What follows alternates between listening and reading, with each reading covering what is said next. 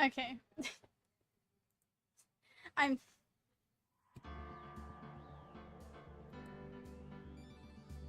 gonna delete that last one because freaking.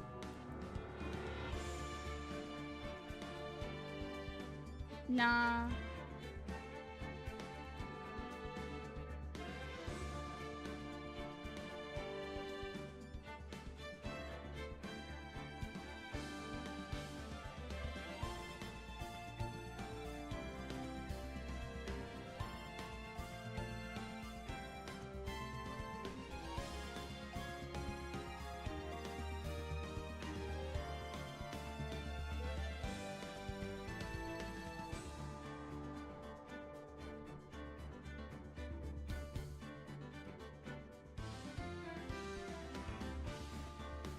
Okay.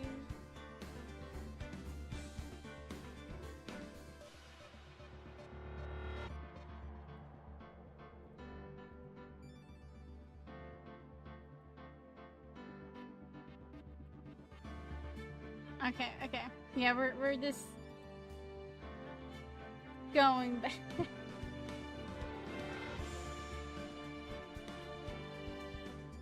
Fucking, why is the bitrate high? Whatever. Okay, yeah, back. Round freaking 2.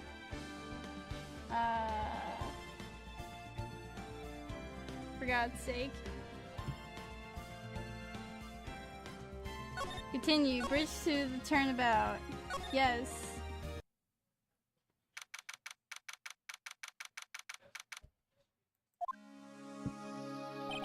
Right, this is what Dagata was talking about. Yeah, the trick locks. Now then, Iris, please remove these at once. Mr. Edgeworth, I'm afraid I can't. It's not possible for me. What? During the earthquake, when the cavern was in danger of caving in, Iris escaped. I know that there was only one lock when I last came here. So you're saying that you can't undo the new locks? Yes. If only I was stronger. Edgeworth, how are you feeling? You look a little pale in the face. Like you're one to talk with your face all green. Miles, Edgeworth, go and get some air. I'll watch over the suspect. You go and get a grip on yourself. Don't be ridiculous. I'm perfectly fine. There's no telling what sort of mistakes you can make in your current state. Go and get some rest. That's your only concern now, Miles Edgeworth. Thank you, Light, for the cookies. Understood. I'll handle the investigation in the garden. You take care of things here. Edgeworth. He's got so much pride that he's probably off crying in a corner of the garden. Pride is simply another trap that hinders us in our lives. That said, one must have pride to be effective on the job. At any rate, it seems that this is where we part ways, Phoenix Wright. I'm going to stay here and see if I can't help solve these bothersome puzzles. I see. Well, thanks for your help. Now then, do you mind if I ask you a few things, Iris? No, not at all. Okay. Why did you make a run for it, Iris? I'm sorry. I heard the inner temple had been severely shaken by the strong earthquake we had. I was so worried, I just had to come and see. In other words, you didn't run away to escape the law. At least we're clear on that. I can't tell you how relieved I was when I saw the sacred cavern was alright, but... But what? Then I saw these chains here. I saw all these extra locks that someone had put on the sacred cavern's door, and... Who in the world would do something like this? These trick locks are a sacred treasure of the Korean tradition. There are hundreds of ways to set them. That's why only the person who set the lock can open it. And you aren't the one who set these locks. I don't think it's that simple, Franziska von Karma. When we were here the first time, there was only one lock. But now, somehow, there's 5 of them. What does that mean? It means that someone wanted to secure the place even more. And they wanted to secure it before you got here, Iris. Presumably because they wanted to make sure Maya couldn't get out. This means that Iris can only open one of these locks, the first one. Yes, that's correct. What? Iris, try to think, please. Isn't there any other way around this? Well, like I said, there are hundreds of different ways to set these locks. I suppose if I went through every combination in each one, I could remove them. But it will take time, won't it? Yes, about a day if I had to guess. A whole day? Well, that's better than leaving the locks in place. Will you do this for us? Sure, I'll do whatever I can. I got to wait another day. Hang in there, Maya. You're going to have to call on your own inner strength now. You know what, Iris? There's still one thing I don't quite get. And what might that be, Phoenix Wright? I think it's obvious. Iris, on the night of the murder, where were you? Please, Iris, don't give me that look. You told us that you were in your room at Hazakura Temple at the time of the incident. But you were seen that same evening at the inner temple. And then you were spotted at the scene of the crime in Hazakura Temple, too. Being spotted at both Hazakura Temple and the inner temple, as if you were... Well, Iris, I think it's about time you told us the truth. And here we go. Alright. Knew it. There's something going on here that we don't know about. Okay. Do we... I don't think we have... This freaking...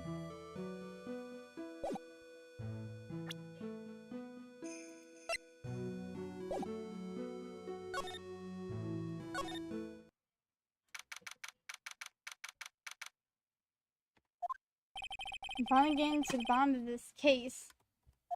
I can count on Iris to break this lock, so I should try to gather more clues. From Sister Bikini, Edgeworth, Gumshoe, and Pearls.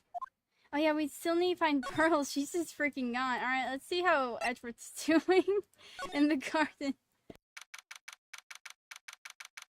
Oh wait, he had something for us, thingy. The cops are still combing the place. They look pretty nervous. I'd be nervous too. It's got to be a tough job. Especially with someone giving you the evil eye the whole time. How could I have done that? Oh, I can't believe it's still bothering him. Edgeworth? Oh!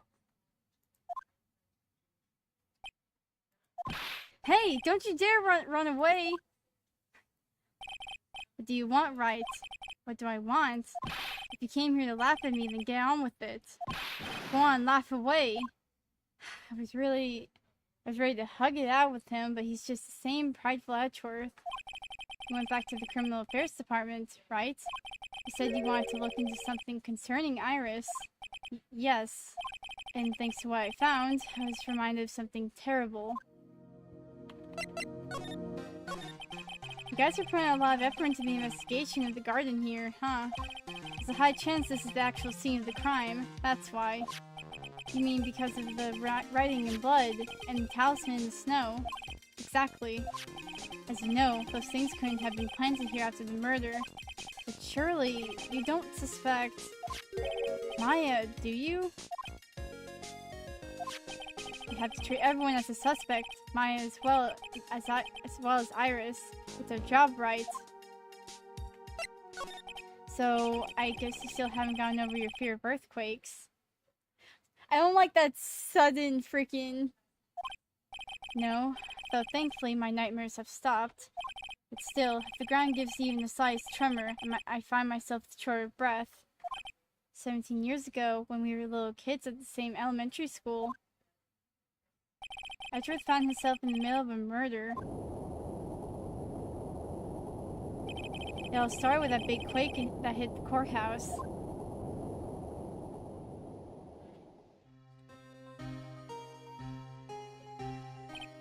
Yes, I was stuck in an elevator with my father, who is a defense attorney.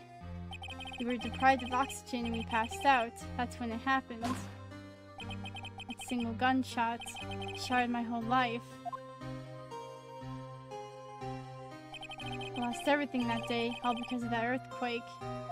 My dreams, my family, and myself. It's been more than 17 years now, and that case was finally resolved 2 years ago, right?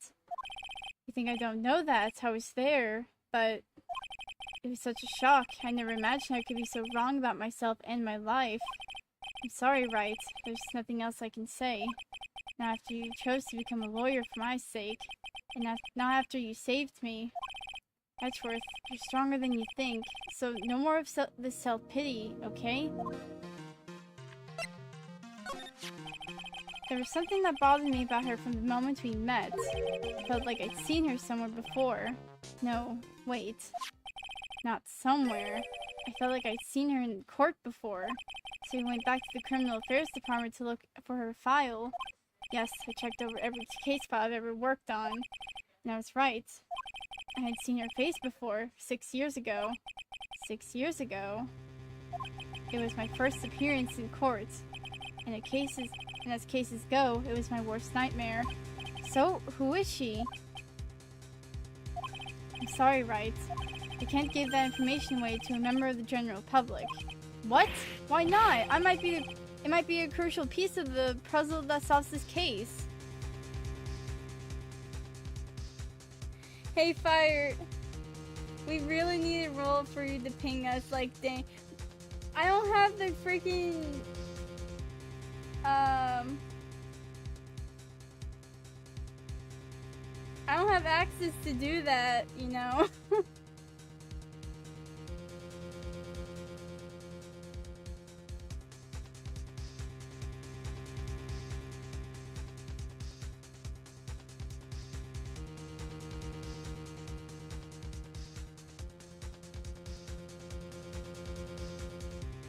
What's that, mage?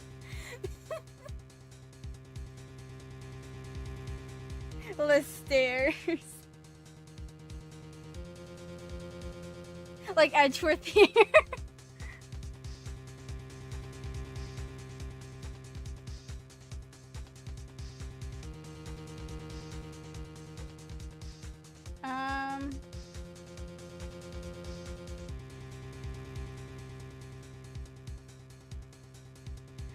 Oh, something I forgot to mention. I'm gonna mention it here.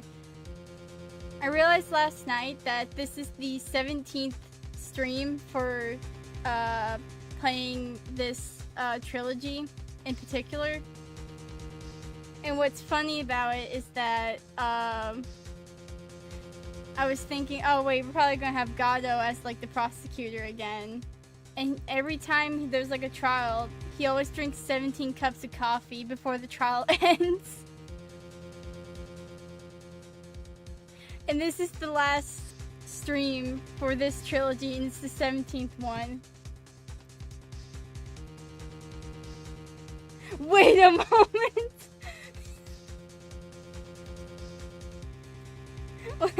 like, hold up. Hold the phone. Like...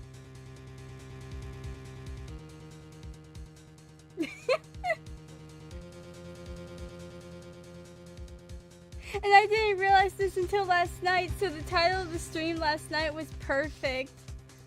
Especially this one, The Last Cup of Coffee.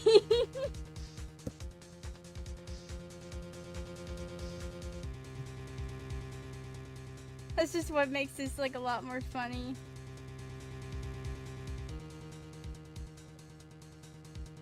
Oh god, hold on.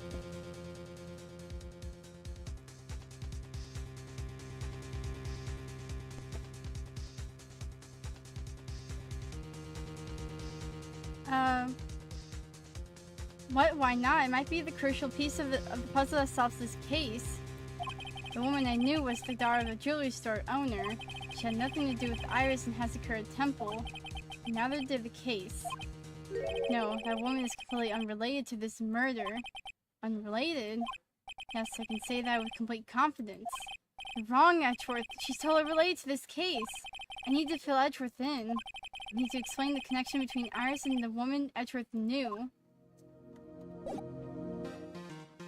Wait!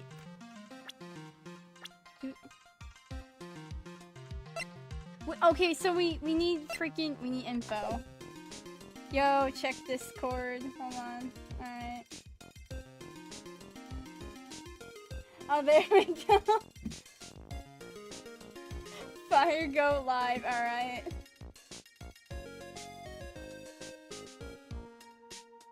Thank you, mage.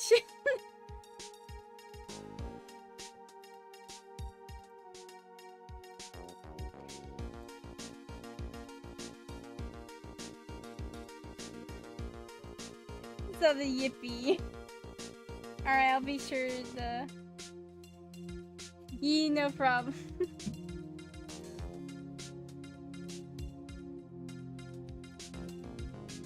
How do we... Okay, so we need to figure out... Oh wait, we need... Okay, where the frick is Gumshoe? Or like, we need to talk to Peeps. Suspension Bridge. Oh wait.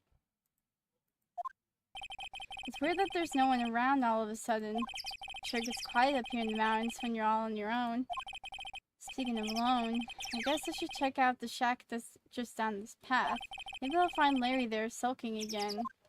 Maybe. Oh wait, wasn't there like... Inner Temple Gate. Garden, training hall. Oh wait, okay.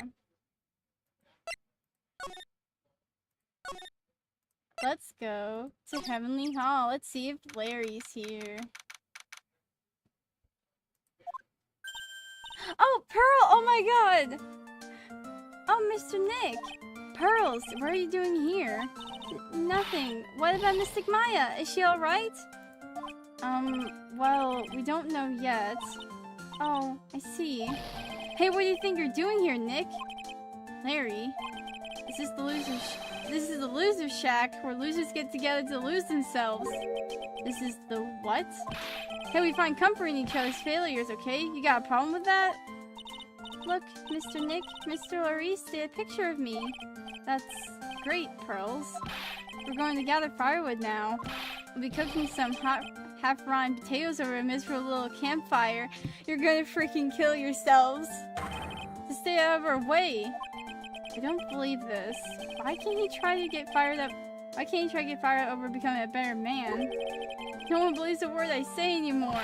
Listen to me, Pearl. You don't want to trust this kind of guy, okay? He'll only let you down. Oh, Mystic Maya. Larry, is there something you want to tell me about this picture? I've got nothing to say to you, Nick. My life's here now with Pearl, two losers cooking potatoes together forevermore. What am I going to do with him? Alright then, what do you think about this picture, Pearls? I think it's really well drawn. I can't draw at all, so I think it's really amazing. See, someone appreciates it. It's tough getting the flames to look like that, you know. It's supposed to be Sister Iris flying through the air, isn't it? I love it! It's like a dream, a wonderful fantasy. No, it wasn't a dream. She really flew, I'm telling you, Iris really flew that night. But Mr. Laurice... Not you too. Please don't look at me like that, Pearl. Don't look at me like I'm some kind of nutcase, I beg of you. I guess this picture really is a representation of what Larry thinks he saw.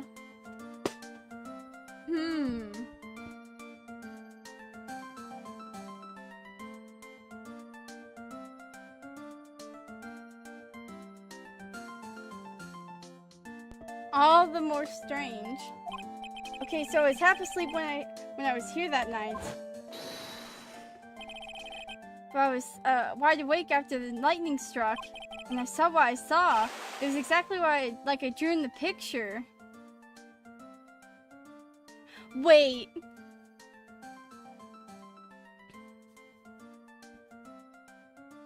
Wait a minute. Hold, I need to look at something when we get done with this. Okay. And it looks like I don't have any choice but to take the sketch at face value. Is it because he was looking up? Hey, what's with the look of hey, what's with the look of doubt on your face? Do we have a picture of the bridge? Okay, so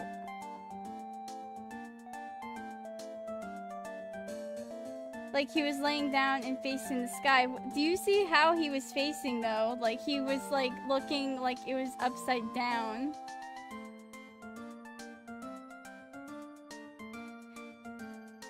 Yeah, he was looking up, but like where was his head looking?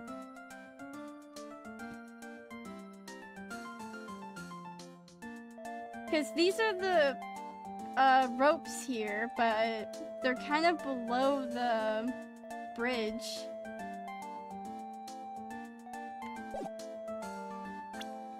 Where's the picture? Give this to me.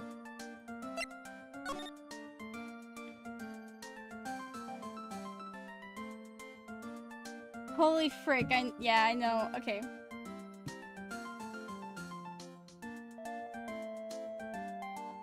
Like, oh, what a weird place to put the freaking strings of the bridge. Huh, maybe I should look upside down. Like...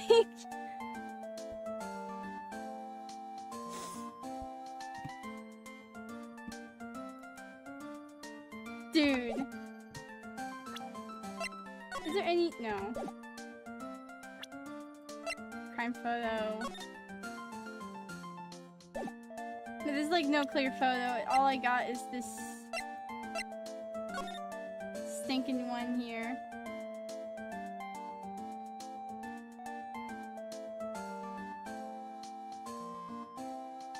Okay, but think about it. What if that's the bottom of the bridge?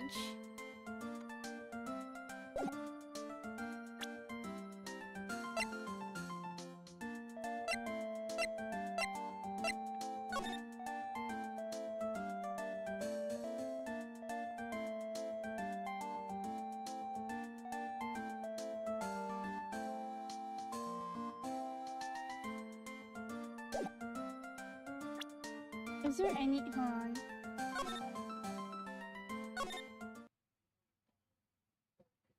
Okay, well they're freaking gone now, but if I were to... Not Heavenly Hog, dang it, don't move.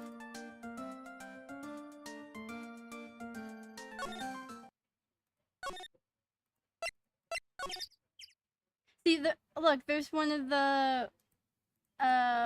things there. Hold on, wait, can you tell me what this is? I need a reminder. Sus bridge. That's an anchor for one of the wires they used to hold up the bridge.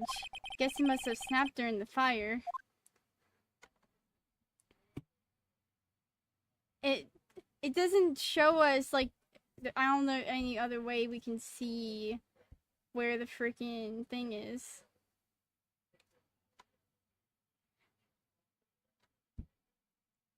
If, like, that's one of the wires, like, logically it would have been underneath the bridge, I think.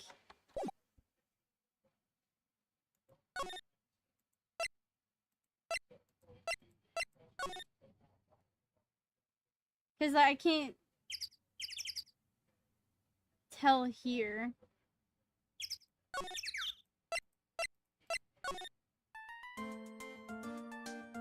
Yeah, wait, yeah, okay, so... You can see the bridge from, like, wherever the frick, that is. From right there.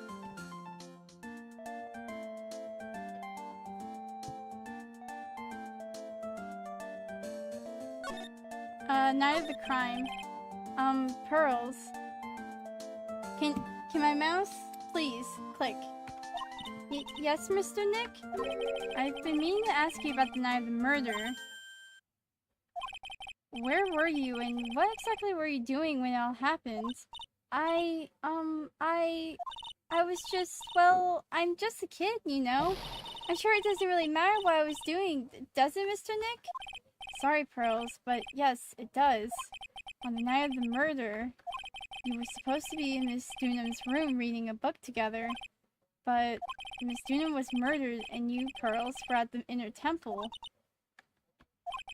Just what exactly happened that night, Pearls? I'm really sorry, Mr. Nick. Oh, come on, Pearls. Bye, Pearl says. Bye, Pearl says. I've been a bad girl. She has 5! What the frick are you? That's why I'm being punished. What are you talking about, Pearls? My spiritual power. It has disappeared. What? What? Her powers have disappeared. The frick? What do you mean your power just has disappeared, Pearls? It's all over for me. A spirit medium who can't channel spirits is like a painter who can't paint. Hey, what are you looking at me for? Pearls, did you try to channel someone's spirit right here at Hazakura Temple? Tried but failed, perhaps. Oh. Oh. Way to go, Nick. You made her cry. That was really cruel of you. Just as I thought. I'm gonna have to break through her psych locks to get the truth out of her. So she tried to...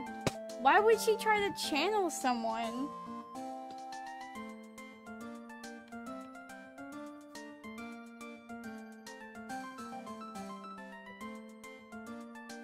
The frick?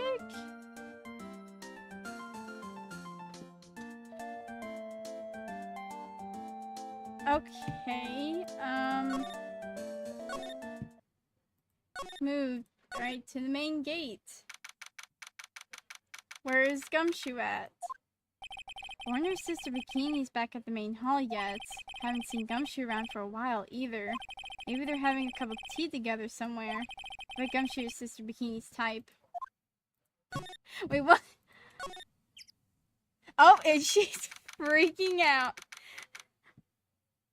This girl needs some pizza. We need to get her some pizza. Well, what's the damage? How is the sacred cavern? It looks like it survived, but we have a bigger problem now. Tell Sister Bikini all about it. About the 5 blocks that were stopping us from getting inside the sacred cavern. But who? Who could have done that? The only people who know how to set those trick locks are those of the Crane tradition. We have ours at the sacred cavern, trying her best to open them for us right now. Actually, there's something I've been meaning to talk with you about, Sister Bikini. Oh yes, we were in the middle of the chat, weren't we? Yes, you were telling me how Master Crane disappeared 17 years ago. I want to know why Misty Faye suddenly appeared at this temple. It was about a week ago when Mystic Elise... No, I mean Mystic Misty arrived. After she showed me that talisman that proved she was its master, she said... Someone is trying to destroy the Crane tradition's main family line. I'm here to put a stop to them. Someone was trying to destroy the main family line. There's only one heir to the title master at any time, and it's usually the eldest. A child becomes the new master of Crane, and her daughters, the main family. All our mediums are Brain's family members, with no hope of controlling the clan. That's why nothing has changed throughout the history of the clan. Branch families always have and always will plot to erase those of the main family line. Jeez. Oh, hey, wait! Oh wait, I know someone. Is the power of the master worth this much bloodshed? Maybe. At least in one person's case. Believe in the technique, don't you, Mr. Wright? You know its power is real. Yes, I do. It's been 2 years since I first met Maya. In that time, I've seen her channel the spirits of the dead plenty of times. During the Mask-to-Mask case. And during Maggie Bird's trial, too. Thanks to Maya, Mia's always on hand to help me out when I need her the most. The Crane technique has made a huge difference to the world, you know. I mean, the ability to commune with the dead, that's true psychic power, you know. Members of the tradition have always been there behind every important leader. Who wouldn't respect such a tremendous skill? I suppose so, but with all that power and influence, I kind of expected you to be really rich by now. Are you saying we're poor, Mr. Wright? You're very direct, aren't you? People don't believe in it anymore, you see, all because of one little mistake. A mistake? What mistake? It was 17 years ago. That's when everything came crashing down. All because of that incident. Oh, no. That incident? Is she talking about what I think she is? I'm sure the records still exist if you're interested. Locked up, of course. It was called the DL6 incident. That's the name of the file. The DL6 incident. I knew it! DL6 incident. I know it well. I handled a related case just 2 years ago. That's right. So it was you who was the defense attorney on that case. A murder that took place 17 years ago. It was the first time in the country's history the police ever used the spirit medium. The idea was to channel the victim's spirit to learn the identity of the murderer. The medium who performed the channeling was Misty Faye, Maya's mother. The mystic Misty's channeling the name of a certain man surfaced. Armed with that as evidence, the investigators were spurred into action. That man, he was found not guilty, wasn't he? That's right, he was. And the case remained a mystery. In other words, we failed. It was the first case the world has ever seen the Crane tradition openly involved in. It was all over the media, the public, the the people of Crane Village. Everyone judged her. Everyone said Mystic Misty's powers were a sham. And then she just disappeared, vanished, while everyone still thought of her as a fraud. But I know the truth. Misty Faye's spirit channeling wasn't a sham at all. Of course it wasn't. And since you managed to reveal the truth, we're finally making a comeback. The Crane tradition is starting to recover at last, with the new master wielding the power of the clan. Does she mean Maya?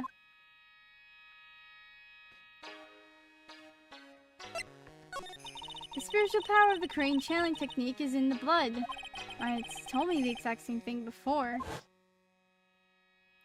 We, the women of the Fae clan, have always been spirit mediums. It's because the power to communicate with spirit flows strongly through us. According to Maya, only the woman in the family can inherit that power. The main family's bloodline stems directly from Mystic Amy, but with each new generation, only one daughter becomes the new master, and the one who don't become branch families, right? That's right, and it's always the cause of tragedy. You know, Maya had a sister too, an older sister named Mia. Yes, I've heard of her. What? You know about Mia? Of course! She became a lawyer in the hopes of discovering what happened to her mother, and lost her life as a result. Do you know what Mystic Mia is rumored to have said? She said it wasn't only because of her mother that she became a lawyer. She also didn't want to fight with her sister over the leadership of the tradition. Really? Well, she saw what happened to her own mother, Mystic Misty, as she grew up. I guess Mystic Mia got tired of seeing all the rivalry between her mom and her aunt. That's right, Misty Faye had an elder sister too. And Misty, having superior powers, managed to usurp the master seat from her. Mystic Misty's sister, Mystic Morgan, as you probably know. Morgan? There's a name I know well. It was a year ago now at Maya's home, Crane Village. What she did was terrible. It was all she could do to make her own daughter the next master. I suppose if you know about Mystic Morgan's daughter, then you must already realize that Iris... Huh? Iris? What's Iris got to do with any of this? That's Iris's... Mystic Morgan's daughter. Excuse me? Iris is what? Is she kidding me? Iris is Morgan Faye's daughter. The frick you mean? Did you just say that Iris is Morgan Fay's daughter? Whoops, I thought you already knew. It sounded like you met one of Mystic Morgan's daughters already. I have. I know her very well. Oh? Yes, Pearl Fay. I always thought she was an only child. You jest, that child! She's Mystic Morgan's... I had no idea. Oh, she didn't... Oh, that's it. We are not on squeaking terms.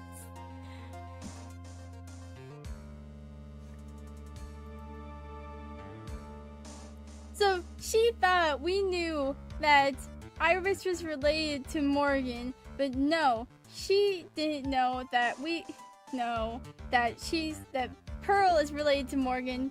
She didn't know that. What the we are not on squeaking terms though.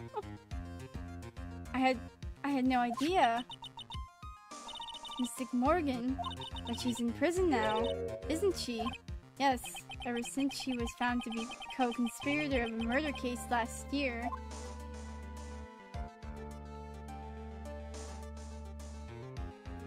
Evil woman, evil. Nightmare. It's all done to set Pearls up as the next master. I see. So I've been wrong all this time. Mystic Morgan had 3 daughters, not 2. What do you mean she has 3 daughters? Huh? Wait, what? 3? Yes, Iris, her twin sister, and Mystic Pearl. What? Twin sister? Oh, didn't you know? It all happened 20 years ago.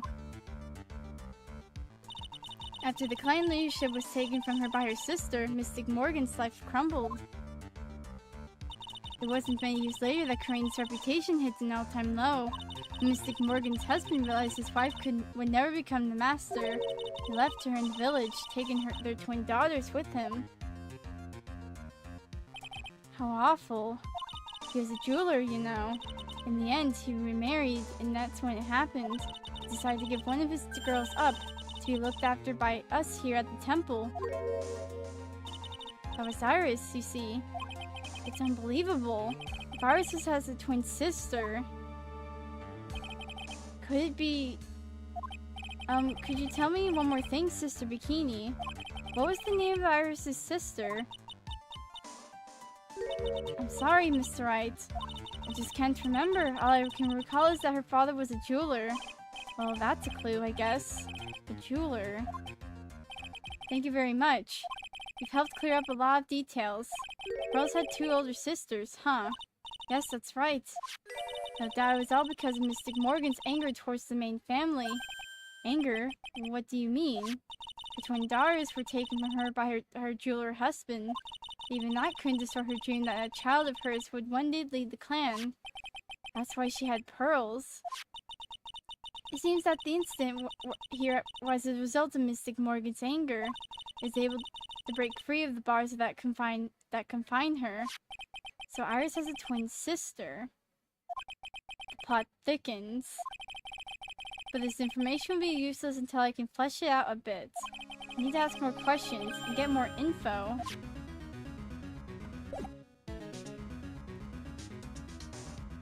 The squeaking terms have been very revoked. God dang it. Is Gumshoe here? Who's here? Sounds like someone's happy. What tune is that they're humming? Gumshoe! Okay, dude. No motive, no crime. No motive, no crime. Singing with me, no motive, no crime. I remember when we used to search in the channeling room in Karain. Love my job!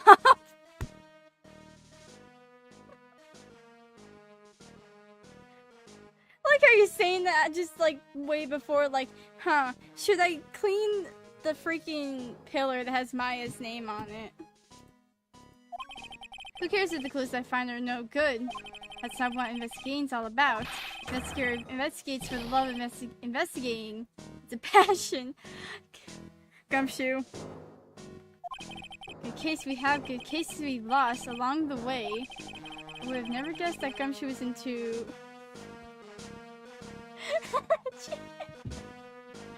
Oh my god. Every case is gonna be airtight, every case is gonna be airtight. Hey pal. Huh? Who? Me? How long have you been there? I just got here. Oh, okay. So what are you up to, detective? Investigating, pal. May I promised Mr. Edgeworth. I promised I would find the real murder weapon. Real murder weapon. The barbed sword thing turned out to be a false lead, right? I'm giving it my best shot here, but I still haven't turned up any clues. Just found these weird scraps of paper. Looks like a letter or something. Doesn't seem to have anything to do with the case, though. A letter? Gumshoe, give me the freaking letter. Right now. So how's the investigation going, Detective Gumshoe? I don't know if I should be telling you, pal. But I guess it can't hurt. Looks like the murder took place in the temple garden. And they're taking that bloody writing on the lantern pretty seriously back at HQ. What? You mean... I don't have the details, pal. All I know is, if you don't find Maya down in that sacred cavern, we're going to be faced with an ugly situation. What kind of ugly situation are we looking at here? You got me. I don't know. They're not my words, pal. But who said it? Mr. Gatto. I'm gonna punch his visor so he can't see anymore. Gatto? What do you mean by that? About that letter you found. Don't remind me, pal. I'm busting a gut here trying to find the murder weapon. And all I find is some burnt up old letter. Burnt up old letter? Yeah, it was in that incinerator right outside the inner temple. The incinerator? I knew it! I knew he wasn't imagining it! Someone's trying to burn evidence. Wait! Look! Look here. The freaking wire. It's underneath the bridge.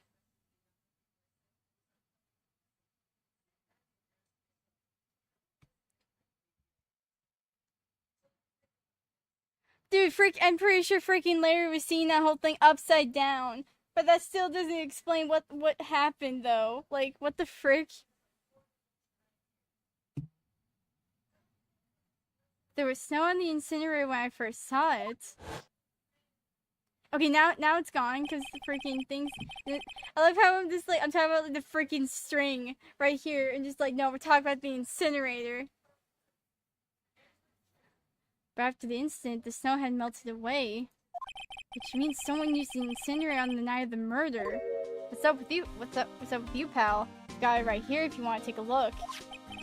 Can I? Do you mind? Sure, go nuts. I don't want it, pal. You can have it. It's all spirit mediums and masters stuff, but it's got no relation to the case. Spirit mediums? It's got to be important if they mention spirit mediums and masters. You better give it a good look over and some serious thoughts. Make sure you chuck it in the trash when you're done. Littering's a crime, pal. No, okay, hold on. I'm taking a look at this. Hold on. Freaking...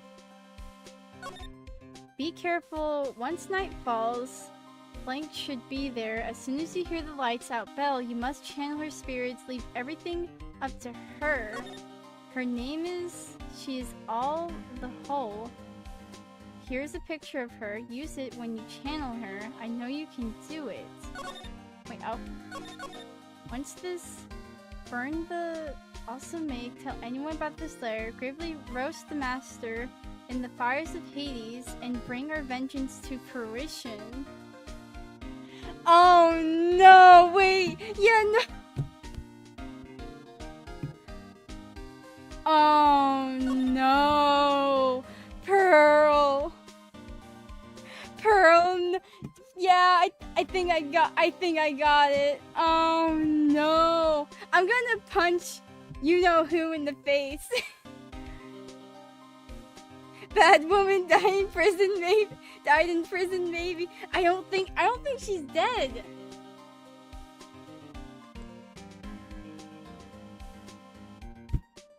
Oh, dear God. Wait. Oh, wait. I know who she could channel the... Oh, na. Alright. Thank you, Gumshoe. Fake freaking guy didn't throw those away, I swear to God. Good. Okay, murder weapon. We need to figure that out too. So, what do you know about the real murder weapon so far? Well, it wasn't a sheath of sword that was found impaled in the victim's body. Miss Wright proved that in court today. Yes, that's true. In which case, it must have been another blade. And that's why you're running around like a headless chicken looking for it now, huh? Yeah, and man, is it tiring work. But let me tell you something, pal. I'm no chicken. We got the feather of the forensics in our cap these days. We're using the department's secret weapon on this. Secret weapon? What's the secret weapon? I want to know. And what's the secret weapon of yours? You want to know? You gotta think scientifically, okay? Alright. The murder weapon was a sword. Swords are, scientifically speaking, made of metal, right? Any questions so far? No? I know what he's going to say, but I'll let him look smart. So what's the perfect tool for the job? Ta-da! Metal detector! Oh, heck yeah, we get this back! Raise your hand if you didn't see this coming from a mile away! Well, you want to give a scientific investigation a go? Huh? Me? I've been using this thing for hours now. It gets pretty boring after a while. Why don't you give it a try? I don't know. Should I help Detective Gumshoe out or not? Yeah, no, we're playing forensics expert. Come on, pal. It's good fun. I'm telling you. Alright then. I guess I'll give it a go. Like I said, this is the department's most advanced stick hatchet, the absolute best. It's so sensitive you'd make it cry. It's so high-tech you could skydive off of it. Oh, bother. So now I'm going to tell you how to use it. It's possible the real murder weapon is around here somewhere, right? Sure, that's what we're trying to find out. Right, so first let's turn the detector on. Oh, we get detector thing again! Let's go! That's the sound. Oh. Next, move the detector on and give this courtyard a good looky. See, pal? Don't worry, this little baby know when you hit something. When that happens, press enter to give the area a good hard stare. This thing picks up metallic objects that are hidden from sight too. Take a good look at anything and everything that seems suspicious, okay, pal? Okay, well that's odd. This shed's made of plastic. It says bikini number 1 on the side. Maybe there's something under it. Hey, what's this? A badge. I've been hunting high and low for that. It's yours, detective. That thing's priceless to a guy like me, pal. A cop can't be a cop without his badge. Sure glad I put that dime in there now. How'd you manage to drop your badge here of all places? I know, I bet it happened this morning. I was playing around with the sled and... Stop right there. I don't need to hear any more. Okay. Yeah, no, I don't... That's just made of... Wait.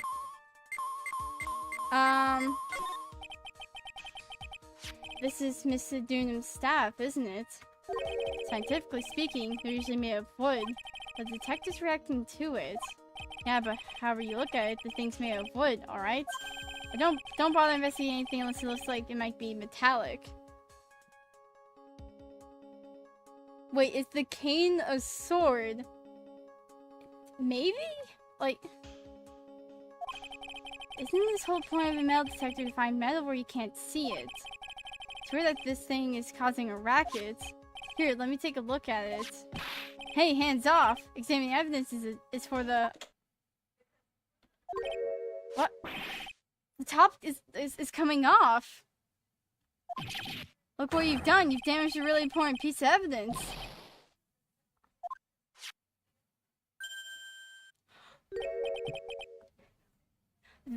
That's a sword inside the staff. Is this could it be a murder weapon?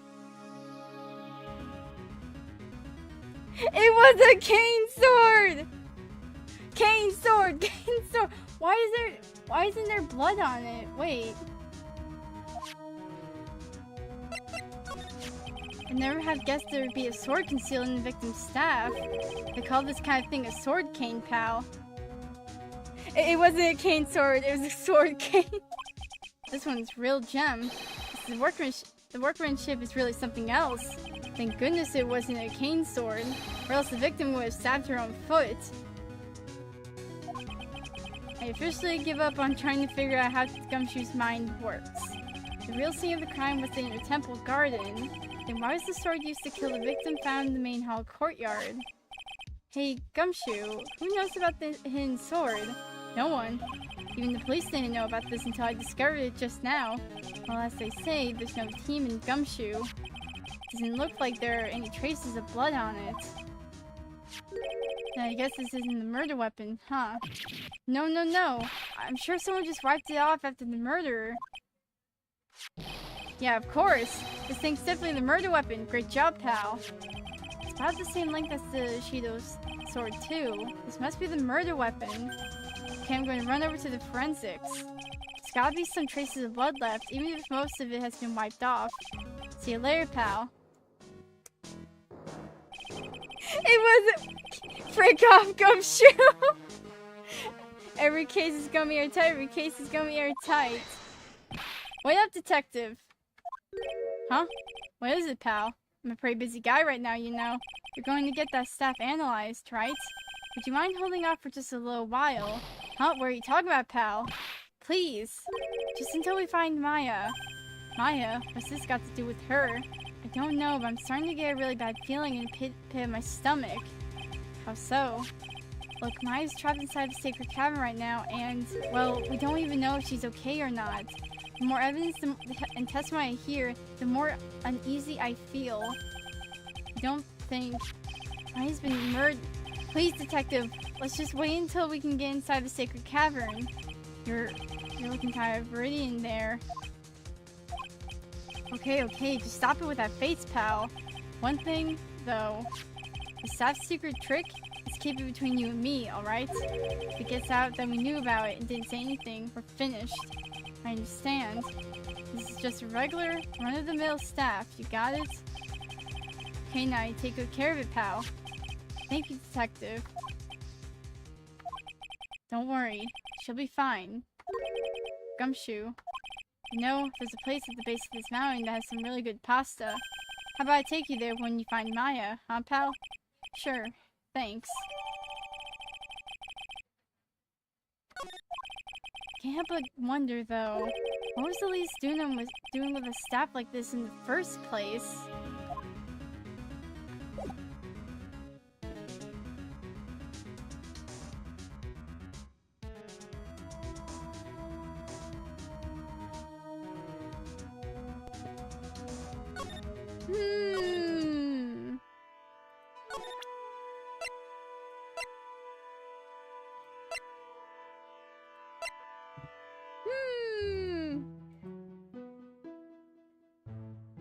Okay.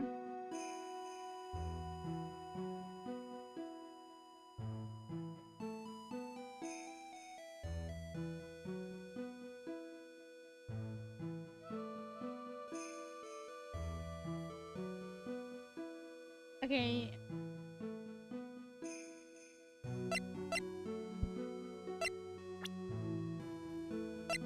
Oh, okay, well, we have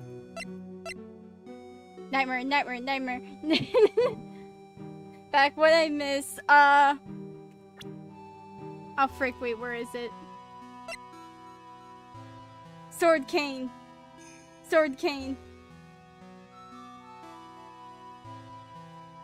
Or cane sword, I don't know.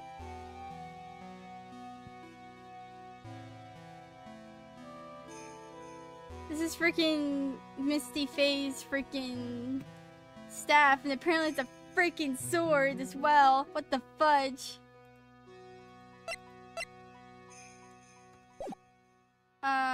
Okay, wait. Let me look at Nope. No. I don't want to know. Morgan faced Iris' twin sister. Her father deals in jewelry, apparently. Okay, so Morgan's still alive. She's just in freaking solitary confinement. Good for her. She can eat dirt.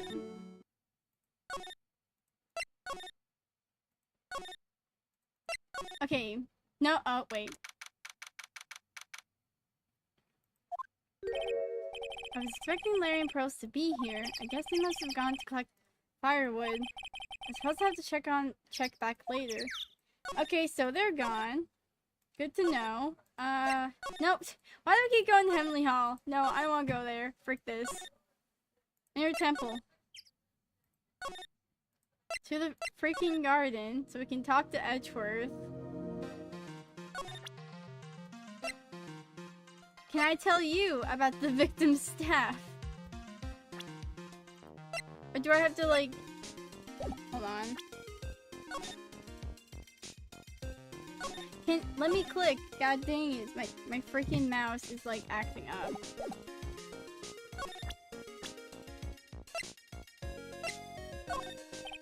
Hey, Edgeworth. Did you know that Iris had a twin sister? What? A twin? You can't be serious. Sister Bikini told me, but the problem is she didn't know the name of this twin. There was nothing about Iris having a sister in the files I checked. Well, Iris was taken in by the temple when she was really young. Apparently her sister was raised by her father, a jeweler, I think. A jeweler? Right? I just might know who this twin sister of hers is.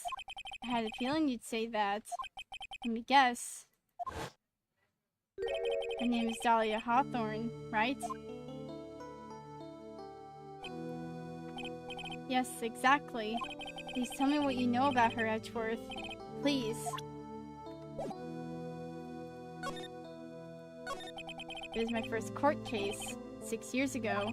I was a greenhorn, and due to my inexperience, the defendant died. You're talking about Terry Fallis, right? You know about that case. You're not the only one who knows something about Iris and Dahlia Hawthorne. I checked one of Mia's old files from 6 years ago. Yes, Dahlia was a key witness in that case. Dahlia and Terry Fallis conspired together to stage his fake kidnapping 11 years ago.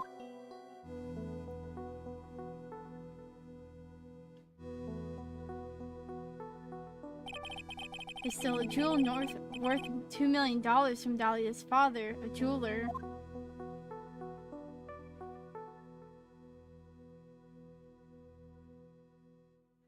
And 5 years after that, she murdered her own sister, Valerie Hawthorne, to keep her from talking.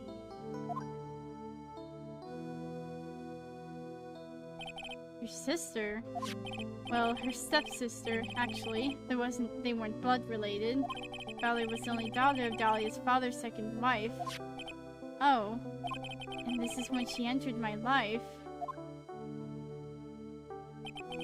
The woman who tried to kill me.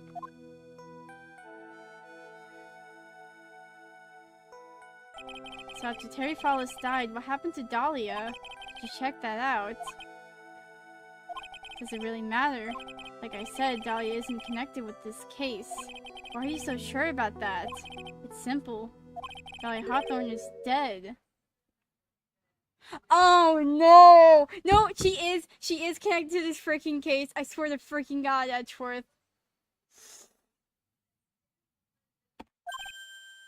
What?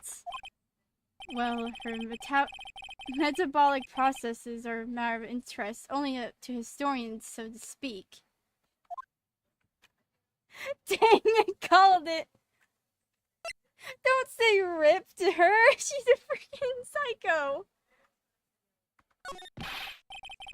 What do you mean by Dahlia Hawthorne is dead, Edgeworth? Right? I must confess that in reading her file, I came to know the murder case you were involved in during your college years. Oh, he read it. Dahlia Hawthorne was found guilty. Thanks to the persistence of Mia Fey. Mia Fey! Mia Fey! Man, she has her mother's eyes. At the time, Dahlia, it's like she was possessed by a demon or something. It's been almost 5 years since that guilty verdict was handed down, and her sentence was finally carried out. She was executed last month. Wow, okay. Executed? I'm sure that's a bit of a shock for you, Wright, and for more reasons than one. But do you understand now? She can't possibly be connected with this case. She's dead, and once someone is dead, there's no way to revive them. Edgeworth, do you see where the frick we're at now? And who the people I hang out with?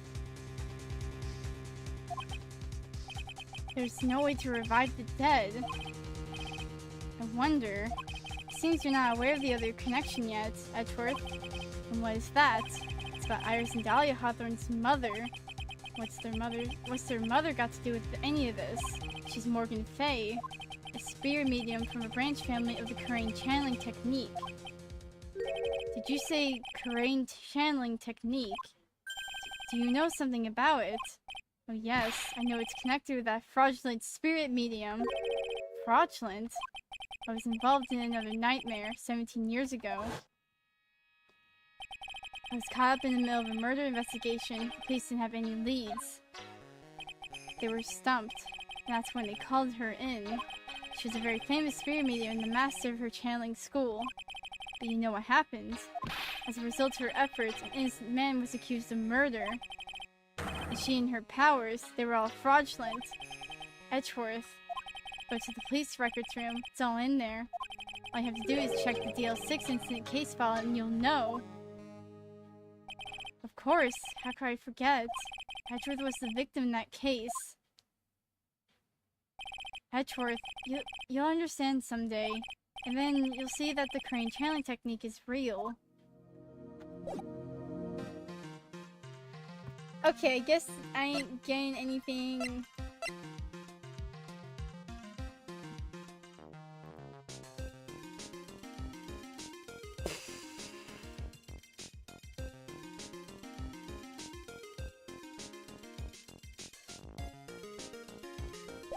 I don't. Okay.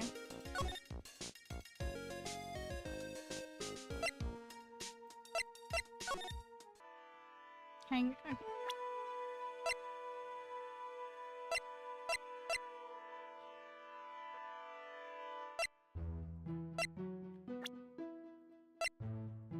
Oh no. Man, they are really just twins. Jeez, okay.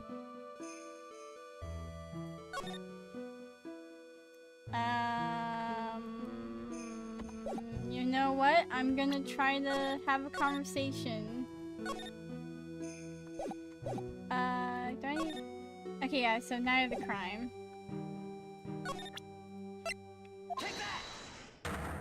Alright, let's see what you got.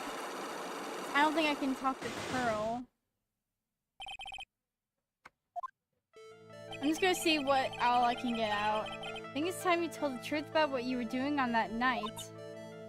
You said you were in your room at Hazakura Temple the entire time. Do you still claim that to be the truth? Yes, that's where I was. Iris, I believe you're innocent. That's why I want to believe what you're telling me too, but I can't. Because this person saw you somewhere else on the night of the murder. Are you talking about freaking Sister Bikini? Yeah. I'm talking about Sister Bikini, of course.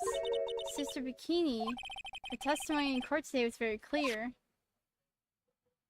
That night I was helping Acolyte with her training in the Inner Temple, but, well, as you can see, my back likes to act up violently, so I left Iris to help the Acolyte and returned to Hazakura Temple. Sister Bikini didn't just see you, she spoke with you.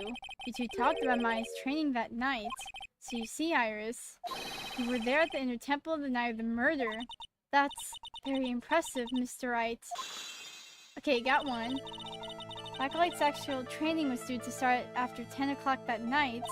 I left the main hall early so I wouldn't be late. What time was that? Let me see. It takes about 20 minutes to walk between the main hall and the inner temple, so I would have left at about 9:40 p.m. I think. I'm sorry, Iris, but line doesn't suit you. Huh? Now, you say you left the main hall at 9:40 p.m. What you said doesn't add up with this.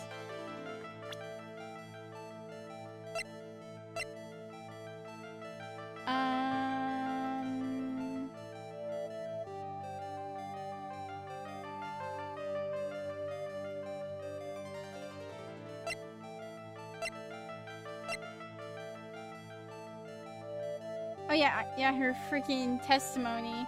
Because she's supposed to ring out... They always ring out the lights at, ring lights out bell at 10 p.m. You yourself testified to the contrary, don't you remember? You said you rang the lights out bell at 10 o'clock that night. Pleasantly, moments before you rang that bell, you were seen at the main hall by the most reliable witness I have. Who's that? Me. Mr. Wright. We even spoke a little that evening. That's when you gave me this. Surely you haven't forgotten. No, that's right. I remember. And that brings us to another puzzling fact, Iris.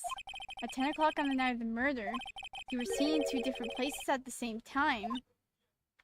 It's time you told me exactly what's been going on, Iris. So far, I've managed to prove 2 things. First, on the night of the incident, you were at the inner temple. And second, at the exact same time, you were ringing the bell at Hazakura Temple. There's only one possible explanation for this apparent impossibility. There's 2 of you. On the night of the incident, you were seen in 2 different places at the same time. Which means there must have been 2 of you. I can't think of any other explanation, Iris. But that's crazy! How could that be? There's only 1 of me. It's impossible. Impossible? I wonder. The way you're trembling certainly seems to suggest otherwise. You're seriously trying to suggest there's more than 1 of me? Show me the evidence. Show me something that proves there is more than 1 of me.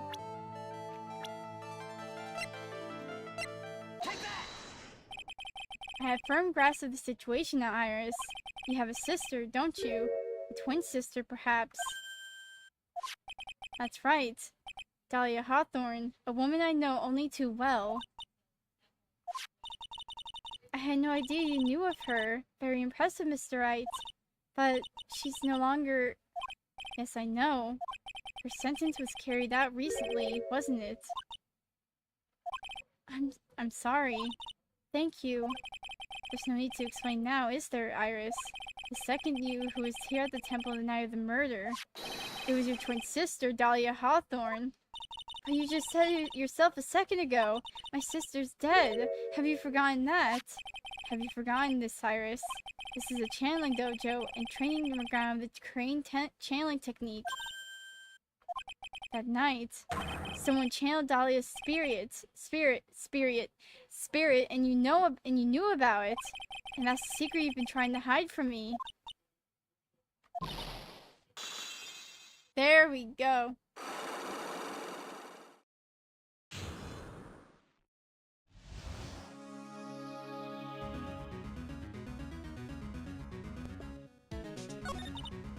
I was in my room in the main hall that night. As soon as I heard that I had been spotted in the temple, I knew it was my sister, Dahlia, the other half of me, who passed away last month, just as I suspected. The Iris that Sister Bikini saw at the inner temple on the night of the murder. It was Dahlia Hawthorne. Why didn't you tell me this before? Because my sister always does the right thing. Excuse me. Because I mustn't get in the way of what she's trying to do. I already betrayed her once before. I can't do it again. You betrayed her? What do you mean? That's why I have to accept that I may be found guilty. It's the only way. What is she talking about? You know about it, don't you, Mr. Wright? About the fake kidnapping that took place here on the Eagle Mountain 11 years ago. That was the start of it all. It was started her down that twisted path. Boom. She started to commit crime after crime, and in the end, she lost her life. It's all because I betrayed her. How did you betray her, Iris? It was no coincidence that Eagle Mountain is where the exchange was to take place. After all, I helped plan the whole thing. What? I got scared, so I ran away. What are you talking about? Why would you help her? Stealing $2 million from your own father? That's awful. I promised I'd help. And she didn't do it for the money. Huh? It was revenge on her father. Revenge? The frick you mean? What do you mean by revenge? He was a hideous man. He threw our mother away and then sent her to... Oh, Jesus Christ. Sent her to heck. Her mother? She must be talking about Morgan Fay. Our mother was the eldest daughter of the main branch of the Fay family. The main family had a lot of influence in many businesses and political circles at the time. As the eldest daughter, our mother was sent to inherit all that as the next master. That's the reason our father married our mother in the first place, for power. But his plan backfired, because our mother's sister took it all from her. She took over as the master of Karain. That would be Misty Fay, Maya's mother. But before long, the credibility of the Karain tradition hit rock bottom. The new master, Misty Fay, made a terrible mistake. It was during the investigation of the DL6 incident. It always goes back to that case, doesn't it? After that happened, our father took me and my twin sister away, leaving our mother and our home behind. He hated the place. He said it was a hick dive and that he had no reason to stay there. And that's why he came here to Hazakura Temple. Yes, the woman my father took as his next wife already had a daughter, Valerie. I had no place in his new family, you see. Oh. And I haven't seen my mother since then. Having the master seat stolen from her and being rejected by her own family. I've heard she's been very battered, spiritually and emotionally. I think I'm finally beginning to see how the pieces fit together. I have to ask her everything I can in my capacity as a prosecutor. This incident, everything related to it goes back to the history of the Fay clan. That's what it looks like. Iris, there's just one more thing I want you to tell me. What is it? During the incident in which your sister, Dahlia Hawthorne, poisoned a lawyer, she began a relationship with a certain college student in order to hide the evidence. That college student, have you heard anything about him? Well, I did hear one thing. She said that she hated his guts. I see. Thank you for your help. You're welcome. Hurry up, Phoenix Wright. There's still much to investigate. Leave these locks to me. I'll open them for you, I promise. Thank you. I suppose I'd better continue my investigation. There's still one giant secret left to unlock. Pro Psych Lock. Oh, great.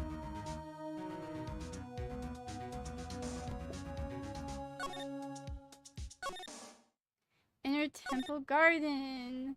Suspension Bridge. Are y'all back yet? Yes, you are.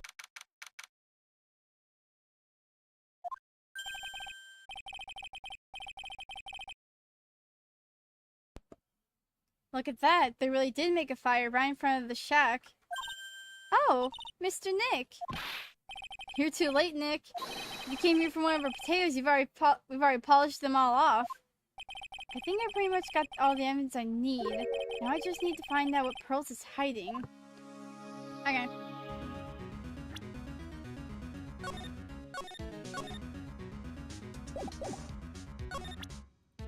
Alright, Pearls.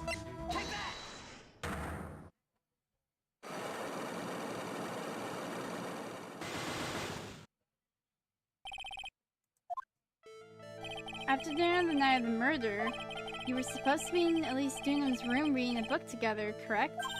Yes, I was so happy when she invited me, but I didn't go in the end. You didn't go? No, there was somewhere else I had to go instead. I was so worried. I had to go. I didn't know what to do with myself. I was so nervous. Pearls never went to Miss Dunham's room because she was too worried about something or someone else. Pearls? On the night of the murder, you went to this place, didn't you?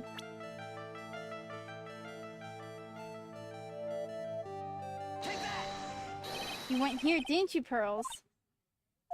Looks like she's still not going to open up to me. This is where you went because you were so worried, right? When the next question is, who or what were you so worried about?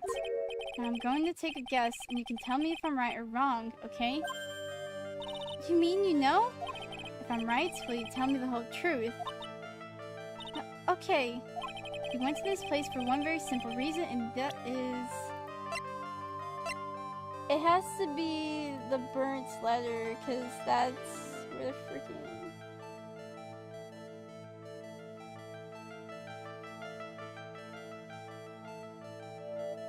You went to... Oh, wait. Oh, wait, but no, she was worried about Maya because...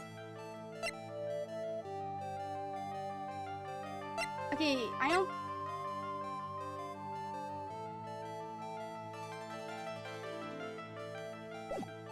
Oh, wait. Did not mean to press back. God dang it. Nope, alright, speed run.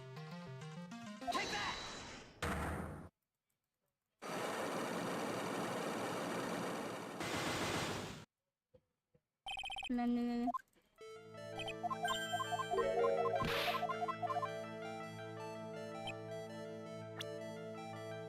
We went to the inner temple. She was worried about Maya because she was gonna be in there.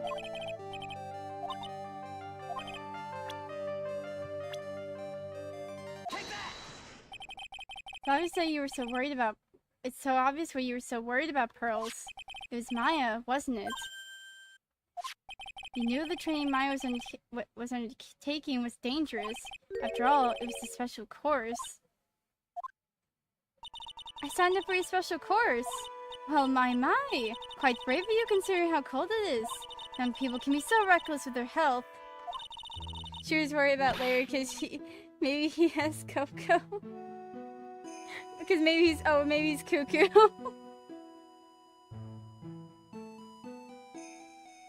Don't blame me if you become one of those you channel.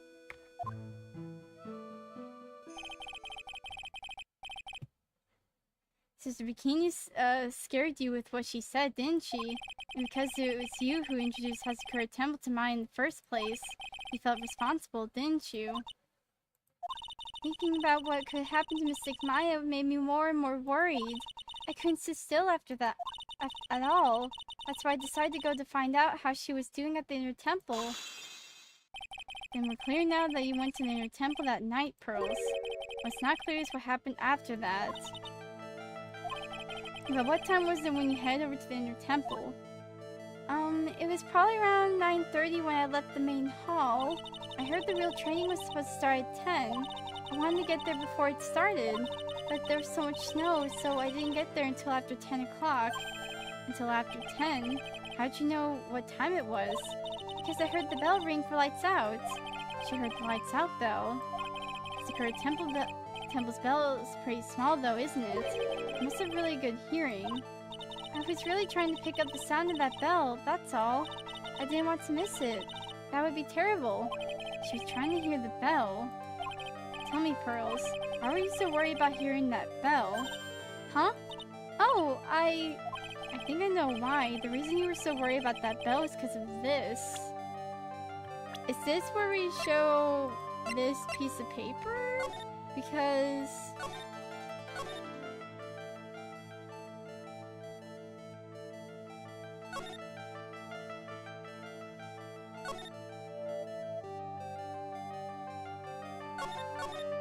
You hear the lights out, yeah, as soon as you hear the lights out bell. It has to be this. Yeah, okay.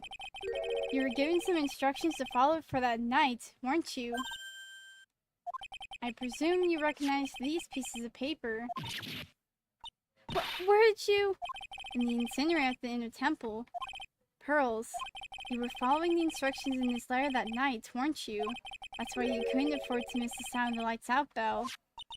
I'm speechless, Mr. Nick. You're amazing. These instructions that were found in the incinerator, I believe they were written for you, Pearls. For me, no. As you can see, a large portion has been burnt. The last section is still fairly legible. As soon as you hear the lights out bell, you must channel her spirit. Who was it, Pearls? Whose spirit were you supposed to be channeling? Taking into account the author of the note and the purpose for writing it, whose spirit would Pearls have been trying to channel?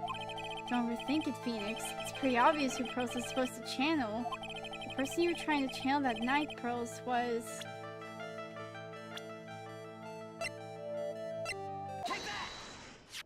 It was Dahlia Hawthorne, wasn't it? That was the name that was in the letter. It's just as suspected. It wasn't Iris whose sister Bikini met at the inner temple that night. It was Dahlia Hawthorne.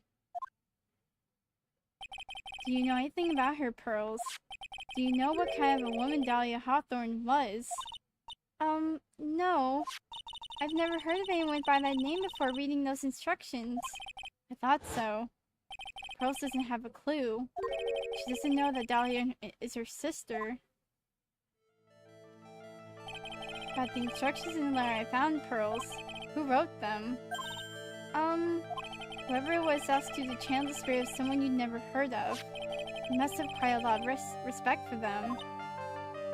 After all, you followed their instructions without question. So here's my next question. Who wrote the set of instructions for you to follow? Pearls? I have to wonder about something. You didn't have any idea what these instructions meant, did you? Oh, but you followed them to the letter regardless. Why? Because it was your own mother who asked you, that's why. How did you...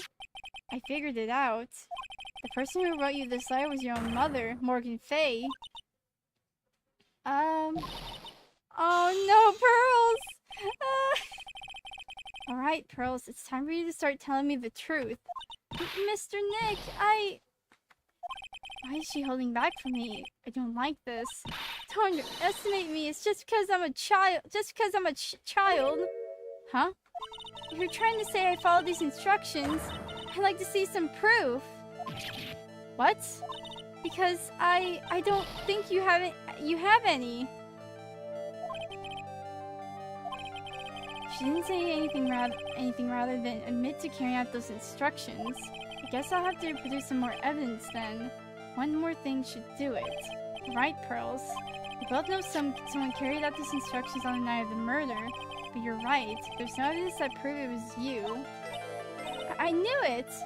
However, I do know whoever did it was a child. Huh?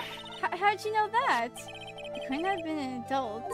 No adult would have made a simple mistake like that. A simple mistake? What do you mean by that? I'm sure you thought you were carefully following the instructions you've been given, and you misunderstood some of the words, and this is the evidence that proves it. Wait, what?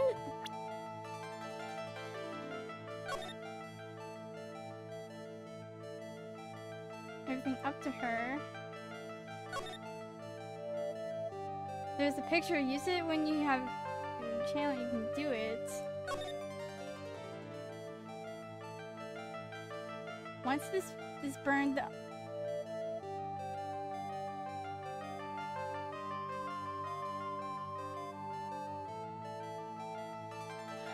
Wait!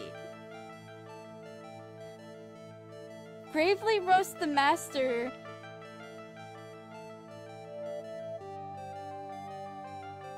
Oh my... I know what it is. Oh my god, Pearl. It was you who spotted gravy on this hanging scroll, wasn't it? But what? Why would I do something like... Do you remember what was written in that letter? Gravely roast the master in the fires of Hades and bring our vengeance to fruition. But you didn't know how to read the word gravely and roast among others, right? How'd you know that? Remember the conversation you had with Miss Dunham at the night of the murder? Perhaps we can read some books together. Really? I'd love to. I'm not very good at reading. Well then, would you like to practice reading with me? Miss Elise, for example, how do you read the... Oh my god. Wait.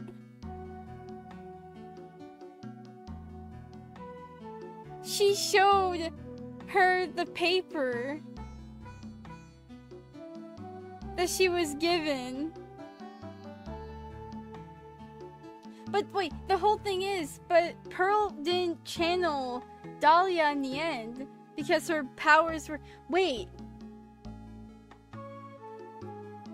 Isn't it there the case where, like, you can only channel only one person can channel a spirit? Like the same spirit. Like, they can't channel the same spirit. Did someone else, like, channel, like, Dahlia's spirit? Wait.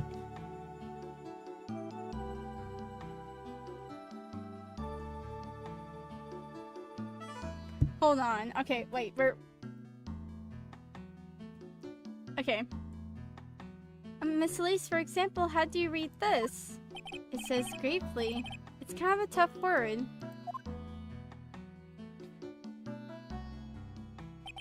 Sure, Miss Dunham taught you how to read gravely and roast, but what she didn't teach you is what they meant. Gravely sounded like gravy to me, and only roast I could think of was the food. And that's why you did it. That's why you covered the picture of Master in gravy from the night of at that night's pot roast. To be honest, I did think it was a bit strange. I guess I really did get the wrong idea. Just a tiny bit. I really am useless. I couldn't even burn the letter properly as my mother had asked of me. Such a simple thing, and I couldn't even do it right. Your mother failed you, Pearl. Like, it's not your fault. Your mother freaking failed you. She's awful. Freaking nightmare, nightmare, nightmare. After dinner that night, I did go to the inner temple with a pot full of leftover gravy. The gravy? I saw the picture on the hanging scroll near the sacred cavern. I was sure it was the Master Crane, like it said in the letter. I see. And then? Well, it was already way past 10 when I got there because of all the snow. So I went to the inner temple guest area. The guest area? Yes, I thought I could wait there until the training was over. Why didn't you just go to the training hall? Because Mystic Maya's main training had already started and I couldn't interrupt it. So I just stayed where I was and prayed for her to get through it. But then Pearls, did you fall asleep? I'm sorry, I didn't mean to. I just couldn't help it. Hey, don't worry about it, Pearl. Who cares if you fell asleep? I fell asleep waiting for Iris, too. It happens. Anyway, then you found yourself trapped at the inner temple. Yes, when I woke up, it was morning. I tried not to cry, but the sea bridge wasn't there anymore, and there was no one in the training hall. I thought everyone had left me because I overslept. I threw the letter into the incinerator, then I heated the leftover gravy and left some steam by chucking the gravy on the scroll while you cried.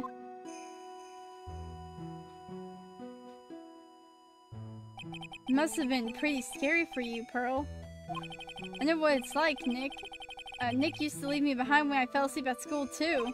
Don't equate something so trivial with her experience, Larry.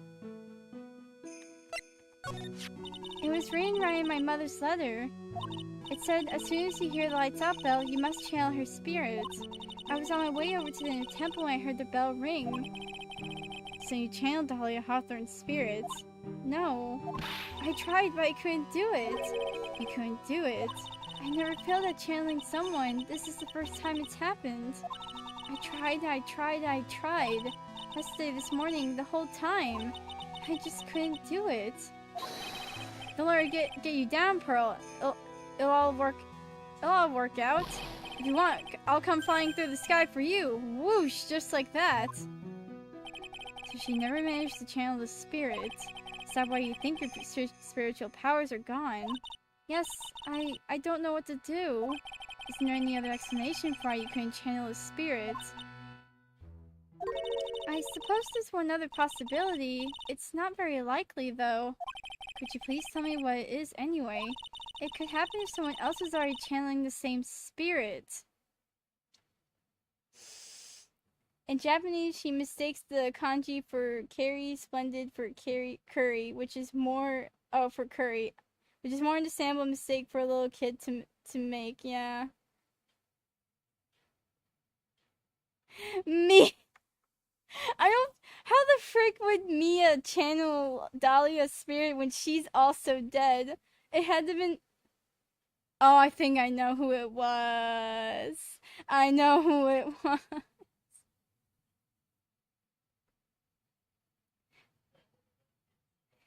It could happen. It could happen. Okay, so someone else. What do you mean? Well, there's only one of each spirit, right? Yep, it's like dating a girl, Nick. You can't see a hot. She's already taken. Larry. Then that would mean on the night of the murder, someone else channeled her spirit before Pearls could. Wait.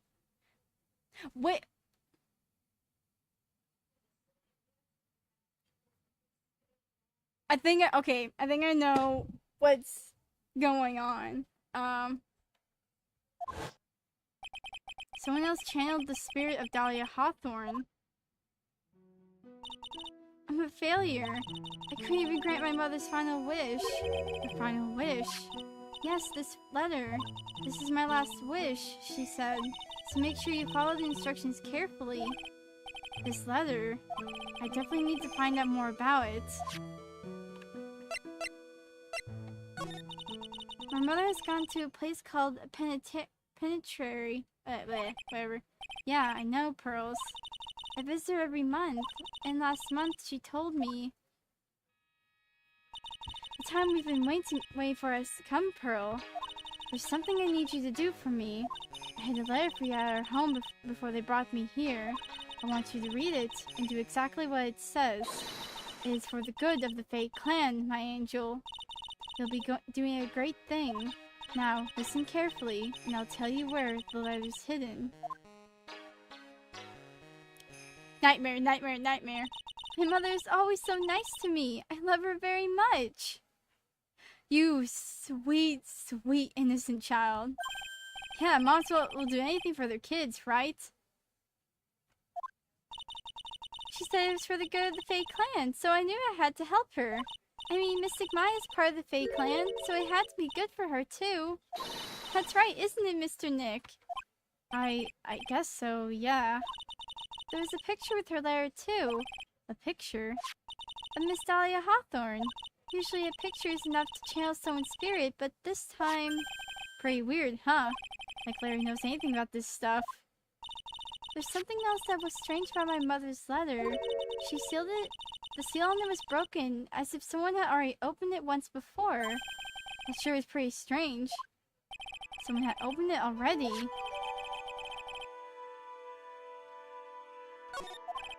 Thanks, Pearls. You really helped me out. You're very welcome.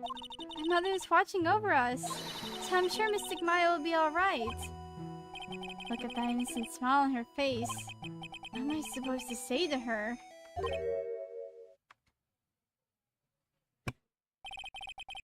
You freaker, I don't want to see your, like, dumb visor face. Finally figured out, have you tried? You finally realized how terrible of a crime being painfully oblivious is. Gato! The entrance to the sacred cavern looks like a freaking puzzle workshop. Guess he's talking about Iris and the lock-breaking effort. But it's all a waste of time. Why do you say that? Because Maya Fey isn't coming back. What? You don't know what you're talking about! How can you say something like that? It was your job to protect her, Trite. Just like it was your job to protect Mia Faye. Two sisters caught up in the worst circumstances. I realized that, but... And you were the only one who was by their sides. You were the one who could have saved them. I didn't know anything about what was going on. What did I just say, Trite? Being oblivious is a heinous crime in itself. Tomorrow? We'll settle everything in court tomorrow, once and for all. Mr. Nick?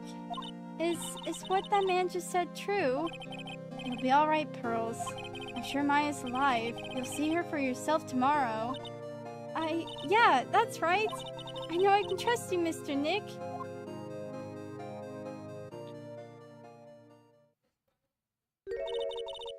My dear Pearl, you've done so well, my child, my Pearl. It's better that you don't know what you've done. I knew this day would come for you. The blood of the main family is no more. Now finally, after all this time, the master seat is yours. My last great wish. It seems I was just in time.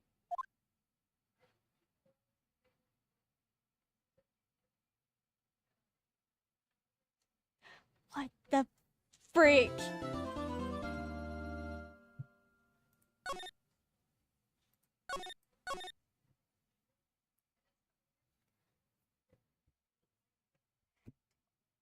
Taking a sip of this freaking coffee, just like... just... Jesus Christ. Okay. Well.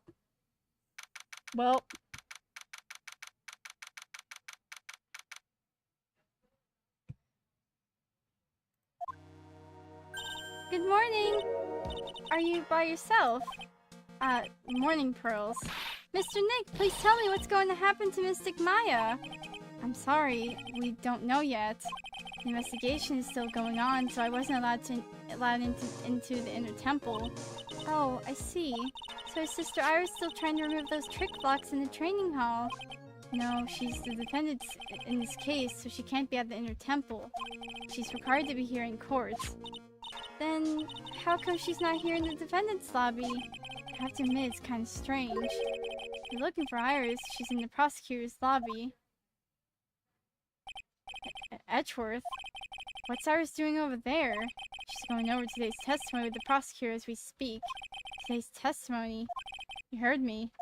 Iris is going to be testifying as a witness for the prosecution. Wait, what? The prosecutor is squeezing her for a confession. Or so I heard. Francisca von Karma, what are you up to? I know what you're thinking, but Francisca isn't going to be the prosecutor today. What? Then who is? Who else would it be but Gatto? Gatto? Francisca is engaged in some important work at the Sacred Cavern. The Sacred Cavern? You don't mean that she's... Exactly. She has been out there all night, trying to remove those trick locks. With Head Nun's assistance, naturally. We estimate that the last of the locks should be taken care of in about 3 hours. I hope everything continues to go smoothly and receive some good news soon. Yeah, thanks, Edgeworth. Prosecutor Gatto intends to nail this case shut today. Be prepared to fight like there's no tomorrow. You don't have to tell me that. Touché. I can already see it in your eyes. You're not the same fever-ridden, frantic maniac you were yesterday. It's strange. On the way here, I decided that today would be the end of all of this. Almost immediately after I made that decision, I felt myself getting stronger. Interesting. Maybe you passed your cold on to someone else, literally. And with that, I'll leave the rest in your capable hands, partner. Thanks.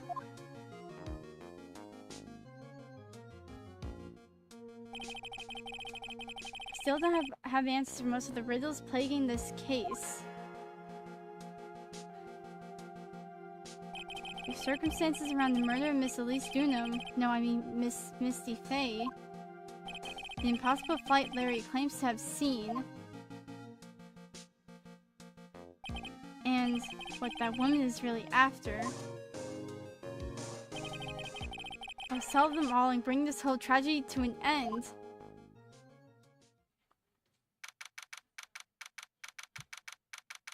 Let's freaking go.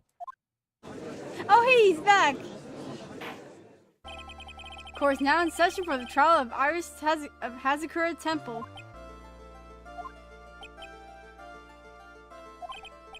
Your Honor? What are you... Who? Me? Well, my little brother came to visit me in my chambers earlier this morning. And all of a sudden, in the blink of an eye, he developed a scorching fever and fainted. Oh. Therefore, I'll be standing in for him. I see, Your Honor. So they're brothers. That explains a lot. My poor brother, he looked a bit pale. Not to mention, it's sad that he couldn't be here.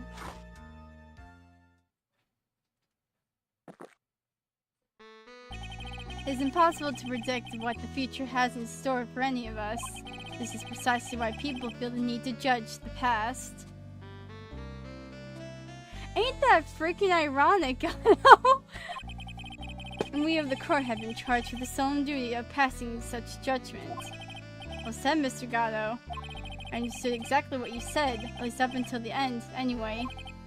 Now then, Mr. Gatto, please proceed with your opening statement. Humans are fragile, fickle beings. Our hearts change with the shifting of the tides. There is only one thing that remains a constant in this crazy world. The bitter darkness that lies at the bottom of this mug. So you mean... Forget it, what do you mean? During yesterday's trial, the accused refused to admit her role in the crime. But today she had a change of heart. Sister Iris of Hazakura Temple has a confession to make. Confession? The defendant? Iris, why didn't she discuss this with me first? Very well. This court will now hear the defendant's confession.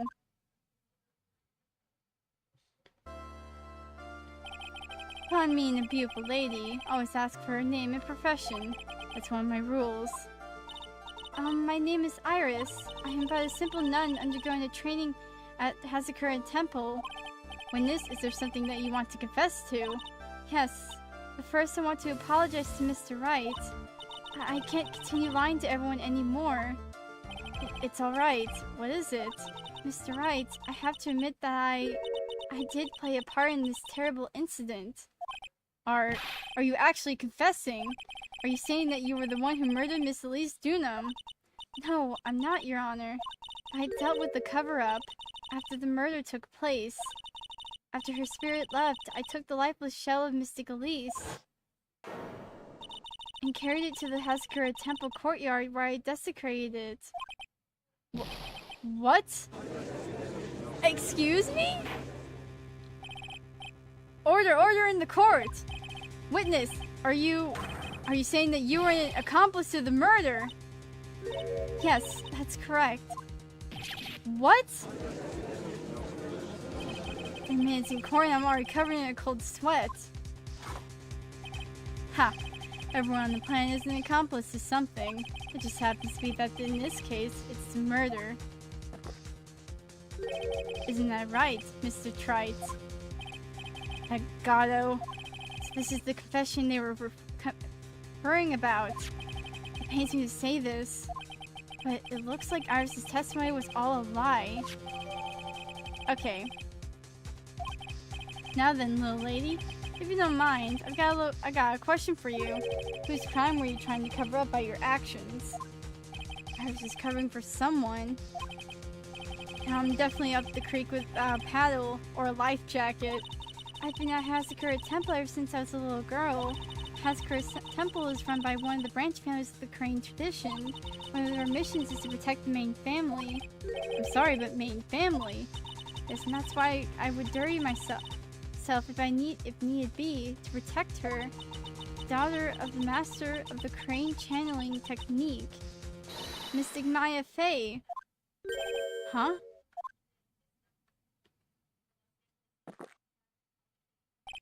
Wake up and smell the coffee, Trite. She's naming Maya? Order! Order in the court!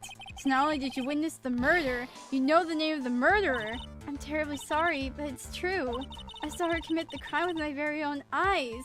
Iris, no! No, Iris, no! Bro! And then I cleaned up the area to try to protect her.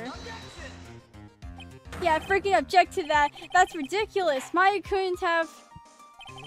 The defense will remain from commenting until the appropriate time. Now, witness, let's hear your testimony. What exactly happened on the night of the crime? Yes, Your Honor. I thought I was prepared for the unexpected. I never imagined the case would wind up going in this direction. Ah, frick. I went to the inner temple that night and I saw it all happen in the garden. I saw Mystic Elise strike Mystic Maya with her staff. While Mystic Maya was still stumbling, Mystic Elise moved in to deliver a fatal strike. Mystic Maya tried to desperately defend herself and stole the weapon. It was only in self-defense. You can't blame her for it. So it was in self-defense. Yes, Mystic Elise was the one who attacked first. That's why I tried my best to protect Mystic Maya. You moved the victim's body to the temple so that Maya wouldn't be suspected. Isn't that right? Not bad. You've got the instincts of a true criminal. Something's not quite right. I'm sure it was established yesterday that Iris never went to the inner temple that night. And the person who did go was that woman. Iris even admitted it. Now then, Mr. Wright, please proceed with your cross-examination.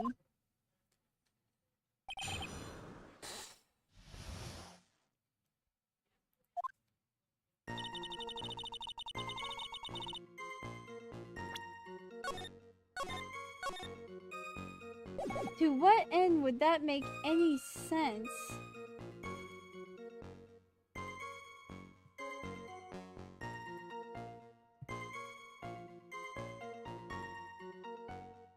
Oh god, there's a fly. What the fudge?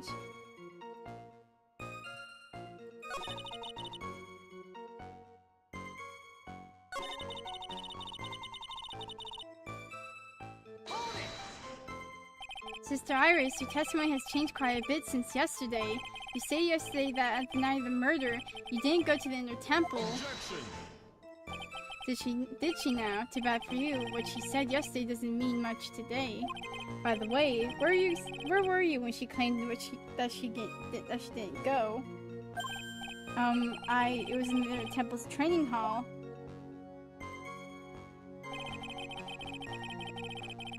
I'll be right back.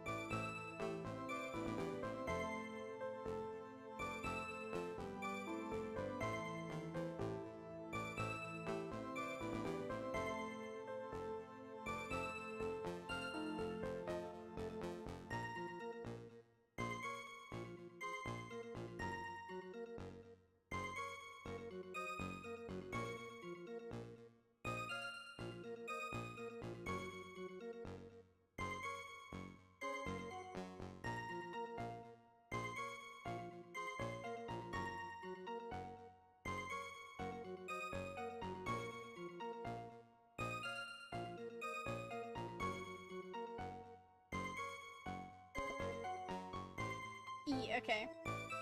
I need it.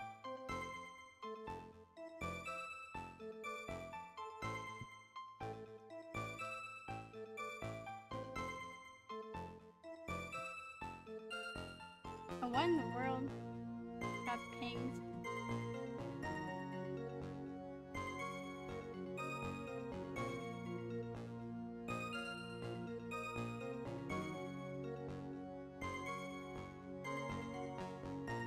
Okay. A private conversation between the two of you does not constitute testimony that would be properly described as heresy. What do you have to say, witness? I just couldn't tell him the truth at that time. Mystic Maya, she's your girlfriend, isn't she? I didn't want to be the one to break it to you that I saw her commit murder. There. We all understand how difficult this is for you. Now then, let's continue with the testimony. What did you witness in the temple garden? Well, Your Honor...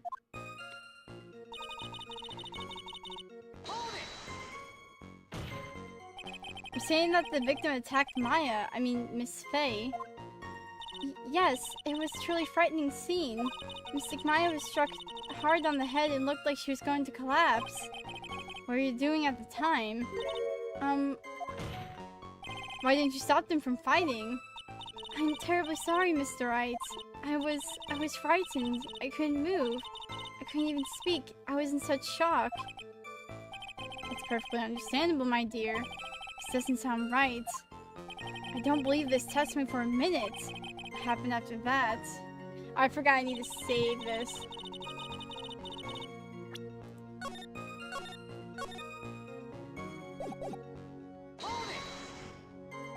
She moved in to deliver a final strike. Yes, I'm sure of it. She threw down her staff and reached into her robe for a weapon. Wait a minute.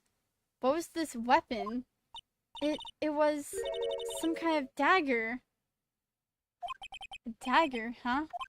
And at least Dunham tried to stab her with this weapon to kill Miss Faye. Yes, exactly. Ha! You look like I didn't look like I did after I mistakenly took a swig of Worcestershire sauce. Do you have a problem with the testimony we're hearing from your client, lawyer boy? Do I have a problem with Iris' testimony? Yes. Your Honor, I have a small problem with the witness's testimony. You do, but this witness is your own client. Yes, well, nevertheless, that's fine. With witness, let's add that your last statement to the testimony. Yes, sir. Hey, just a moment. It's my job to say that. Listen, Gramps. I won't say it again. Final judgment will be rendered by me. Okay, now, let's continue.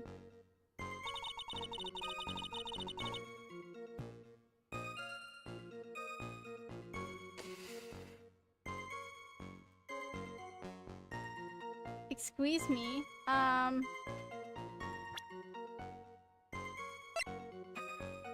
why would she...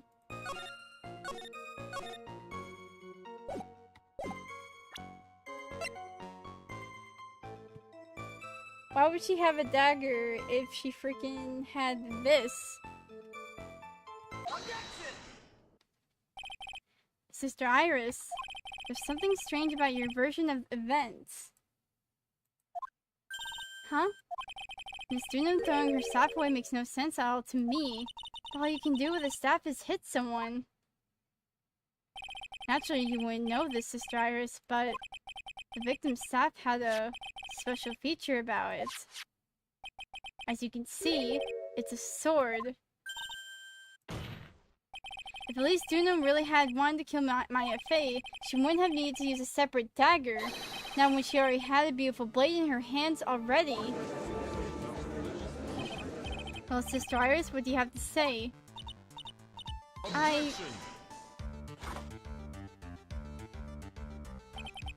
That was an impressive bit of investigating, Wright. I never would have thought there was a sword hidden in that staff. But even so, how should I put this?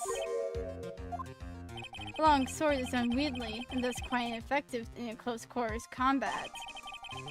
Maybe that's why she chose the dagger over her blade. Well... Anyway, the type of weapon she chose to use isn't what's important. The important thing is that she tried to kill Maya Faye. As long as there's nothing strange about that, there's no problem with her testimony. But there is something strange about this whole testimony. Well, Mr. Wright, the prosecution has a point. Very well, Your Honor. The defense will now present evidence to back its argument. Mr. Wright, here another piece of evidence that shows that this testimony can't be trusted. Oh wait, yeah, wait. Okay, yeah, there was something else I remembered. Because Miss Elise Dunham would never attempt to take the life of Maya Fey.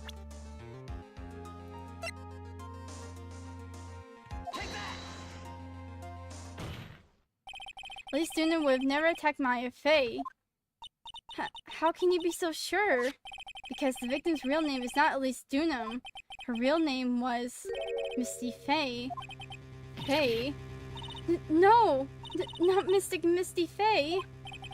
Who is this Misty Fey? Is she related to... Misty Fey is the master of the Korean channeling technique. She's also... the mother of Maya Fey. Are you serious? Is it really true, Mr. Wright? Was Elise Dunham actually the great Mystic Misty? There's no doubt about it. Looks like Iris had no idea. I can hardly believe it. The idea that she would try to kill her only daughter, one she hadn't seen in 17 years. Perhaps the prosecution can offer some explanation for why she would do such a thing. Yeah, eat dirt, Gato. Just spin your coffee. Order in the court! Upon first hearing the witness's testimony, it seems natural enough. However, in light of some facts that have just been presented. 1. That the victim supposedly threw away a sword during a fight. And 2. That the two people battling to the death were mother and daughter, despite the facts being believable when taken on their own. When taken together, the entire story seems difficult to believe. Listen, there's nothing in this world that's impossible, except for one little thing. Yes, what is this one little impossible thing? Ha! You still don't get it. You think maybe my beans are under roasted, but you have no idea, Gramps. Could you get to your point? I heard this witness's confession this morning. Just as I had taken the first sip of my 8th cup of morning coffee. You're going to ruin your health, my friend. Anyway, after hearing this woman's confession, I had a detective who loves to investigate sent to the scene of the crime. And I discovered this little beauty. Is that the dagger the witness testified to seeing? Obviously, Your Honor. But do you notice something else? Now that you mention it, if you look closely, there appears to be blood on it. Where did you find that? I didn't see that when I investigated the crime scene. Did you investigate the pine tree at the crime scene? Huh? The pine tree? The dagger is stuck in the backside of the pine tree. Oh, hold on.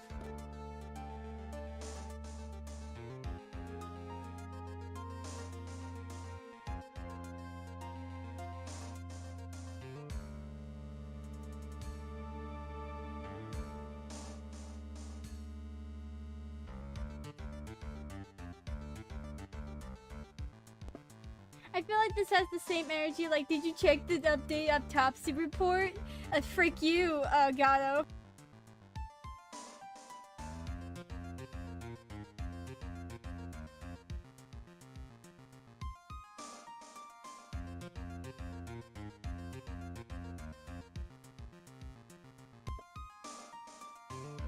His dagger was stuck in the backside of the pine tree when the last blow was struck, ending the violent battle between the two women. This little baby was thrown in the direction of the back of the pine tree, which means the blood on this dagger belongs to the victim, correct? Ha! Were you even listening, old man? I first heard this confession this morning, just as I'd taken the first sip of my 13th cup of morning coffee. Did you say it was your 8th just a few minutes ago? I didn't have enough time to get the blood analyzed on such short notice. In any case, the court will accept the dagger as evidence. Furthermore, I ordered that the blood test be performed on it immediately. This is my sweetheart. Make sure you treat her right. Bailiff, get this piece of evidence to the crime lab for testing immediately. Now then, the testimony we've just heard had numerous unbelievable aspects to it. However, I haven't found the very dagger the witness spoke of. I believe we can consider her testimony to be credible. Ah, freak this, man. Cute girls never lie. Ever. Any case witness, if you could please testify again to this court. About what, Your Honor? About the incident you saw, the battle between the two women. Yes, Your Honor.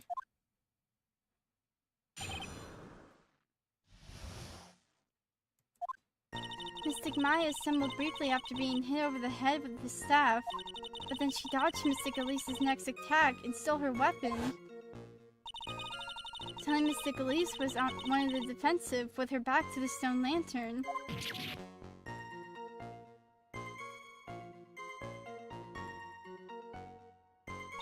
That's when Mystic Maya stabbed Mystic Elise.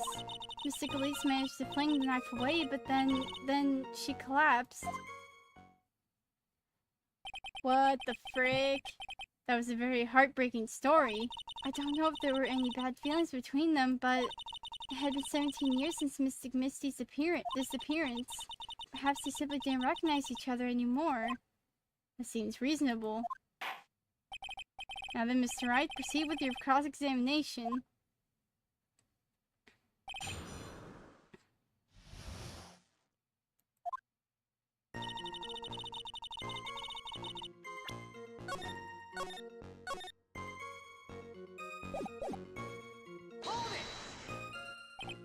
Iris, where were you standing when you witnessed all this? What do you mean? Well, if either of them had noticed you, they might not have continued their battle. I wonder if that's true. The two of them, they were standing near the garden stone lantern. I was watching the whole thing from behind. It was dark where the two of them were, so I think that's why they didn't see me. So it was dark in the garden when the murder took place. Tell me, what did Miss Maya Fey do after she was struck?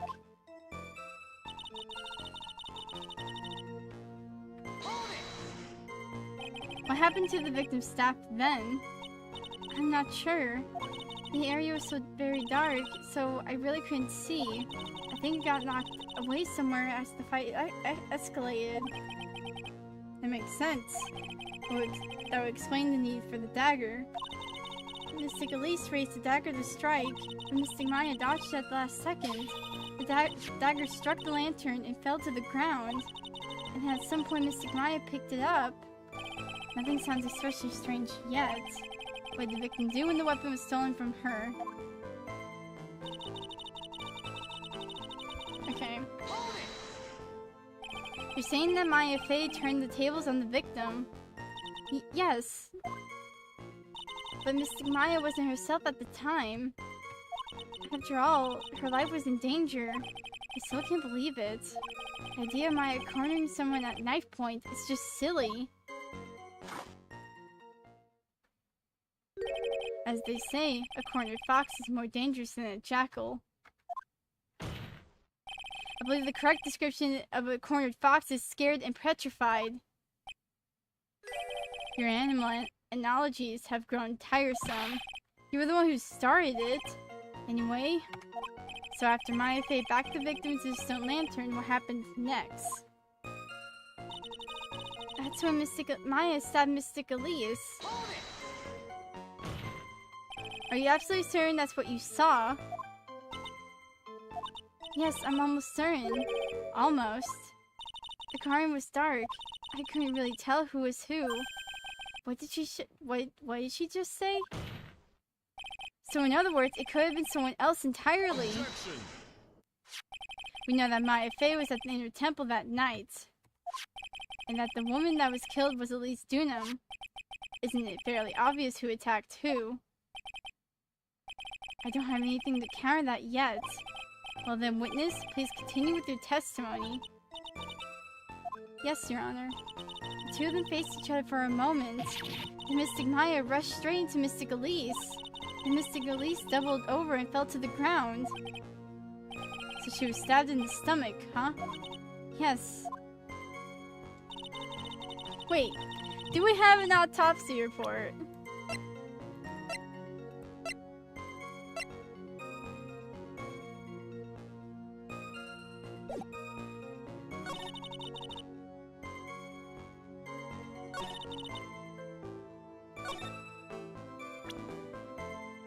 Nah, frick.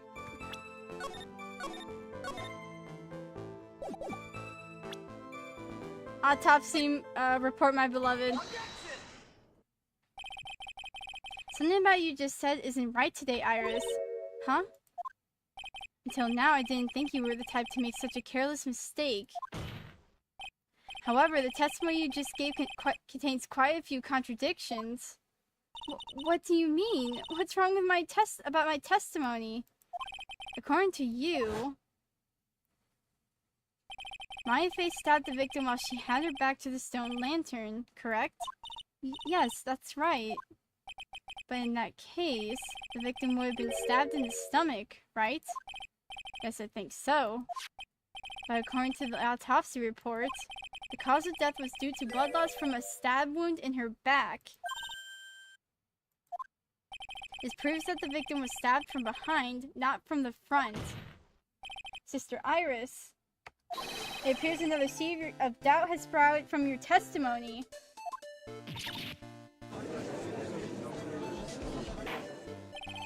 What was the meaning of this, Mr. Wright? Ha, it's simple. People are like books. You've got a lot of front and back, you get my drift. Is that all you have to say? I can also say that darkness loves to play with the human mind. Could you please knock it out with the cheesy proverbs and illogical metaphors already? The point is too much of this testimony doesn't make sense. Throwing away useful stuff, the people being the mother and daughter, and now she falsely claims the victim was stabbed in the stomach. There certainly are some inconsistencies. Well, Iris, how about it? Well, it's just... If you ask me, you're just being too naive about the whole thing. What do you mean?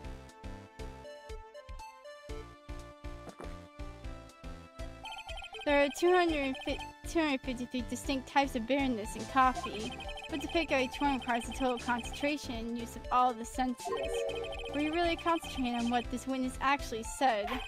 Prosecutor Gatto, explain yourself! The witness was quite ambiguous about her own and unambiguous about her own ambiguities when she said that the garden was dark and she couldn't see clearly. A human needs one thing to see clearly, and that is a light. Light? By the way, did you know Hazakura has a rule that on nights when an acolyte is in inter-temple training, the stone lantern in the garden must be kept lit? I did wonder what that stone lantern was there for. Well, if that's true, shouldn't the witness have been able to see the crime more clearly? Normally, yes, Your Honor. But according to the head nun, Sister Bikini, on the night of the crime, it was impossible to light that stone lantern. Impossible? It had been used in a long time, the wick was no good. In other words, it had been nearly pitch black in the garden that night. There could have been a faint light coming from the training hall, but that's all. It was the lightning. Yes, that illuminating fact has chased all the contradictions away. If the staff was dropped, it would be difficult to see. It also explains why they didn't recognize each other. You can't see the demons that lurk in the night. That's why humans are weak. Isn't that right, Trite? No!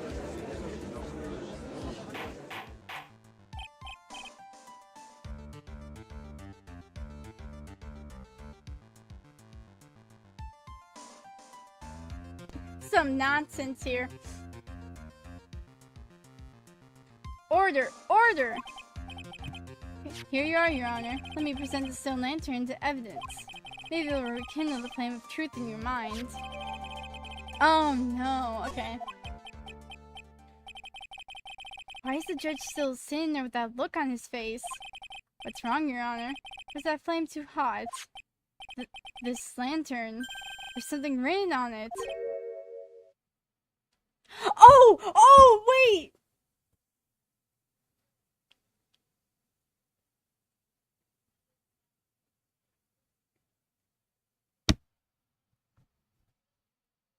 I don't know if he's a freaking idiot. You freaking blind idiot. Why, it's written in blood.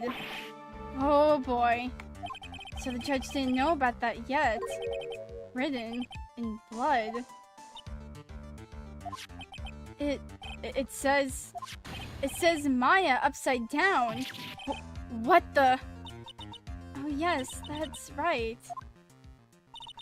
After being cornered and stabbed by Mystic Maya, Mystic Elise didn't fall down right away. She must have been riding on that stone lantern behind her, in the blood that was draining out her body. Certainly it looks like that way. Hang on just a minute. What are you all talking about? What do you mean, what are we all talking about? We're talking about the message written in blood.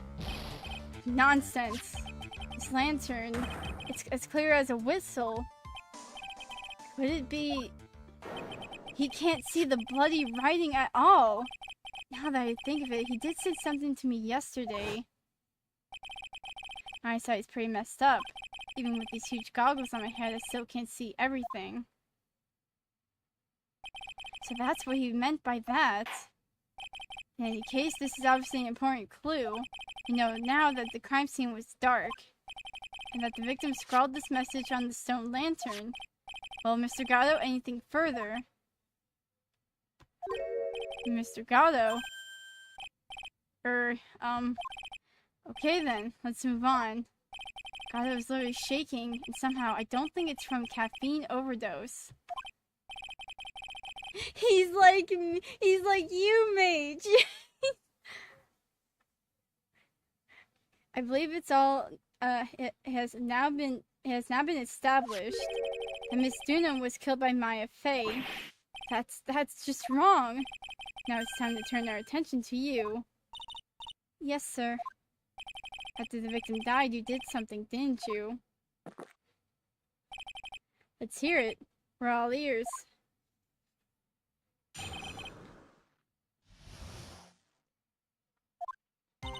After Mystic Elise died, I called up to Mystic Maya. I thought it was my duty to protect the future master of the Korean tradition, so I removed the body from the inner temple by myself. I dragged it behind me all the way across Dusky Bridge. I used the snowmobile to carry it back to Hazakura Temple, and...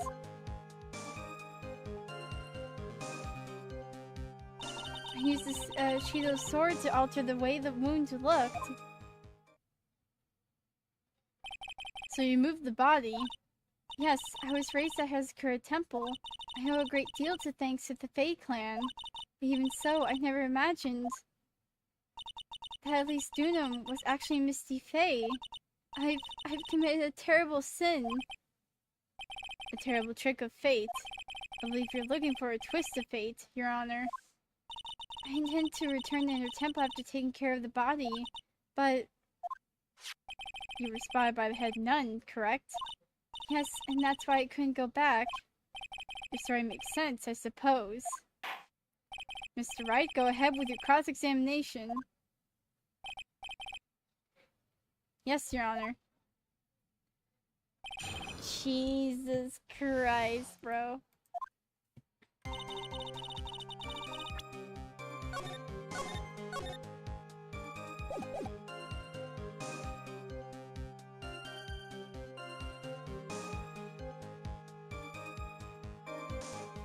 Wait.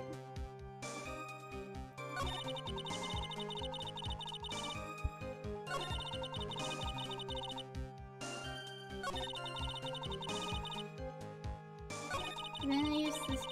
Oh wait, about the freaking snowmobile tracks though. The snowmobile? I knew that would show up sooner or later. Yes, I had the key. I used the snowmobile to travel from Hazakura Temple to Dusky Bridge. This is the part that was in question the other day. Should I ask for more details?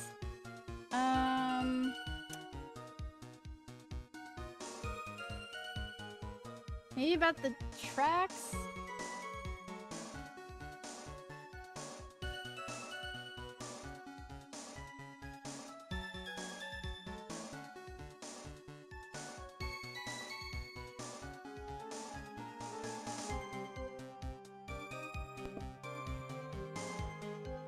Maybe... Okay, ask about the tracks, because that's like the main... That was the main point that was brought up a lot.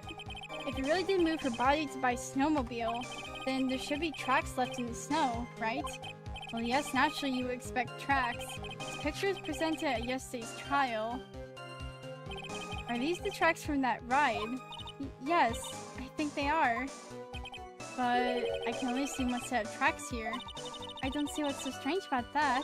Snow is still falling when I left Hazakura Temple. I see, snow is still falling, huh? And then when the murder took place, it had already stopped. That's why there's such fresh-looking tracks. How about it, Mr. Wright? What do you think about this testimony? I say it's important. When the murder took place, the snow had already stopped. It doesn't make sense if you stack it up against other evidence. Your Honor? Like the statement of Iris just made added to the testimony. But does it have something to do with the case? All will be made clear if you allow her statement to be added to the record. Ha! This should be fun. Let's get this snow business cleared up, shall we? Yes, sir. By the time the murder took place, the snow already stopped. Okay.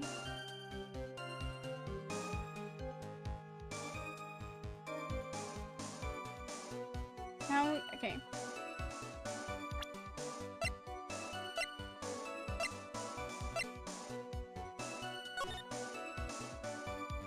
Okay, so...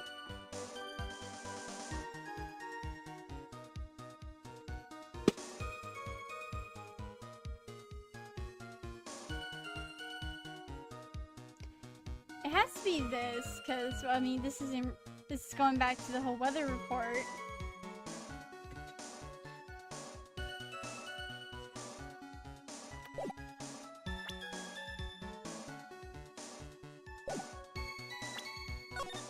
Saving just to make sure. Nope.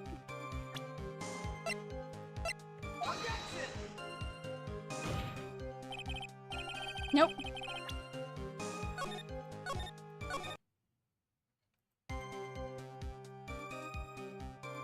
It was not it. Oh wait, did it skip that? Wait.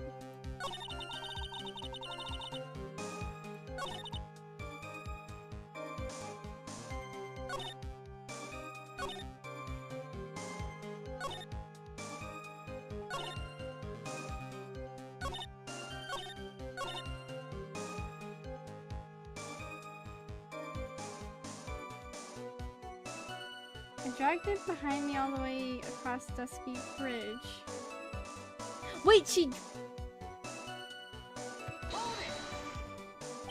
It's pretty amazing you can make all the way across. That's Rick the Old Bridge. It looks worse than it is. It's surprisingly sturdy despite its age. It's like they say, idiots are too stupid to catch even a simple cold. If there's no one other thing that bothers me, why not just throw the body into the Eagle River? It would have been much easier than dragging it all the way to Hazakura Temple. I thought that it would still cast too much suspicion on Mystic Maya. That's why I tried to take the body as far away as possible. Ha! Makes perfect sense to me, for the time being. Anyway, what did you do after you crossed the bridge? Wait, no, if she dragged it through this... If she dragged it... There would be wouldn't there be something, like... Okay, this has to do with the weather report, because if there was a trail of her body being dragged, it should have been the snow from the night. After it had stopped snowing. Claimed that the snow had already stopped when the murder occurred. I'm sorry, Iris. That just isn't possible. What? This is the weather data from the night of the murder. According to this, the snow didn't stop until 10:50 p.m. But you couldn't have crossed Dusky Bridge at that time. Why do you say that? Because 5 minutes before the snow stopped, Dusky Bridge was struck by lightning and had caught on fire. Oh, wait, yeah! There was no... Oh, wait, yeah, there was no way they could get across. What did you say? The bridge, it was on fire. You don't mean to say you didn't know about it. It's because of that lightning strike that the bridge burned down. What? But it can't. It can't be. It looks like you still haven't figured it out. No matter how hard you try to deceive or conceal the truth, you can't pull the wool over the eyes of a real defense attorney. No! I thought it was like, oh, freaking... Wouldn't her body, whatever, be tracked? No, yeah, freaking... Okay, yeah. Order! Order! The bridge was already on fire when the incident took place. That's right, the inner temple is already totally cut off from the outside world. There's no way you could have crossed the bridge, body or no body. Witness, even my patience has its limits. Any further lying and I will find you in contempt of court. If you have anything to say for yourself. Objection! The only person here that is truly contemptible is you. Old man. Me? How dare you? Whether this witness lied or not doesn't mean squat right now. Squat? The important thing now is to find out the truth. Isn't that right? Yes, of course, but whether it was snowing or not snowing, or whether the bridge was burning or not, there are two facts that can't be disputed. First, the body of Lace Dunham was discovered in Hatskurt Temple courtyard. Second, the head nun, Sister Bikini, witnessed Iris desecrating Lace Dunham's body. He makes a good point on both accounts. That's right. I'm not lying. Or are you claiming this time? I wasn't myself at that night, so my memory is still somewhat hazy. You have stood at this witness stand and testified this entire time. Are you telling us now that your memory of that night is hazy? Is only human to her. You were so perfect, Wright. Maybe you can explain this for the court. What is it? When the murder happened, the bridge had already burnt down. The time of the body traveled across the bridge and was found in the temple courtyard. Is this where Larry's stinking photo comes into play? Okay. Perhaps you have some kind of perfect explanation for this little magic trick. Don't say magic trick, God always brings back bad memories for Phoenix. Well, not exactly, no. I know there must be some other way she got across the burnt-out bridge. But unless I can somehow demonstrate it, we'll never know the truth. Looks like the defense is not prepared to offer a suitable explanation. You see what I mean? In other words, you're in no position to suggest that this lady's testimony isn't the truth. Alright then. Witness, let's hear your testimony once more. About what, Your Honor? You admitted that you moved the victim's body. Nevertheless, your prior testimony contained a rather large inconsistency. Please add an explanation for that to your testimony. Yes, Your Honor. Will this be her final testimony? No.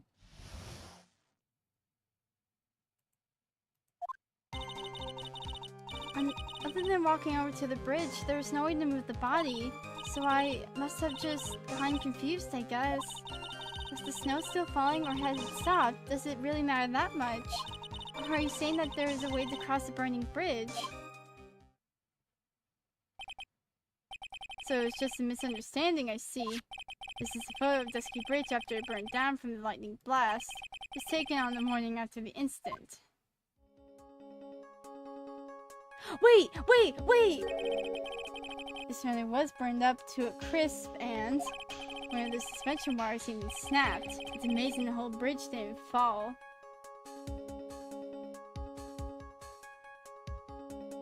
If it was truly snapped...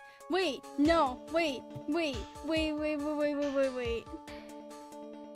That... it didn't snap. If it was snapped, then part of it would still be on that freaking anchor bit.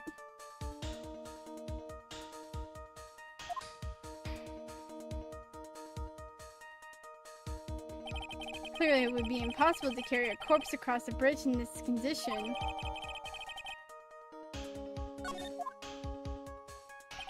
Unless I do something to discredit this testimony, it's going to be deemed as the truth. And I will be accused of murder. Oh no. Trites, I'm only going to say this one more time.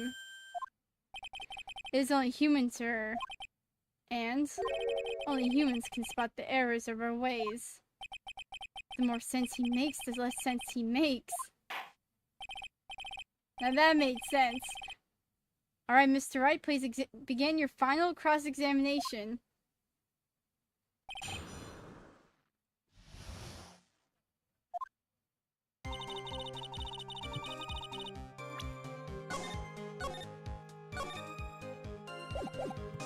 Is there?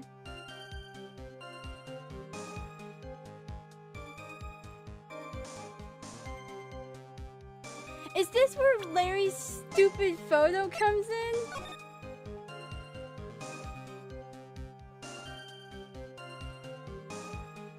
Or something, like...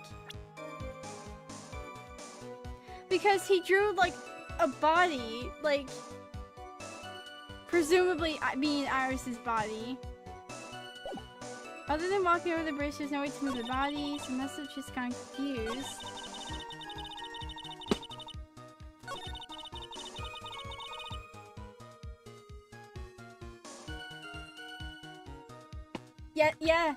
Yeah, there's a way. There's a freaking way. Where the frick the heck Larry was on about. God freaking. A dead body flying over a burning bridge. I wouldn't exactly rule out the possibility. What? Ha! You're saying it's possible? Don't make me laugh. The only thing that's possible about your claim is that it's been pulled out of thin air. I don't know about that. In any case, we have a witness who did see it happen. Preposterous! Who is it? Who is this witness? Can't chicken out here. Gotta keep on the attack and go, go, go! Gotta go back! God dang it. Miss Elise Dunham's brilliant and highly gifted apprentice, Laurice Dunham. Brilliant, highly gifted apprentice? Remember what he said in his testimony. The night he was at the Mountain Shack, Heavenly Hall, and that's when he witnessed the event. I think you've all seen this sketch before. It's an exact drawing of what he witnessed that night. Are you serious? Today's not April Fool's Day, is it? Mr. Wright, are you seriously claiming that the victim flew through the air? And you're using this pathetic scribble to support your argument? Uh-oh. The judge looks like he's about to blow a gasket. Ha! Well, Trite, there's nowhere for you to hide now.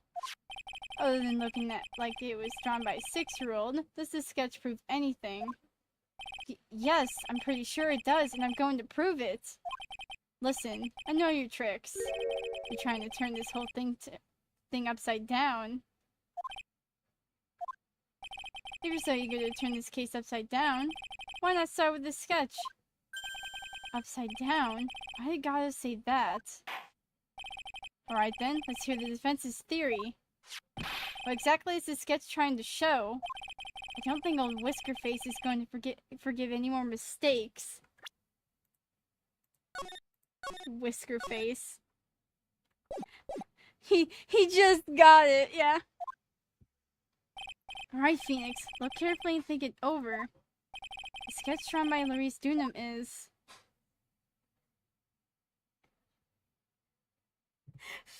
It's falling, not flying. The body got dumped.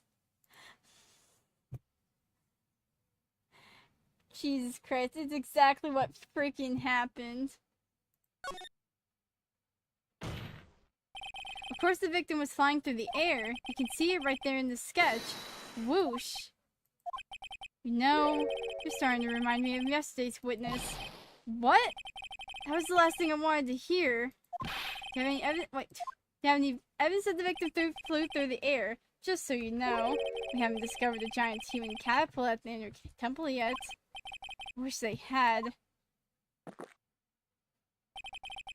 Even if you're a lousy lawyer, at least you want one cup's worth of entertainment. I think we should skip the penalty this time. There must be some way. I just know it. There must be a way to use Larry's sketch to show the truth of what happened. Alright then.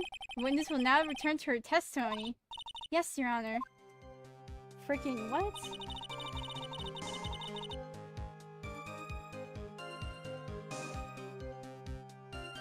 No, wait, no, we were on to something there. Hold on.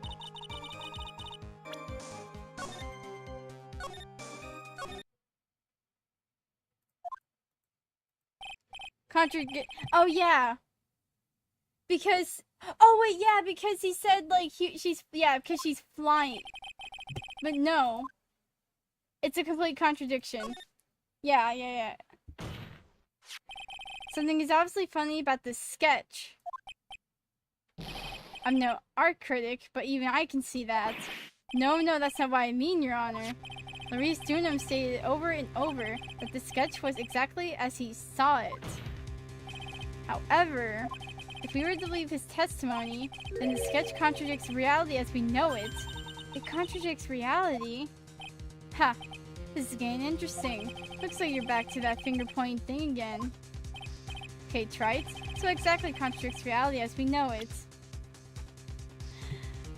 Oh, dear God.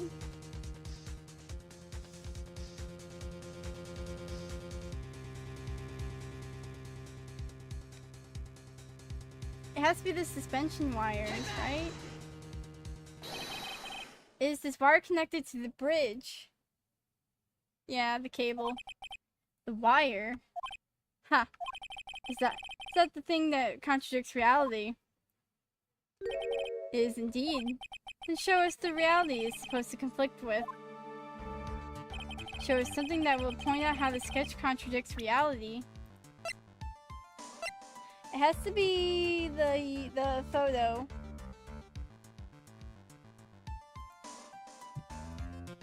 Click the cable. Yeah, it has to be the Dusky Bridge photo because, like, the freaking... frick. Yeah, the cable's down there.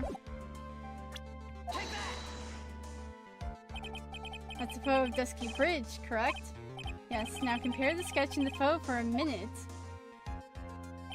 In the sketch, the wires appear to be above the guard wires. But on the actual Dusky Bridge, wait. I don't even know. The wires are below the guard wires. What? Order! The sketch is somewhat different than what's depicted in the photo.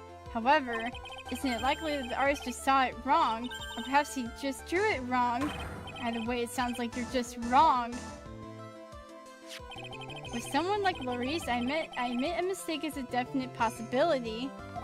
But then that begs the question, why did he make a mistake? What was that reason? Are you saying you know the answer to that? Listen, think back, alright? Remember what Laurie said he was doing when he witnessed this event? He was at Heavenly Hall waiting for a lover that was never going to come. He waited and finally laid down.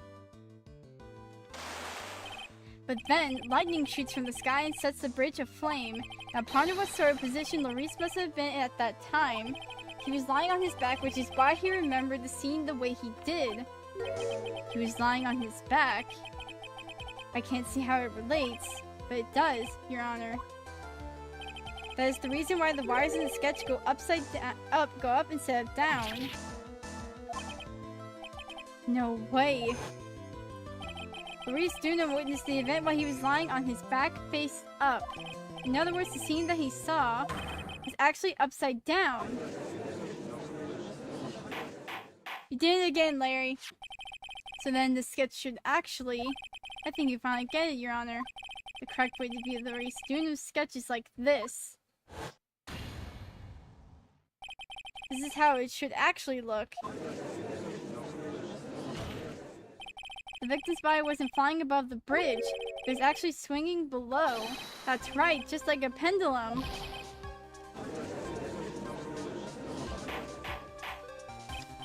Order! Order! Of all the things to say, a pendulum. The bridge was burned to a crisp. There was no way to get across it. But if the body had been found at the inner temple, it would have caused problems. This is where the criminal decided to take a gamble. They used the burning bridge to get the body across to the other side, and a pendulum was the only way to get it done. Objection. Let's think about this for a minute, shall we? Dusky Bridge is about 20 yards long, which means it's about that far from the inner temple to the opposite cliff. Yes, that sounds right. In order to cover that distance with a pendulum, you need a rope at least 10 yards long. To get a rope that long, you have to have planned ahead. Lightning strike that night can only have been an accident, so it doesn't make sense that the culprit would have prepared the rope beforehand. So then, they didn't have to get the rope ready. The rope was already right in front of them. What? I'm saying that it was just a matter of using what was already there. In that case, Mr. Wright, please give us an explanation to support your theory.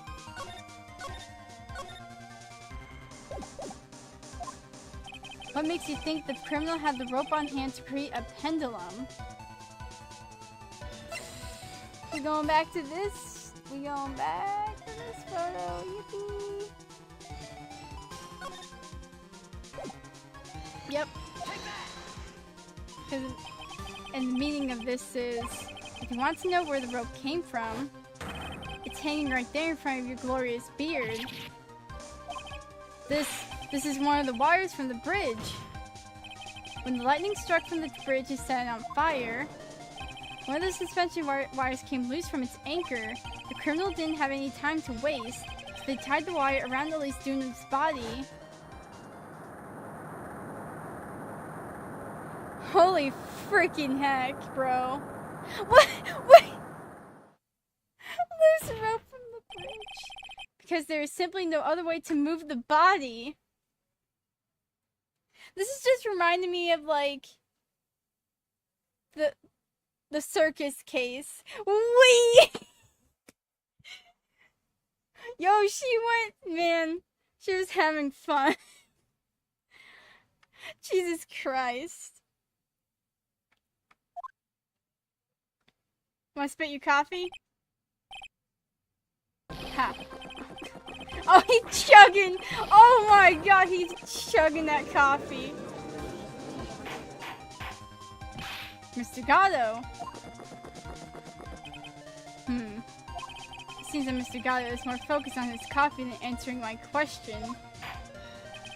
He needs a freaking minute, and so do I. I need some coffee too. Hold on. Oh no, my coffee. Take a drink. The endless cup. I don't even know what cup he's on. He said he was on his 13th like today. I have no clue.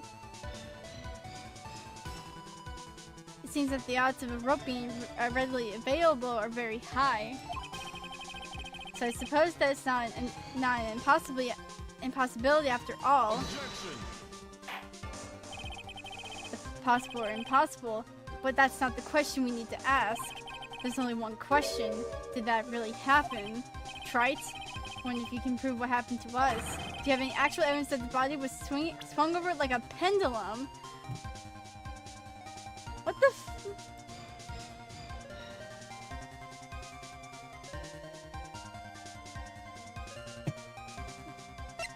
Is there- Wait. Oh! That explains why her body was battered. Like, she had like bruises.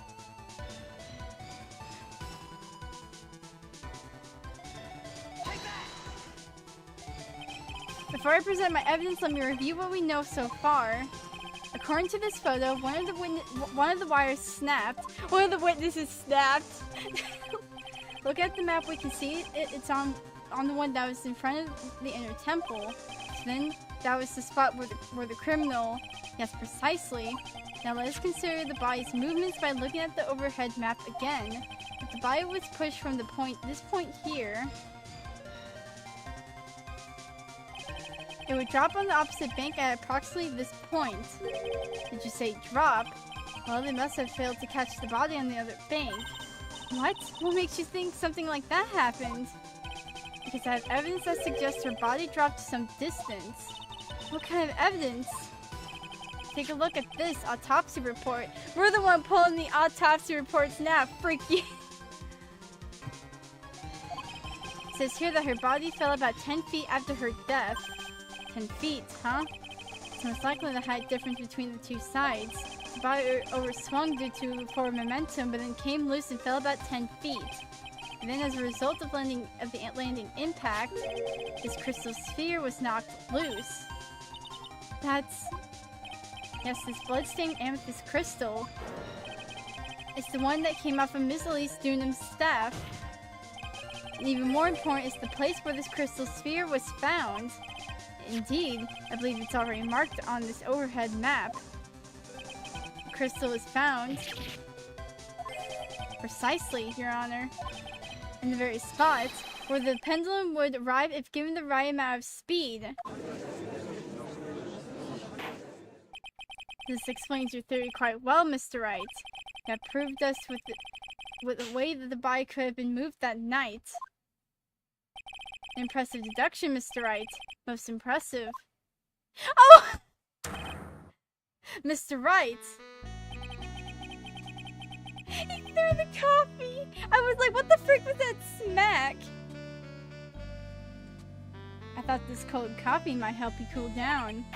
What is the meaning of this, Mr. Gatto?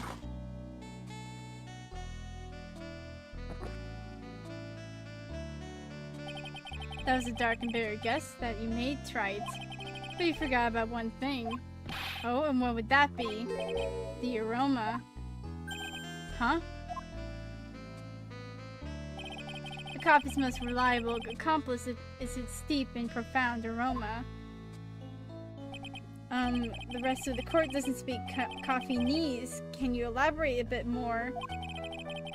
If the criminal has sent the body to the other side, like you say, then naturally there must have been an accomplice lying in wait to catch it. An accomplice? The criminal wasn't able to cross Dusky Bridge, so who collected the body? What do you have to say about that, Trite? Mr. Gatto is correct. This can't be the work of a single person. Well, Mr. Wright, you know what you must do. Yes, Your Honor. The body couldn't have made to Hazakura Temple without an accomplice. Holy freak.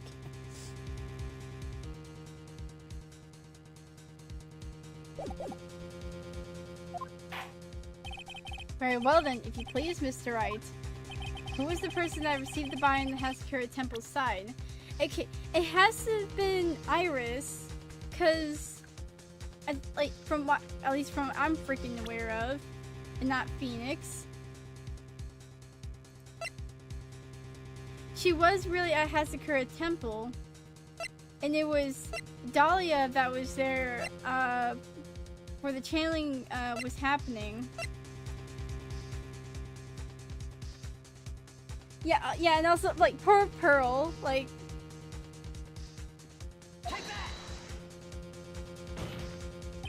Can only be you, Sister Iris. Huh? But Okay, but where is Pearl? I don't think she's... I think she's here at the courthouse. Don't say why you're so surprised. The only way to transport the body from Dusky Bridge is by snowmobile. But with her bad luck, Sister Bikini could never pick up a body like that. You're the only one that could have managed it. Trite, were you even listening to the witness's testimony? On the night of the crime, this little cutie pie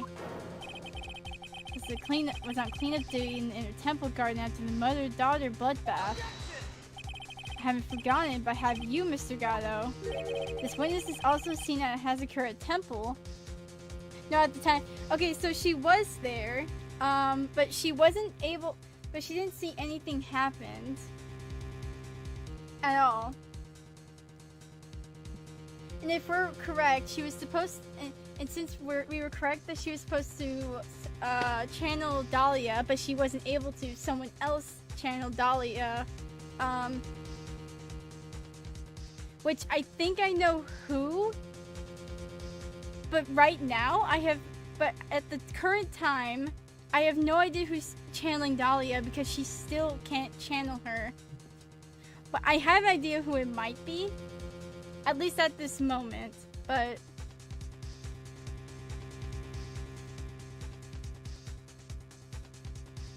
this witness was also seen at Hazakura Temple, desecrating the corpse of the victim. Strange indeed. It's almost as if on that night, the defendant was in two different places at the same time. Is this a mixture of, like, all of the cases? Like, now we have the case where there's two people. Sister Iris, let me ask you something. Why didn't you mention it when you first gave your testimony? Mention what? The pendulum, of course. Using the sketch drawn by an eyewitness, I have established how the body was moved using the burnout bridge, which means now a fact that this occurred, something you should have already known.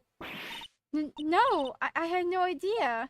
I didn't know anything about a pendulum. But the body couldn't have been passed along to the other side without your help, so you should have known about it. In fact, it'd be impossible for you to be clueless about this whole thing, unless you're not really Iris to begin with. Wait!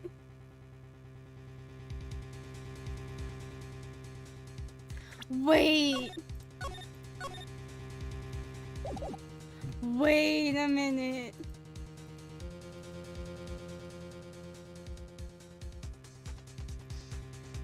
You're not What? How can you say that, Mr. Wright? What kind of nonsense is this? You're saying that this witness isn't Iris of Hazakura Temple? Objection. Are you serious, Trite? You mean this woman is... There's no one besides Iris that could have received the corpse that night. Now I get it. Now I know that I've been sick to my stomach this whole trial. Why her whole demeanor changed so suddenly from yesterday. Now she's trying to pin this murder on Maya. The woman that's standing there at the witness stand. Her real name is... Oh my freaking god, you mother fricker! Oh my... I'm gonna have a breakdown. I never thought I'd have to utter your name again, let alone see you. It's been a long time. Dahlia Hawthorne.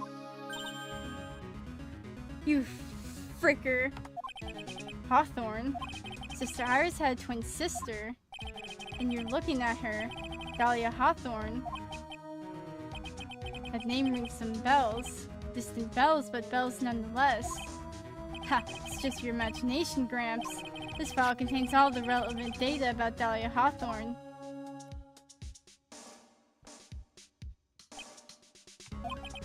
Yes, I remember now. That case, 5 years ago. My name is Dahlia Hawthorne. I just want to say it's an honor for me to be here in your noble presence. The honor is all mine. No, the honor is all mine. But according to this, Dahlia Hawthorne is already dead. It says her execution was carried out last month. Oh, hold on.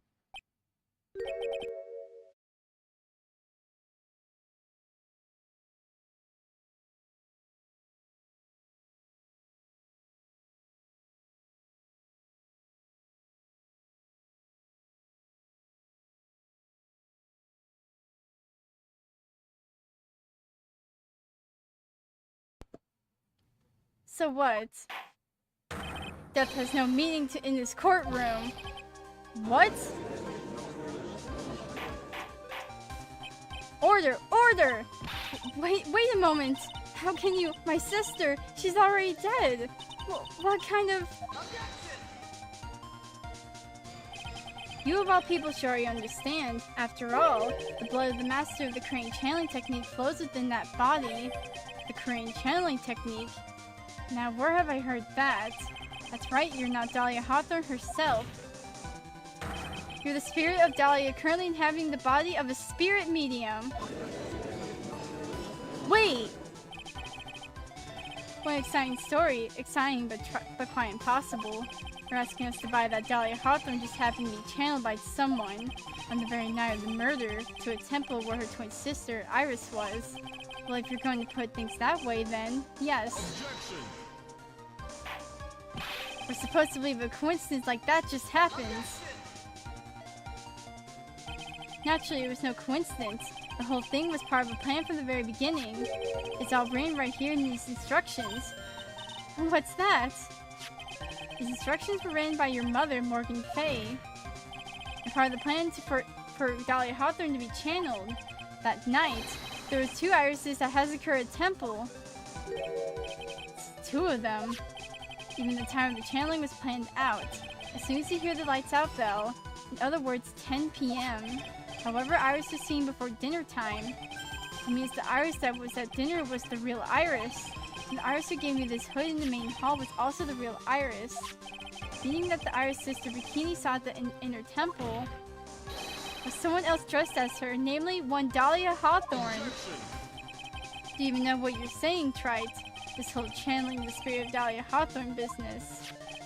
Yes, it's true that you found plans that talk about it. However, there's one thing that's perfectly clear. The witness currently standing in the witness stand is the real Iris. What?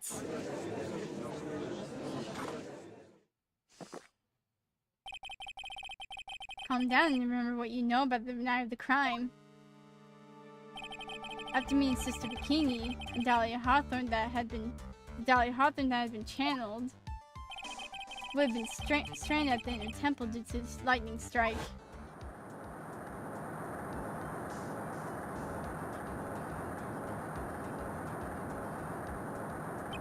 It was later that the body was moved by the pendulum. That's right. Naturally, that would mean that the Iris that received the body was the real Iris. Are you with me so far? Yes. After being notified of what happened, the police came to Hazakura Temple's main hall. There they found Iris in her room and arrested her. Ever since, she's been under police supervision at the detention center. Yes, I suppose. I can't deny any of that. Thank goodness. It looks like he's finally convinced. But something still seems off. Way off. I'm still not convinced that the Iris here is the same one from the other night. Ha! I suppose you're about to say something really ridiculous.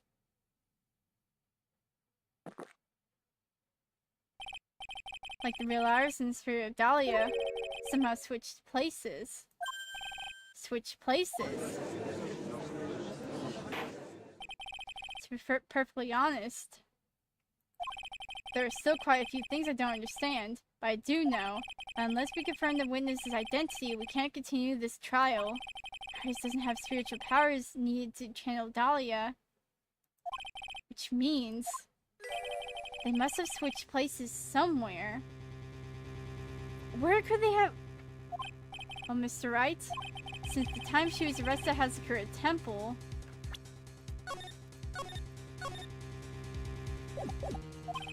Have there been any chances for Iris to switch places with Dahlia Hawthorne?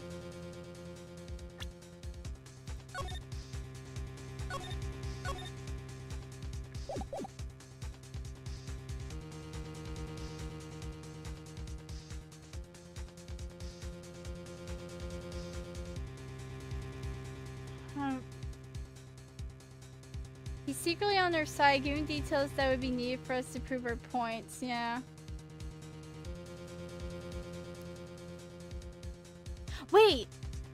Wait, there was a time. There was at some point where they could have switched places.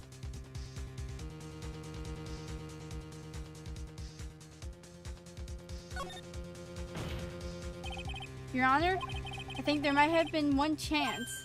Oh, explain yourself. Yesterday for a few minutes, Iris' whereabouts were unknown. Unknown? What do you mean? What I mean is, there was a span of time in which Iris was able to move out freely, unsupervised. Well, who was it? Who would give a murder suspect time to move out freely like that? I'm sorry. I know you didn't mean to. It wasn't your fault. Oh, we have to pin the blame on Edgeworth. The person who gave Iris a chance to freely move about was... I'm so sorry, Edgeworth. This is Mr. Edgeworth, isn't it? Your Honor? There was a fairly large earthquake yesterday, was there not? An earthquake? Earthquake! Oh my goodness! The inner temple! This kind of tremor might...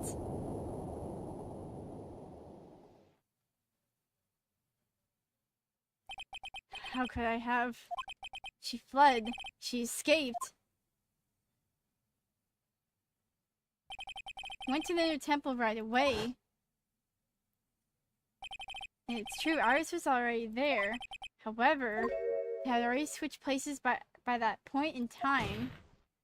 When I arrived at the training hall, I was met by none other than Dahlia Hawthorne. That's quite enough already, Mr. Wright.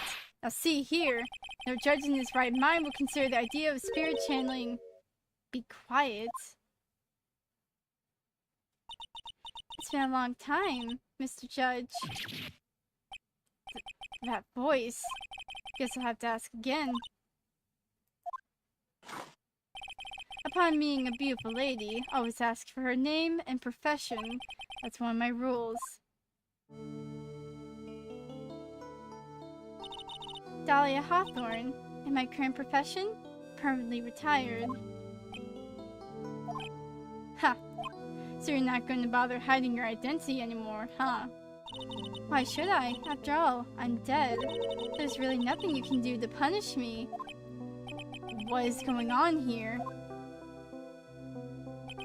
Dahlia Hawthorne. I never thought we'd meet again, and I never thought we'd meet like this. But this time I'll end it. For her and for myself. This is a personal matter.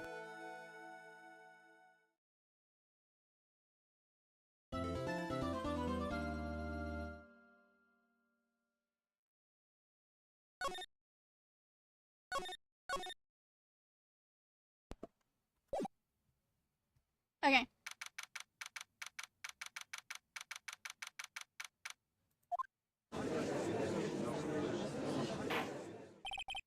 Now then, let's continue where we left off, shall we?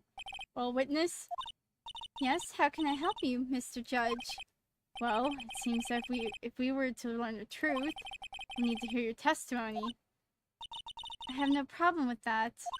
When you've seen what I have, sometimes the truth is better left unknown. In any case, let's hear your testimony. Tell us about the plan that was carried out that night. Jesus Christ, okay. The whole plan began with my death. A stupid plan hatched by Morgan Fay to install her own daughter as the next master. But for it to work, Maya Fay would have to die. The idea was for me to kill Maya and then have the blame pinned on Iris. The plan went wrong, but it seems to have succeeded anyway. You sick individual, you freaking... Oh. Wait a minute. Did you just say the plan was to kill Maya Fay? Yes, you have a problem with that? Don't give us that nonsense. There's no way that... Watch yourself, trite. If you got a problem, solve it during your cross-examination. That's one of my rules. Mr. Gatto is correct, and by the way, that's one of my rules as well. To kill Maya. Could it be true? Okay.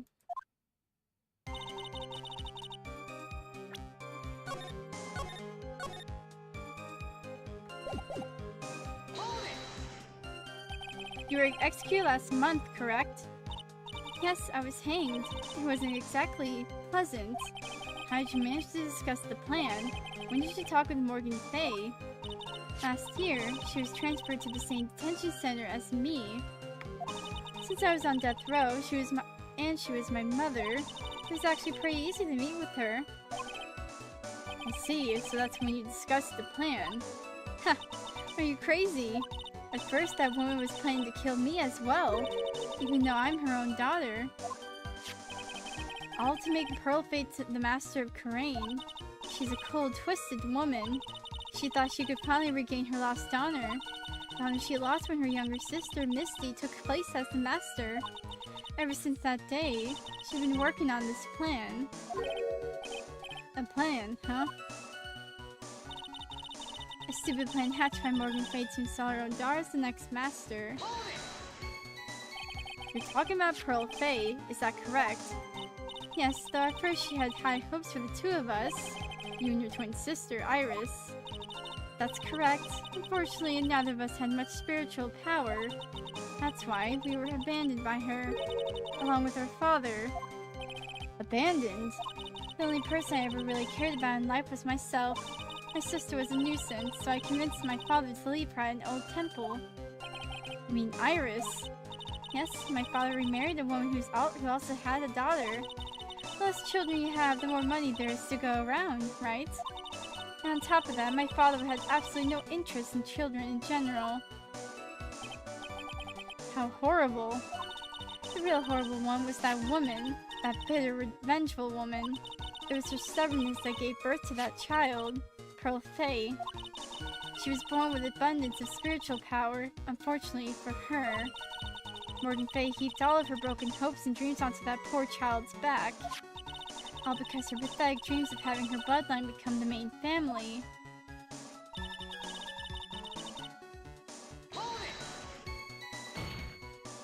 Maya would have to die, but why? For our bloodline to succeed as the main family, thus making Pearl the new master. The remaining descendants of the current master had to be taken care of. The Pearls would never agree to a plan like that. She adores Maya. How sad. You still don't get it, do you? What Pearl wanted was nothing to do with it. Morgan didn't care one bit about Pearl. The only thing she cared about was the position of the master. That's all. That's ridiculous. She was willing to sacrifice anything and anyone to achieve her goal. The life of her daughter, and naturally the life of Maya Fay as well. How could anyone do that?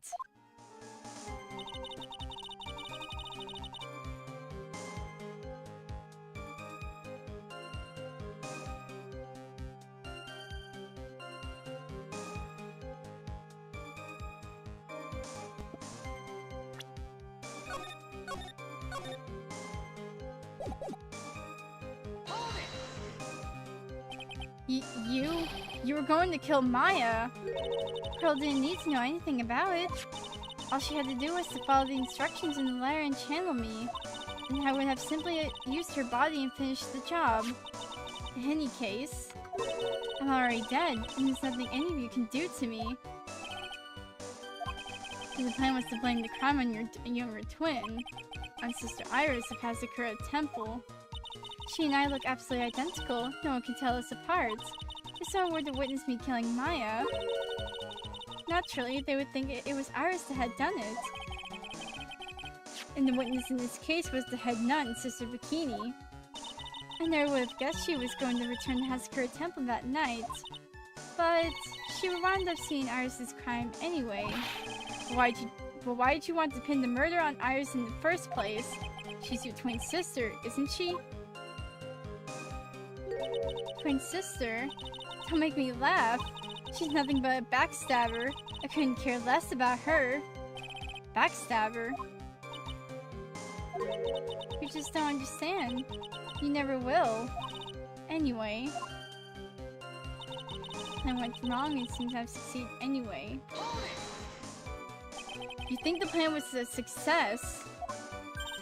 You heard me. Just as that woman had hoped. Maya Fay is dead. Now the title master will pass on to Pearl Faye. That's absurd! Maya's just... She's just trapped. Trapped inside the sacred cavern. Really? You're as foolishly optimistic as ever, aren't you, my darling Feeny? Did not like saying that. Do you want to know the truth? Ever since we met, I've despised you. You're stifling naive, and your pathetic faith in other people. I just want to know one thing. What did you personally think of Morgan Faye's plan? I told you already, didn't I? It was a stupid plan. It had no point, no value other than fulfilling her own greedy desires. Yes, it was certainly nothing to be proud of. If that's how you feel, why did you help her carry it out? Why would you do it?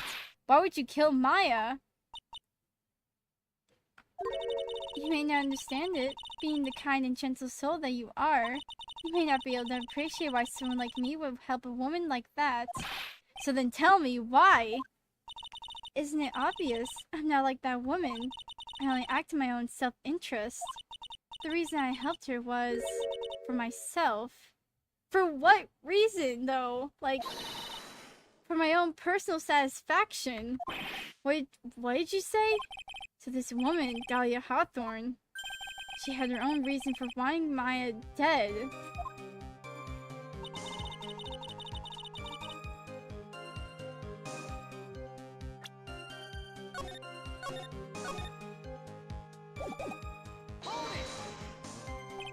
Obviously, it's because you were helping Morgan Faye.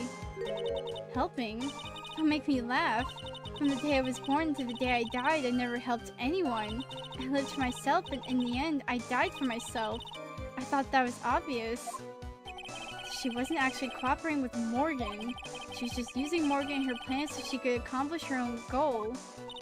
All I wanted to do was kill Maya Faye, and that was the only way I could think of to get revenge.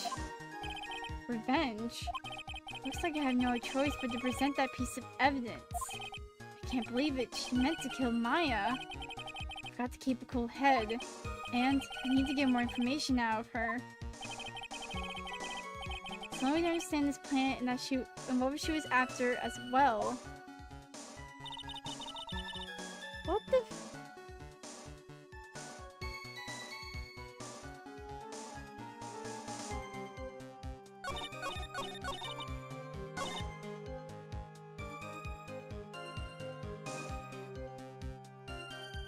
Oh, wait.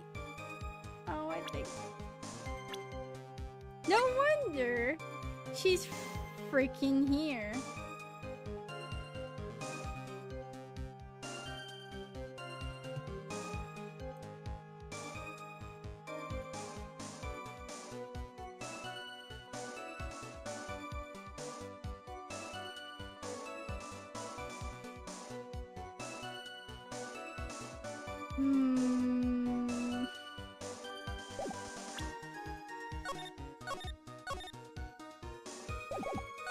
Nope, nope.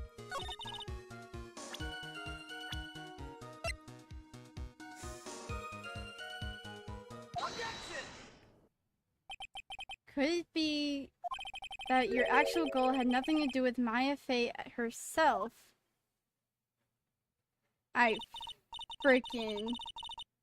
As I said, none of you have the power to punish me anymore, because I'm already dead. Well, I had the same problem, you see. You can't punish the dead, and you can't take revenge against them either. You're a sick, twisted woman.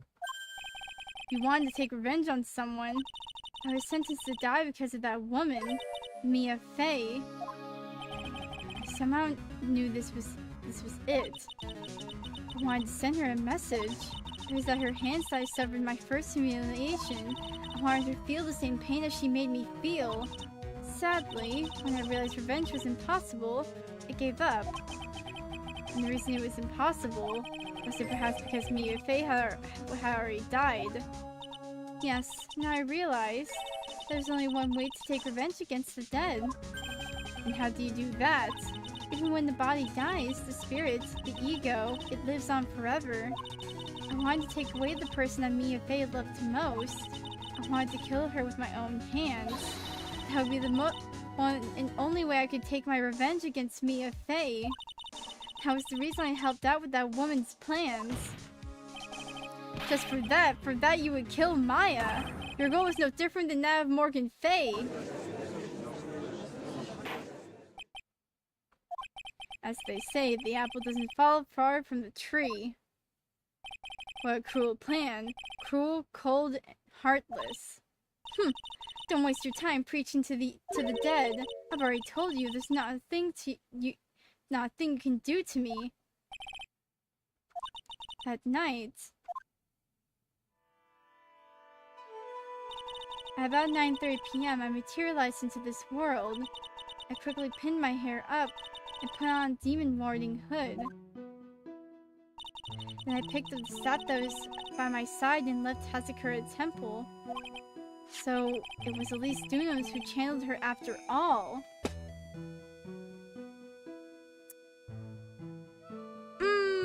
Yeah, that's what I thought.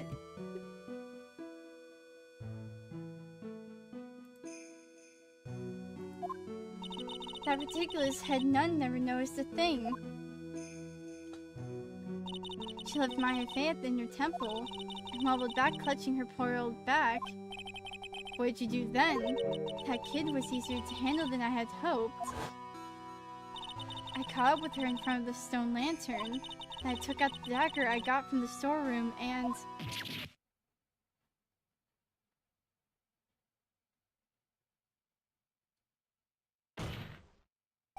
So then you're saying you stabbed Maya? It's strange, but I don't have a clear memory of what happened after that. What does that mean? No clear memory? I don't know. I think I was stabbed. Wait!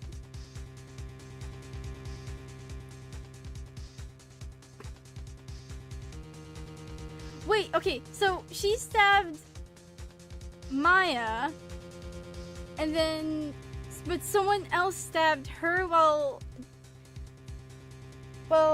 freaking Misty was, while Misty was channeling Dahlia, and Dahlia was in control. She had stabbed Maya, but then at that moment, someone else had stabbed her. Iris was at the Hazakura Temple. Iris wasn't there. She was still at the temple when, like, she was not there. Mia didn't get stabbed. Well, Maya.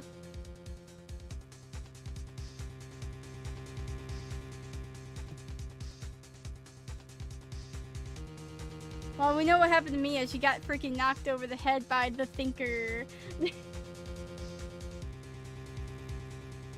Okay, but then Bikini saw her Iris doing this stuff. She witnessed Iris like pulling like the sword out from, or she. But who stabbed? Okay. If Dolly had stabbed Maya, who stabbed her then? She was stabbed, like, in the back, or something.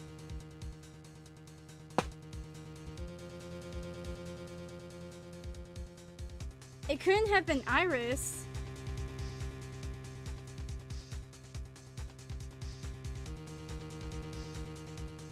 Wait, oh my god, this is hurting my brain.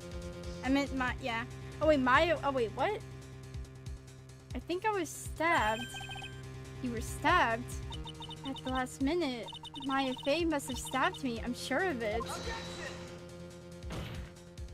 That's not like her at all. Maya wouldn't stab a french fry with a plastic fork. Anyway, I suddenly lost consciousness. But before I did, I scrawled her name onto the lantern. Just as I was passing out, I wrote Maya behind my back. had hoped it would cast suspicion on her. I can't believe she was thinking of that until the bitter end. That's where my memory temporarily stops. It stops. I don't actually have any memory of actually killing Maya Fey with my own hands. Okay, wait, so, okay, Maya didn't... So she probably ain't dead. My very last memory was... Maya's terror-filled eyes. When I woke up after that, I was in the sacred cavern surrounded by darkness. Wait! Wait! Wait! Wait!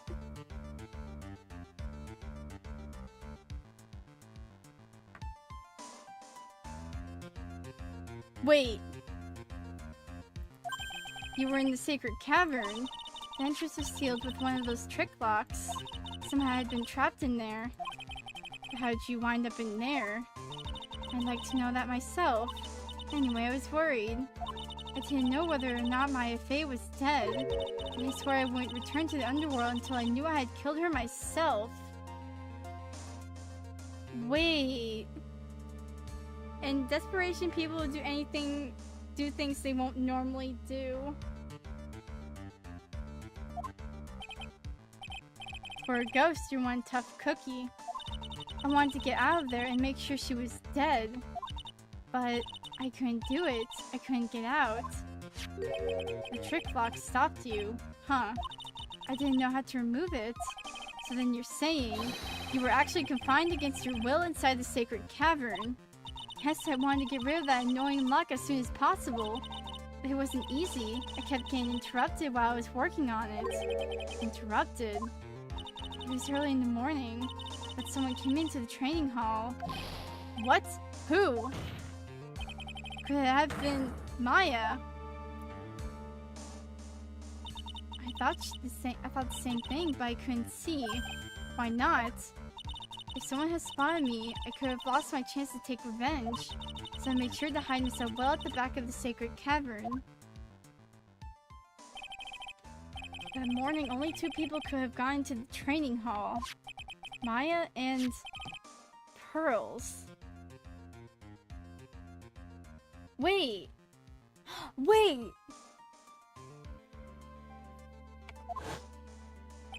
Pearls went there to cover the hanging scroll in- Wait! Wait! So Maya's- Okay, so Maya's- Yeah, wait, Maya's still in the cave. Yeah, wait.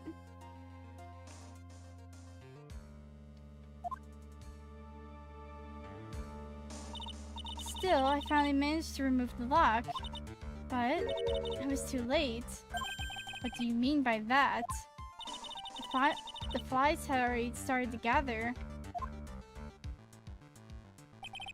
The bridge had been fixed and the police had started their investigation, correct? Naturally, I couldn't go out. So instead, I returned to the cavern and put the lock back on myself. I realized I wouldn't get a chance to see Maya's corpse as I hoped. But just then, Lady Luck showed up. Lady Luck? After that big earthquake, she showed up all by herself. Wait, is Iris in there now? Oh my god. The real Iris. She said she'd come to make sure the sacred cavern was alright. Stupid girl. Came out of the sacred cavern and got a feel for the situation.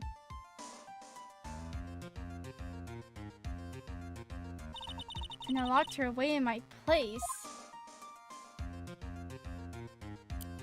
Oh my... I had finally learned exactly what had happened. It was then I learned that the plan had actually succeeded. What do you mean your plan had succeeded? I had misunderstood one thing, you see. That night, the one that had summoned me, I had assumed that it was Pearl Fey. Well, of course you would have assumed that. It's written in the instructions. But I was wrong. The person that had actually called my spirit back was... Misty Fey, the picture book author. What?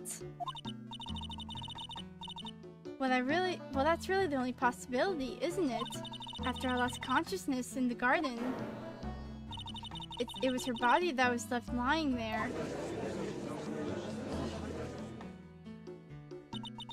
Maya Fey, I wasn't able to kill her with my own hands after all. Even so, I made her commit the most vile sin a human can commit. And that is matricide, the sin of killing her own mother. No way! Order in the court, what is the meaning of this?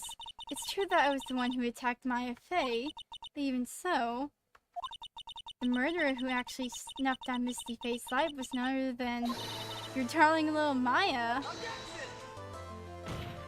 Oh, I think I know what's going on. Ridiculous, that's nonsense. Are you sure about that? Just think about it. There's even evidence supporting the facts, isn't there? What? What do you mean? Oh, Jesus Christ. I'm scared. Let me save, god dang it! What is this so-called evidence? The fact that Maya Fey had disappeared is the evidence enough, isn't it? Huh? The idea that she's still in the sacred cavern is just ridiculous. She wasn't able to escape from it in the temple, that much is obvious. In that case, there's only one place she could be. Where? Do I have to spell it out? The bottom of the Eagle River? Where else? Eagle River? Maya Fey killed her long-lost mother. Can you imagine the guilt she must have felt when she realized that? That's why she threw herself into the Eagle River. Most bodies that wind up in there are lost forever. Nah.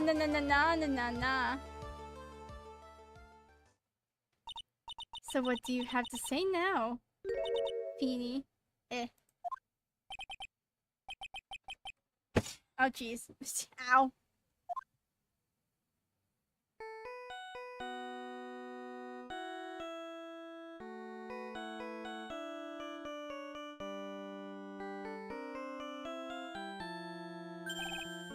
Oops. Sorry, that's my phone. What kind of ringtone is that? Gato here. Okay, thanks. Well, was it something important? I just finished removing the locks from the sacred cavern. That's great! What about Maya? There was a woman in the cave. Was it Maya Fey? It was the accused, Sister Iris. I think I know where she is. I think I know. Huh? Don't look so surprised. I locked her in there yesterday, just finished telling you that. So, what about Maya? Where is she? There was no one else found inside the sacred cavern.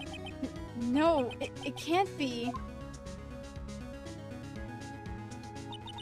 I told you, didn't I? She's dead. No. No!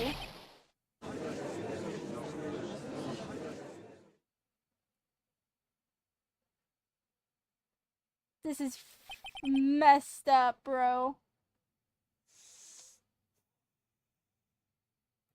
It seems that this case has come to an end. A tragic end. Sadly, it appears the killer of Elise Dunham, also known as Misty Fey, was her own daughter, Maya Fey. Overcome with guilt for what she had done, Maya Fey jumped to her death in the raging waters of the Eagle River. It can't be. Wait.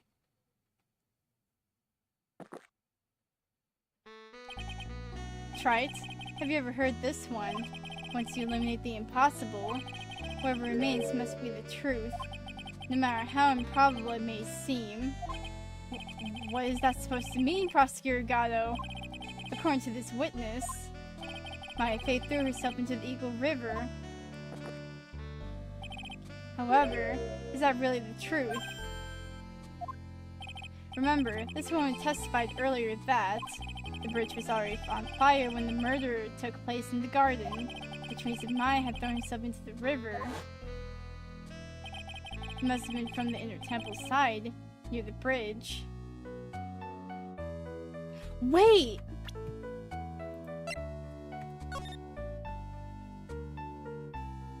Yeah, wait, no!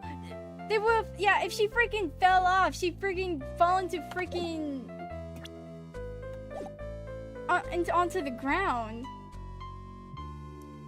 Must have been from an inner temple side near the bridge. That's right, that's where she jumped from.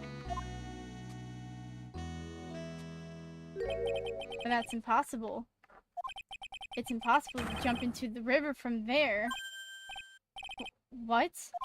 Don't get your panties all in a twist up, right? All twisted up, right? Just relax and think through the whole thing again. So it's impossible. Maya couldn't have thrown herself into the Eagle River. Well, Mr. Wright? Miss Hawthorne claims that Miss Faith threw herself into the river from the inner temple side. Do you have any evidence that refutes this claim? Yes I do. It's impossible to jump into the Eagle River from the inner temple side. No one knows that better than this witness. What did you say? 11 years ago, you jumped into the very same river. Just take a look at this overhead map. As you can see, below the cliff of the inner temple side is a big rock shelf. You're right. She wouldn't have reached the river if she had jumped off from there. In other words, if she had jumped, we would be able to see her body in this photo. Ha! So you finally figured it out. You... No! Order! Order! You're just playing with me. My face body is at the bottom of the Eagle River. There's nowhere else she could possibly be hiding. Miss Hawthorne, have you ever heard this one before? Once you eliminate the impossible, whatever remains must be the truth. That's just a few minutes ago. My fate wasn't inside the sacred cavern. We now know that she didn't throw herself into the Eagle River. Correct. That eliminates all the most likely possibilities. Now, although it seems improbable, there's still one other place she could be.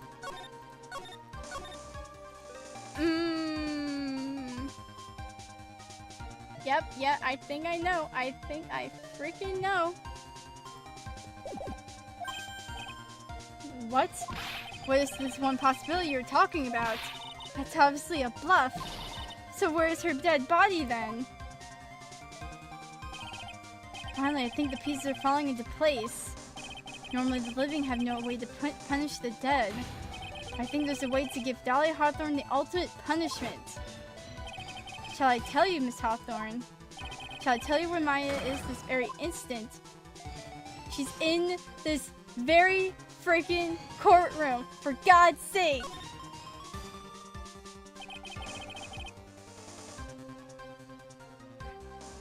The only closed door we couldn't open.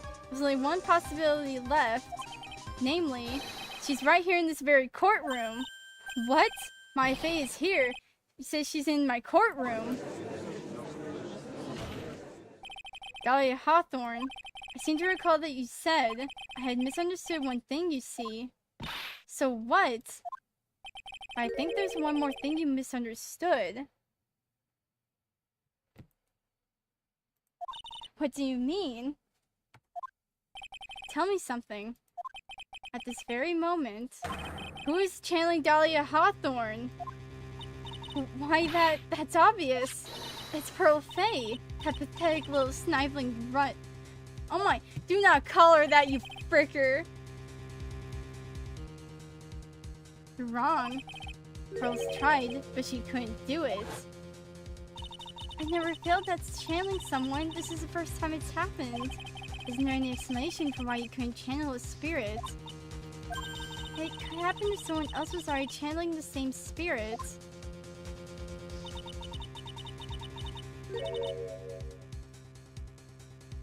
Someone called me before Pearl did, but who?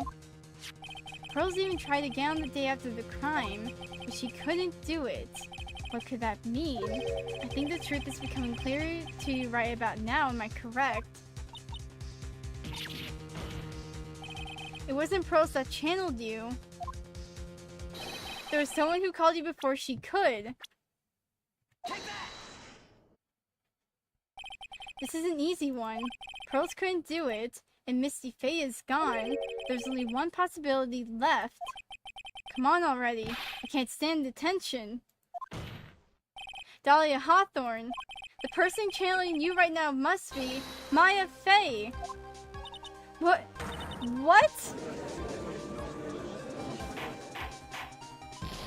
How could that be? Remember what this witness Dahlia Hawthorne said about her goal. She said that her goal was to kill Maya Faye. Yes, that's right. But if Maya channeled the spirit of someone that was trying to kill her...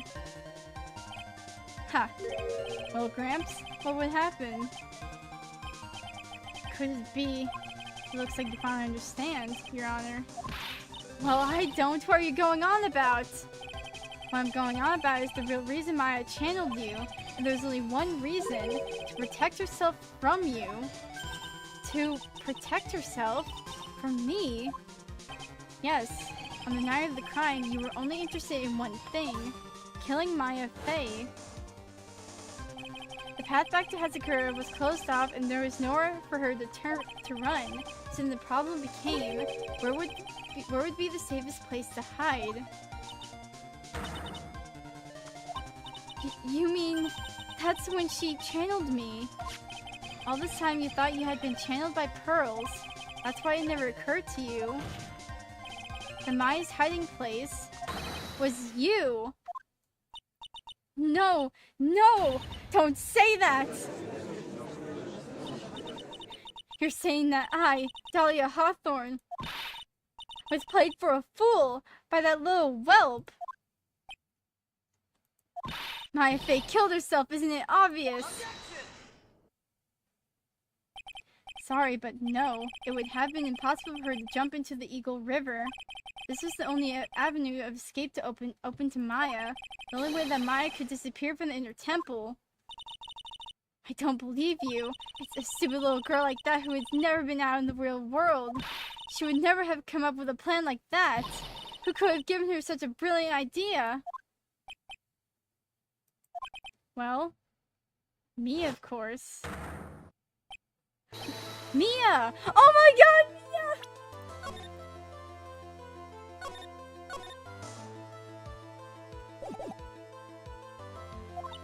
Mia Faye.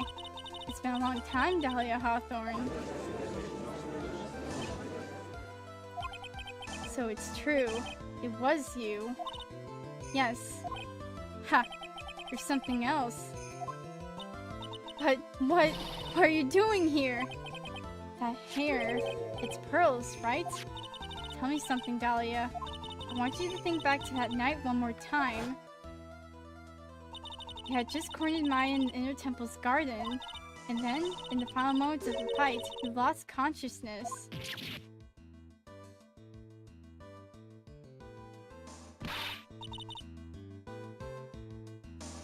I was stabbed by Maya Faye! Actually, Maya lost consciousness at the same time as you. She did. Not terribly surprising since she was about to be killed. When she woke up, she was in the training hall. That's when Maya decided she needed help, so she channeled me. She explained in a memo the situation she was in. She asked me what I thought she should do. Maya's been out more than Pearl. Yeah. She did that? I can't believe it. Of course I didn't have all the details. But one thing was perfectly clear. And that was... I knew that you couldn't be allowed to wander free. Free? What do you mean? There was a race against time, so I wrote down 2 things that Maya had to do. channel Dahlia Hawthorne as soon as possible and lock herself in the sacred cavern until help arrived. So it was Maya who put that lock on there. Yes, but why did you order her to do those two things? If she hadn't done it, Dahlia Hawthorne would have been channeled by someone else. By one Pearl Faye. Oh my god.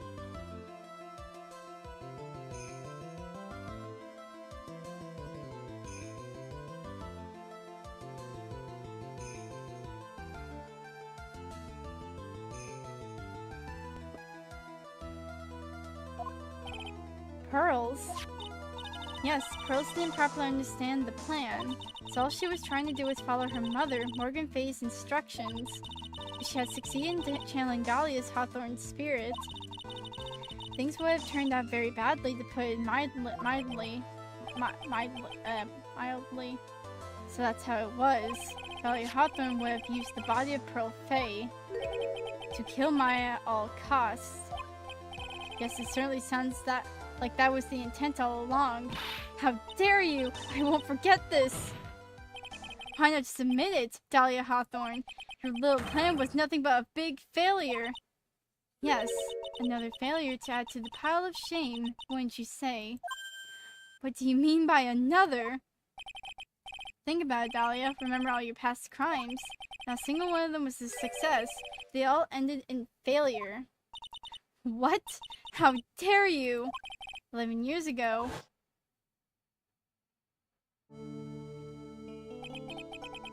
The fake kidnapping, your very first crime.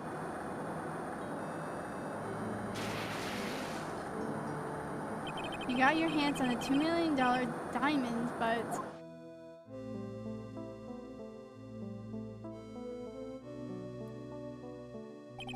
After Terry Follis escaped and went to meet with Valerie Hawthorne, the truth was exposed.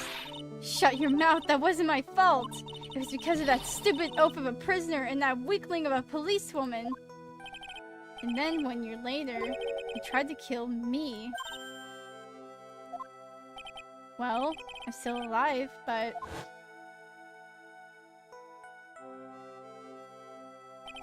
You wound up killing someone else.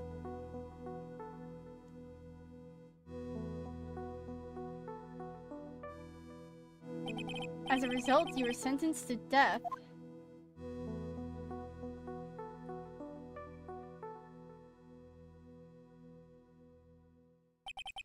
It's one stupid move after another for you, but it's no longer funny. You wipe that smug, happy-go-lucky smile off your face! And now this! You messed up again! You let Maya Faye escape, even though she was right there in front of you!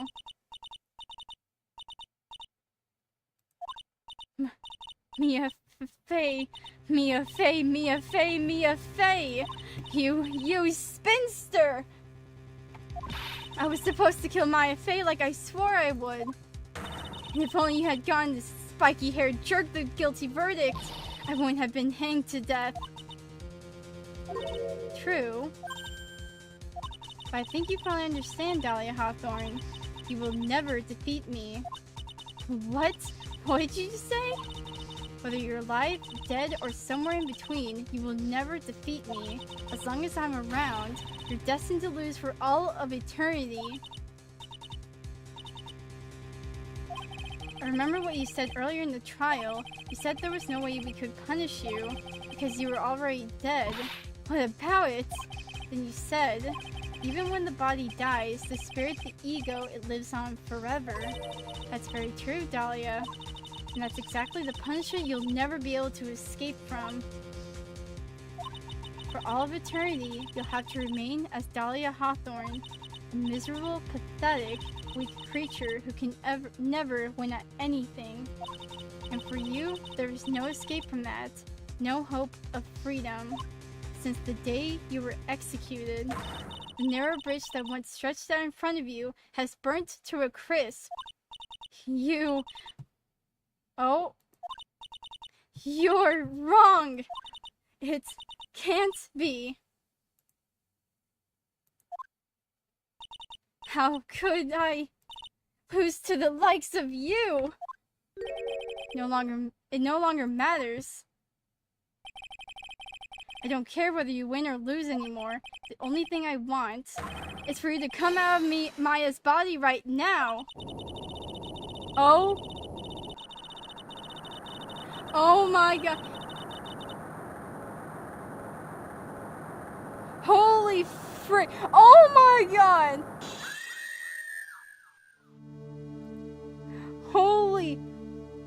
Holy frick. I'm not ready to go.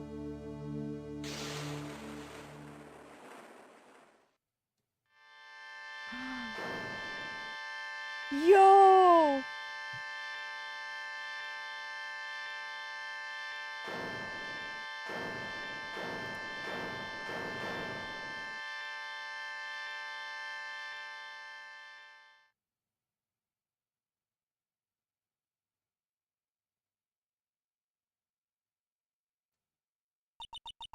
Nick? Sis?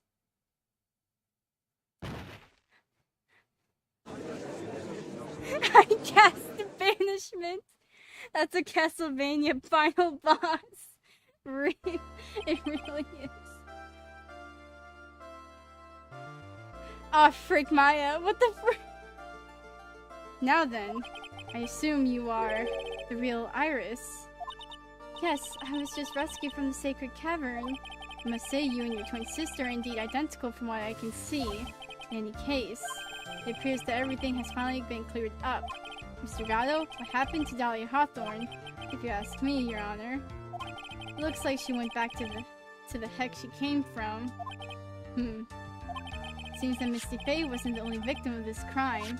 Maya Faye, as well as the young Pearl Faye, were also victims of this wicked and selfish plan. Yes, Your Honor. The tragedy of Medium Valley has finally come to an end, it seems. It would be best for everyone if no further attempts was made to channel that spirit again. Your Honor. Yes, what is it? About this whole spirit medium thing. It's almost weird how comfortable you seem to be with the concept now. Well, to be frank, my younger brother is quite judgmental. He often criticizes me for not studying hard enough. That's why I made a concerted effort to study up the Korean channeling technique. Oh, that's cool. Okay, that's cool. Like, oh, thank God we didn't have the other judge then, or else he would have just blown this whole thing off.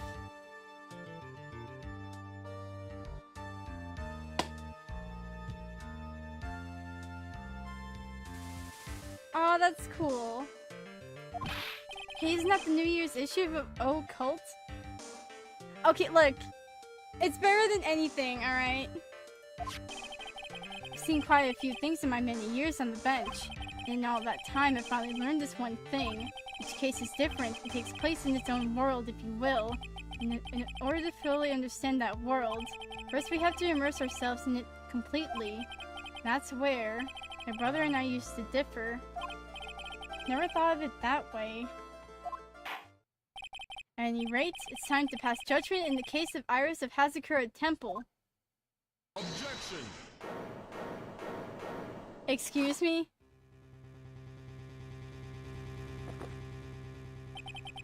You're a little too fast for that gavel, Your Honor. What do you mean by that, Mr. Gatto? This trial isn't over yet. That's what he means. What? Right. Remember what Miss Evil Spirit said in her testimony. Huh? Dahlia's testimony. I caught up with her in front of the stone lantern. And I took out the dagger I got from the stone. Oh wait, we still don't know who killed, yeah, we still don't know who actually killed. Oh my god. Misty.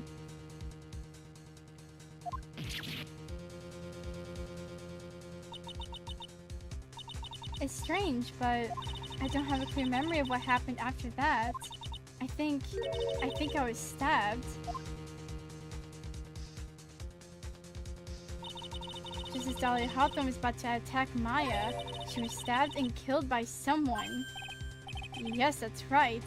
The person that was ultimately killed was the spirit medium that channeled Dahlia.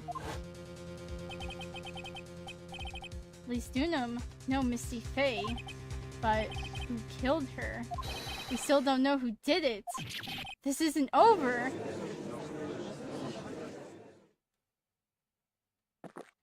Oh wait. Unless someone else is found guilty, the accused is still on trial. We can't let her walk until there's evidence that proves her innocence. Bruh.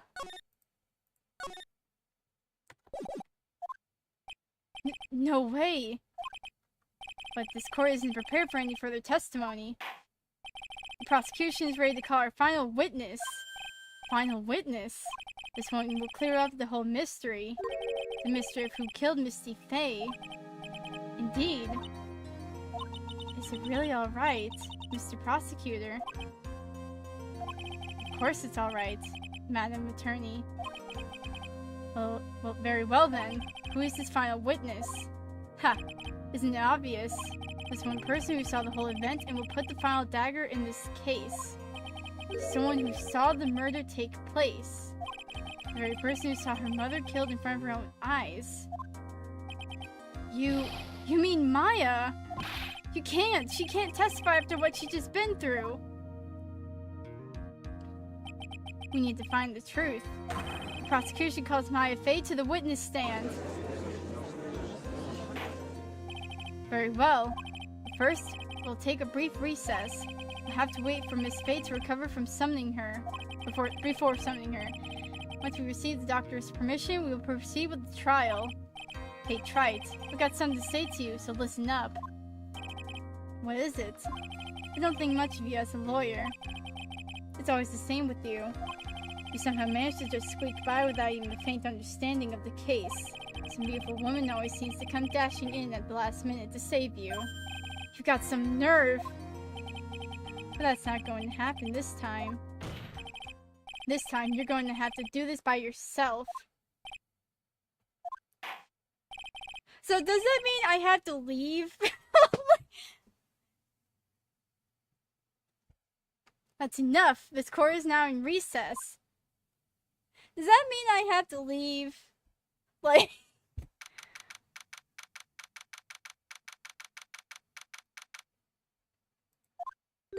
I'm truly sorry about everything. You were working so hard to defend me. I was missing all day, and we didn't even have a chance to talk. She's right.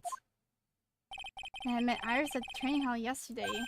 We had already switched places, and Iris was inside the sacred cavern.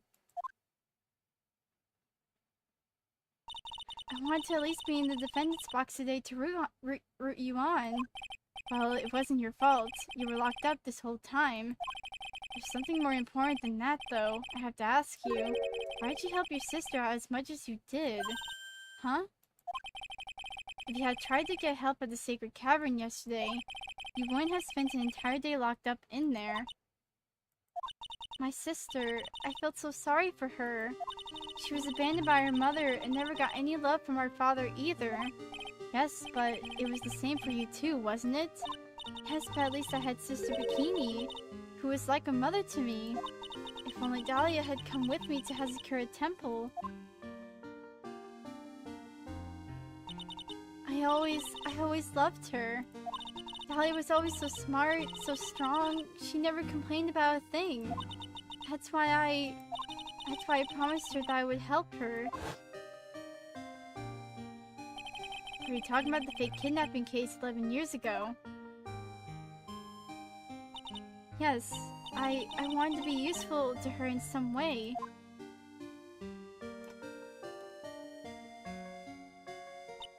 But as usual... Oh. I was too cowardly. At the last minute, I ran away. Because of that... Talia's stepsister, Valerie, ended up... That was the case that wounded Mia so badly.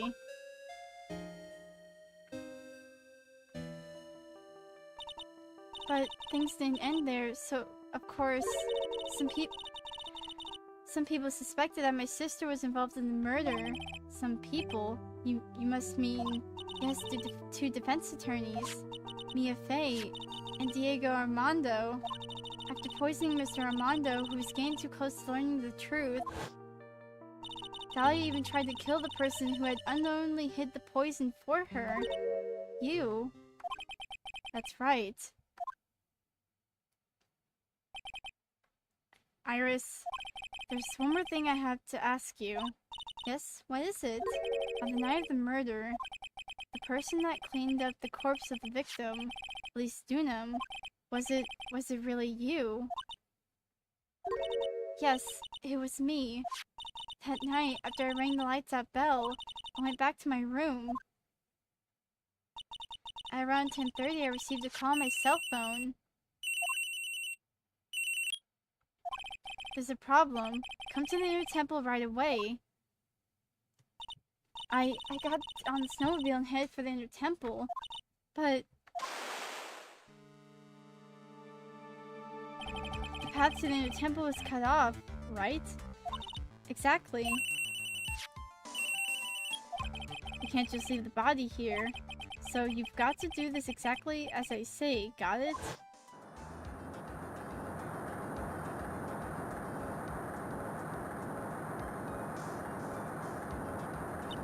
It was me. I was the one that received her body. The murder weapon had been left in her body so she wouldn't bleed too much. The staff that Mystic Elise always held. I knew it. So the actual murder weapon was the staff. Yes, that's right.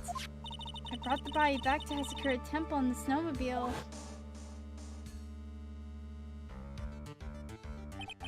But why'd you alter the body? I didn't want anyone to know that the staff was the murder weapon. I didn't want to leave anything that would lead back to Misty Faye. So I dressed her in a robe and stabbed her with the Shido's sword. I wiped the blood off the staff's blade and left it next to her on the ground. Iris, just tell me one last thing. Tell me the name of the person that called your cell phone. The real killer. I'm sorry, Mr. Wright. I can't do it. I can't say who did it. I see. Okay. Yeah, so someone... What the fudge? Okay, so now we have... This is the true weapon. Defendant. Yes? The judge is calling you. He wants to see you in his chambers. He has some questions about Dahlia Hawthorne. Alright. Well then, I'll see you later. There's something I want to tell you. Oh, okay. Something she wants to tell me. So it's true. Iris cooperated with the real killer. Maybe even from the very beginning. Phoenix? Mia! How is Maya doing? Physically, I'm not worried. She'll recover completely. But emotionally, she's been hurt very badly by this case. I see. You don't mean she learned who Elise Dunham really was? Yes, I went to the medical office and talked with her. I told her everything I knew. But why? Maya is stronger than you think. I knew she could take it. All of it. What do you mean by that?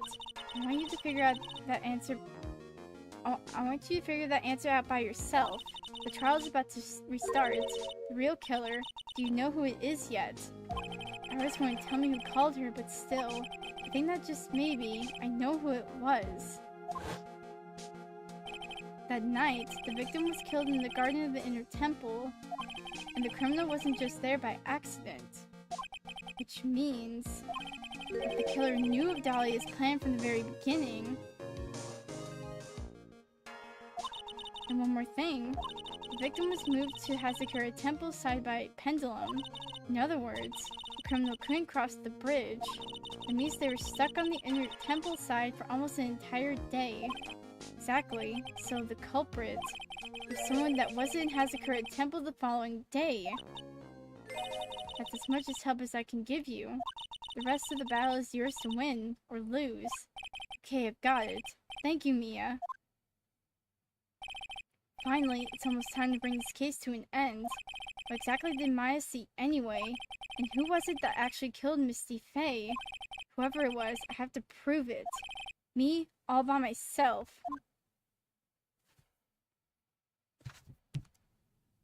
Holy frick.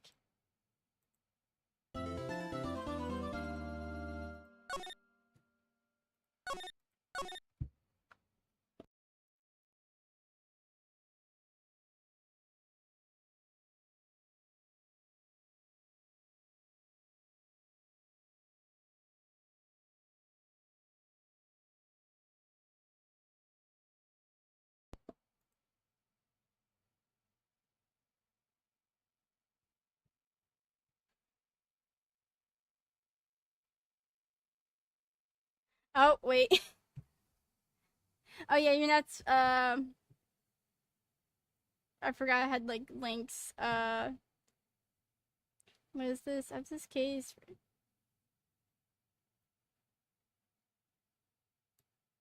Okay, I will go see this.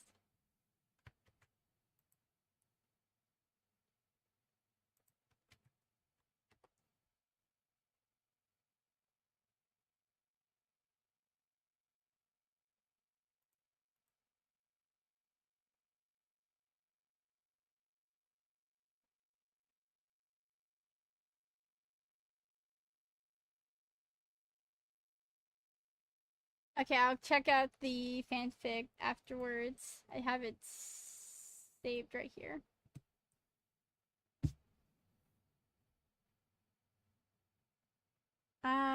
Okay.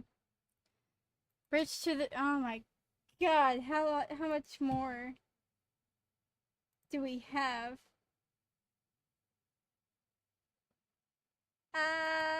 Like screams.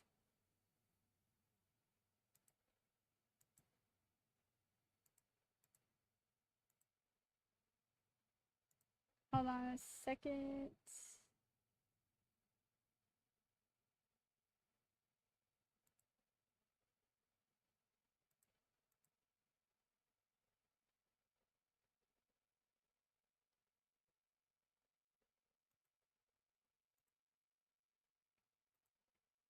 Okay, okay.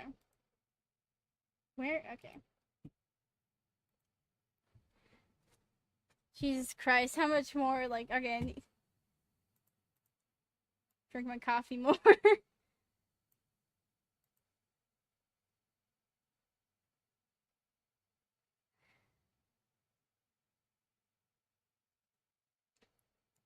Oh, wait, okay. Oh, holy frick. Okay, we get to see Maya.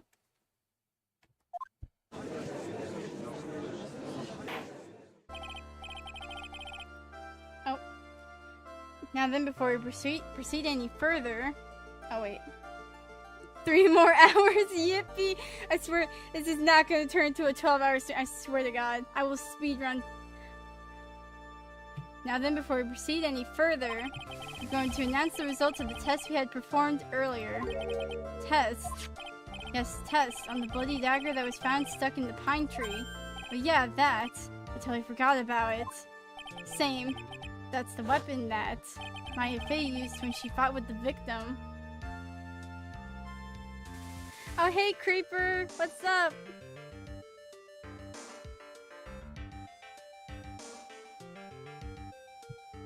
You're really, like... You came at a really weird place. There's no way I'm gonna be able to give any context of what the frick's going on.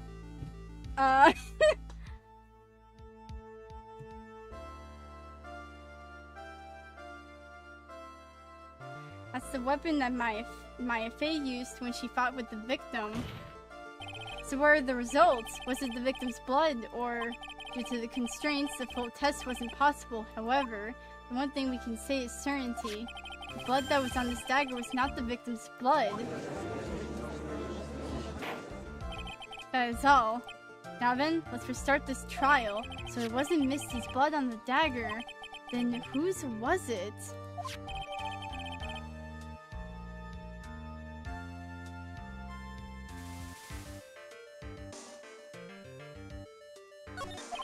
I'm sure both the defense and prosecution know this, but this trial is rapidly coming to a close. Both sides will need to show some firm evidence with their claims. I understand, Your Honor. From what I've heard, the witness is dangerously weak, physically speaking, so let's finish this quickly. Agreed. Very well, please bring in the last witness.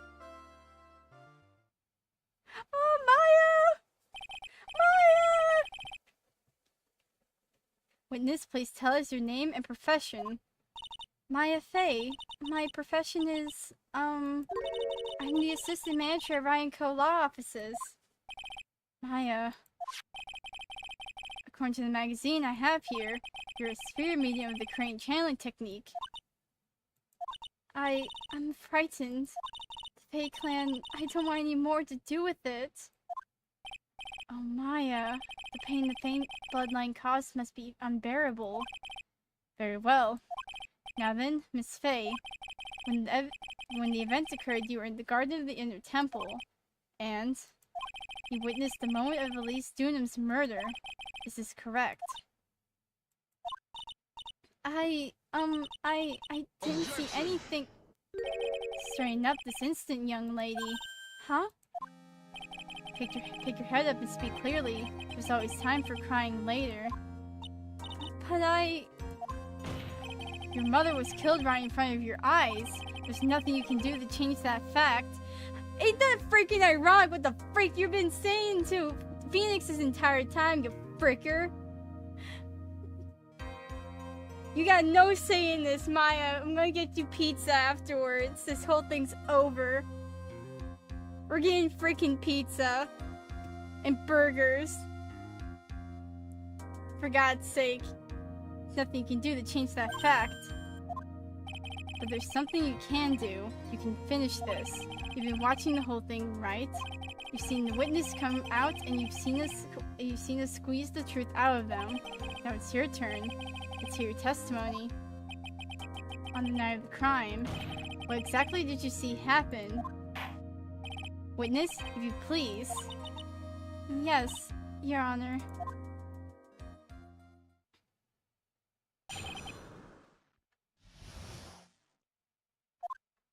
I was passing through the garden on the way to a spare prep room when it happened. Suddenly, someone struck me over the head. I stumbled and ended up against the stone lantern. I think I screamed, "Help me!" And something warm splashed over me. That's when I lost consciousness. So you were struck on the head. I suppose it must have been the staff. Maya, the person who hit you, it was Dahlia Hawthorne, wasn't it? I'm sorry, Nick. I couldn't see. I don't know who it was. The face! Maya, think hard. Sorry, Nick, but I really couldn't. Ha. Can't say it was an especially good night for young ladies to be walking around alone. It seems that it would be hard to determine the criminal through testimony alone. Very well then, Mr. Wright. Please begin your cross-examination. Maya, hang in there. She doesn't look well at all.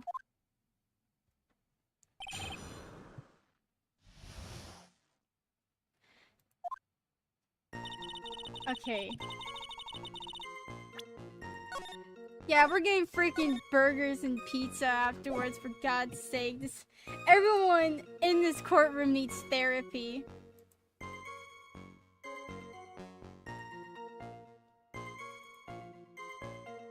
Okay.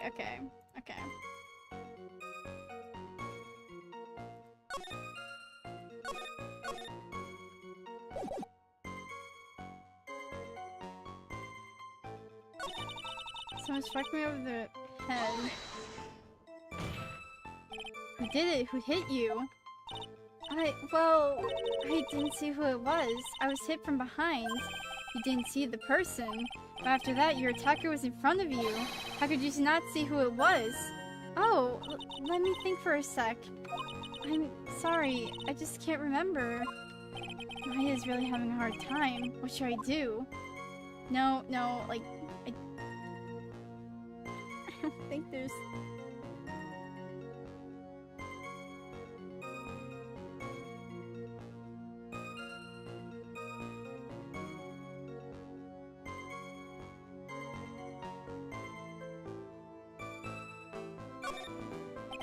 Come on, Maya, this isn't making sense.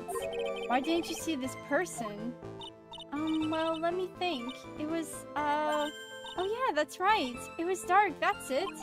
It was dark. It's not good to have too much light around when someone is undergoing spiritual training. Come to think of it, there was earlier testimony to that effect as well. So it was dark in the garden on the night of the crime, which is why she didn't see her attacker. I thought maybe she was trying to hide something, but I guess not. Judging by the testimony thus far, the identity of the attacker, who most likely the spirit that was channeled by Elise Dunham, Dahlia Hawthorne, Alia, freaking...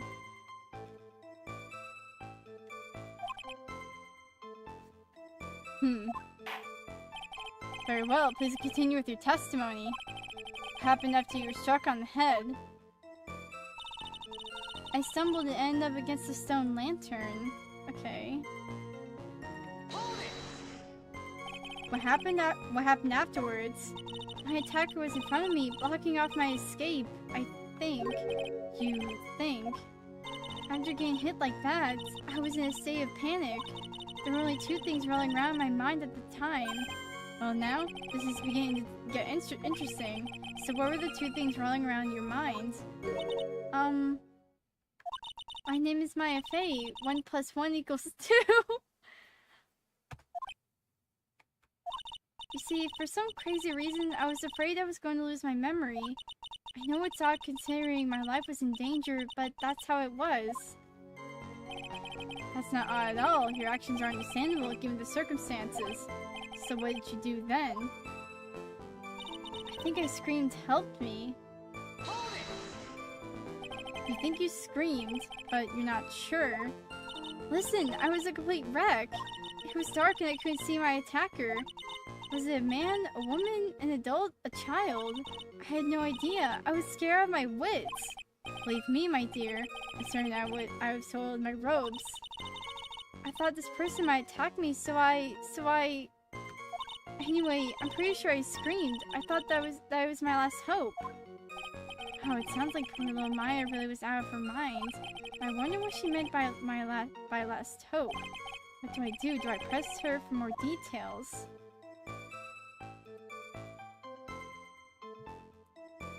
I guess the last hope part, because that doesn't make sense.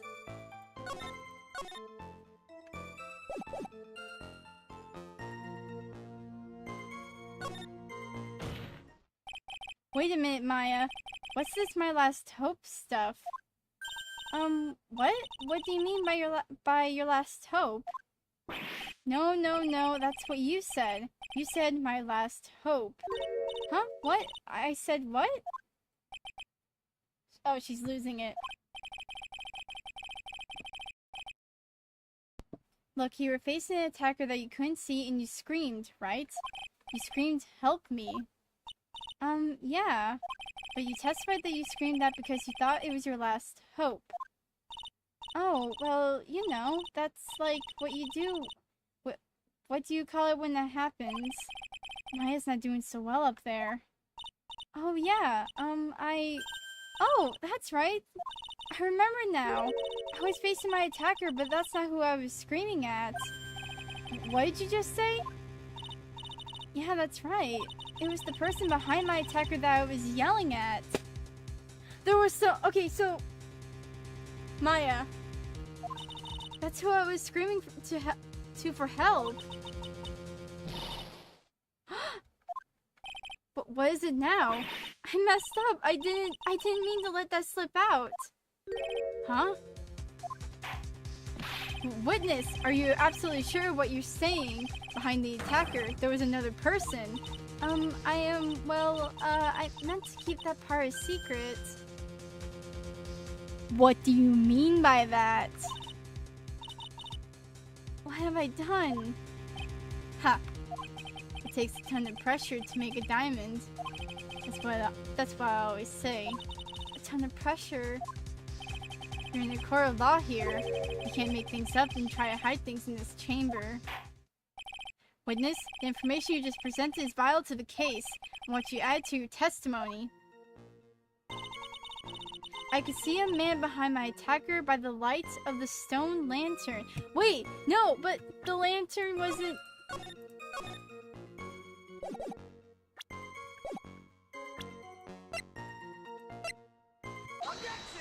The lantern was not lit. So there was a man standing behind your attacker. Yeah. That man, he's the killer. He stabbed her from behind. He's the one who killed Elise Dunham, otherwise known as Misty Faye, your mother. The killer... Maya, you know who killed your mother, don't you? What is the meaning of this, Mr. Wright?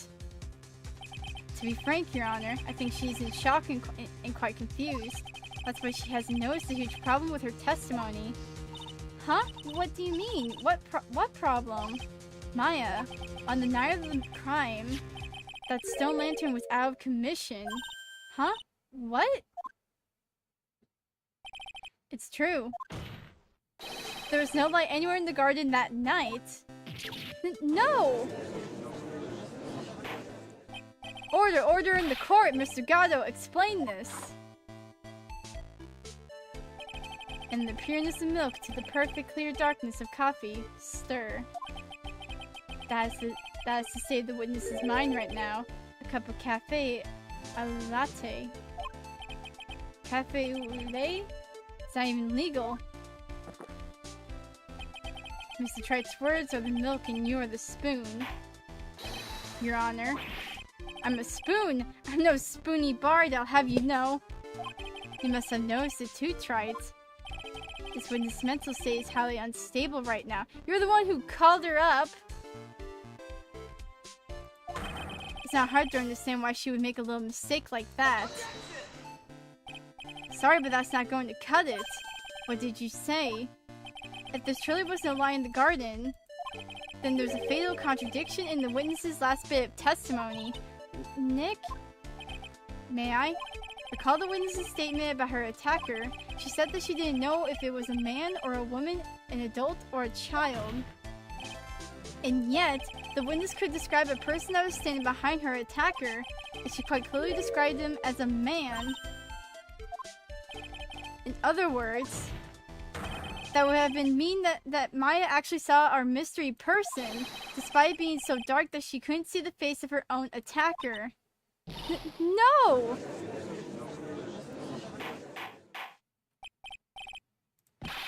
Order! What in the world does this all mean, Mr. Wright?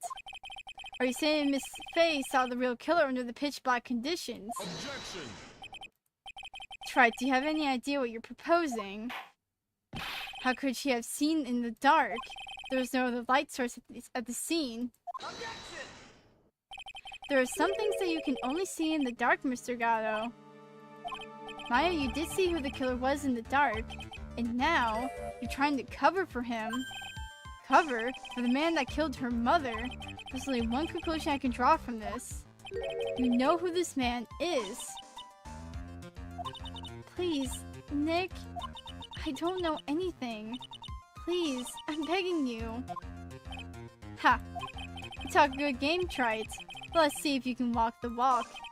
It was pitch black, so what could the witness see?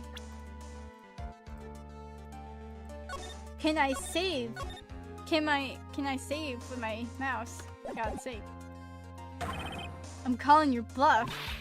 No, Nick, don't! Please stop! Maya's dead sound is on protecting this guy. The man who murdered Maya's long-lost mother. But I can't let him get away with it. I'm a lawyer, an officer to the court, and I'm here to find the truth. Alright, Mr. Wright, time to show us what you've got.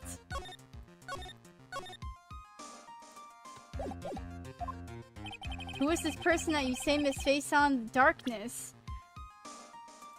Oh, I think I know. Who wants to guess? Who wants to give a guess on who the killer is?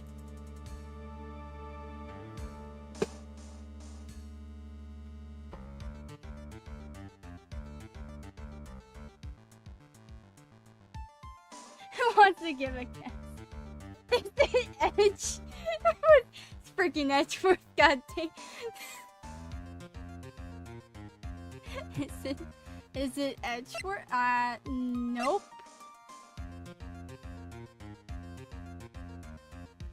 Nope, not Edgeworth.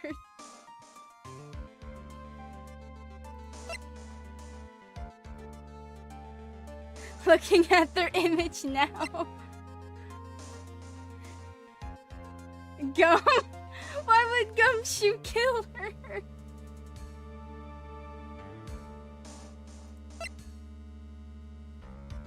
Okay, that just leaves 2 people here.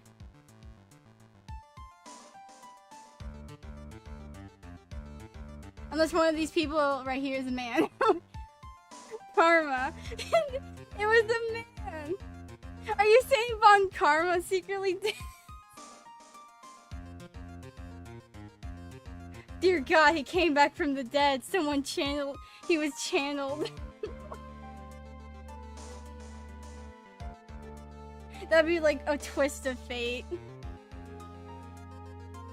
Alright, well, you had 3 chances. Ba, ba, ba, ba, ba. Because it was pitch black, Miss Faye was able to recognize the killer easily. I'm sure the court would like to see for itself how this is possible, yes? What? But how do you propose to show us something like that? It's easy. We just need to recreate the conditions of that night. Conditions? Your Honor, the defense officially requests that all the lights in this courtroom to be turned off.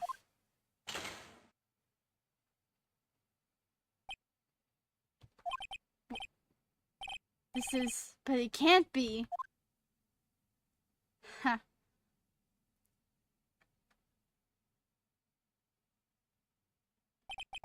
That was a nice bit of deduction.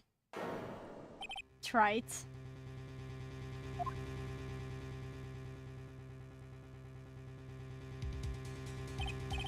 Well, everyone, this is the man Maya saw on the night of the murder. Order! Order! Prosecutor Gata, what is the meaning of this? Surely you must be shocked to hear yourself accused of such a thing. Why aren't you denying it? Ha! Your Honor, you're asking the wrong person. What do you mean by that? If you got a question, ask the witness. That's one of my rules. Well, Maya, how about it? What you saw that night, was it 3 glowing red lights? Well, witness, answer the question. You're wrong.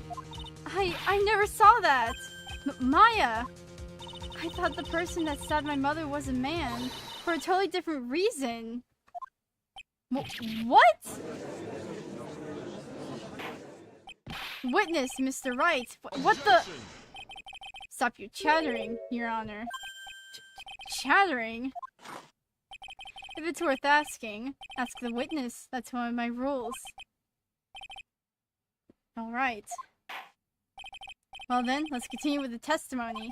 Please tell us how you knew the killer was a man. Yes, Your Honor. I didn't realize it until after I woke up, but... I'm gonna die on the spot. When I came to, I was just lying there on the training hall floor. By the time I got back to the garden, the place had totally changed. The torches were lit, the body was gone, and all the snow around the stone lantern had been carefully cleaned up too. Since the person did all that work alone, I just assumed it was a man. Oh, wait!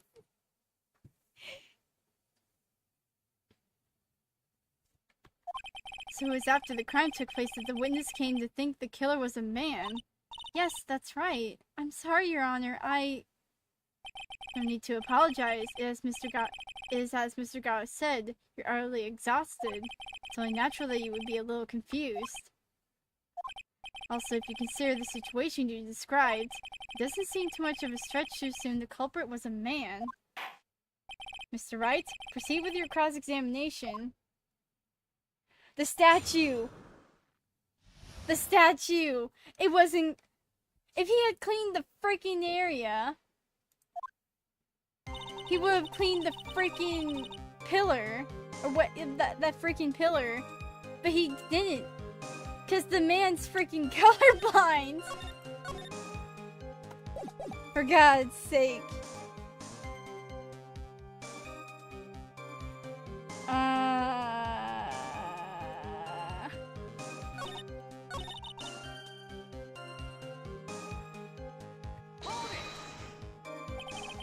The torches were lit. Yes, that's how I noticed that the whole scene had changed. You want to say it was the killer who lit the torches? I mean, who else could it be? The killer probably lit them since it'd be impossible to do any cover-up work in the dark. However, if that's true, there's one thing that still bothers me. Why did the killer go to the effort of moving the body? That's true. It's hard to see how that would be of any advantage to the killer. The only one who would gain anything from that would be the only person that was in the inner temple, Maya. Very well, let me hear some more about the condition of the crime scene. And all the snow around the stone lantern had been carefully cleaned up too.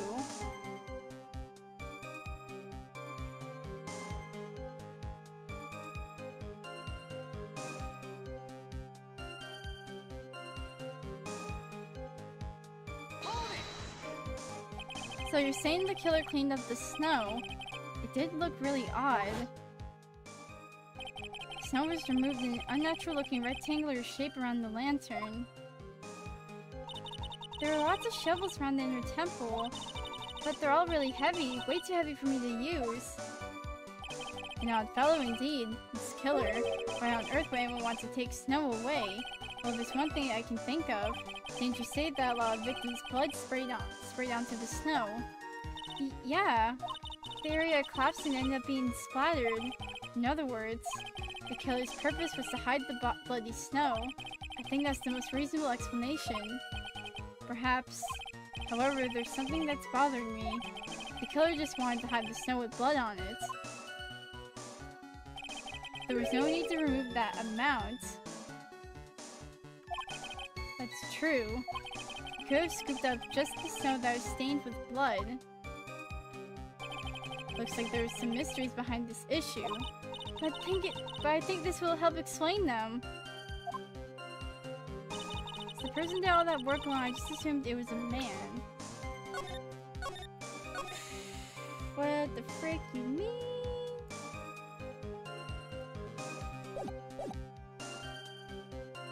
Okay, well, you kinda know that.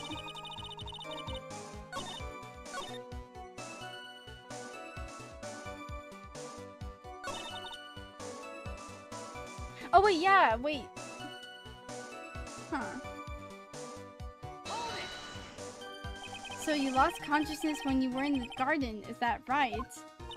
Yes, I think it happened when the victim was stabbed. So then the person that carried you into the inner temple could only have been the killer.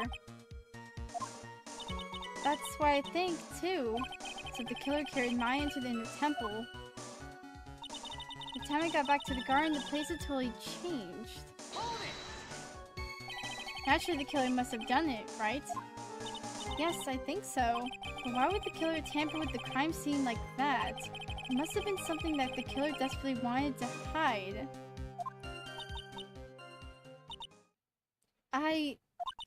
The truth is, when I saw the crime scene, I felt something. You did? Yes, I felt like the killer was hiding the evidence from me, for my sake. What? Hiding it for you? Everyone knew that I was the only one at the inner temple that night. If Sister Bikini had come back and looked at the garden, she may have thought that you had done it. No, she definitely would have thought so. You're saying that's why the killer cleaned up the crime scene to make it look like nothing had happened. Yes, I'm sure of it. Well, that's certainly an important piece of information. I want you to add that to your testimony. Yes, Your Honor.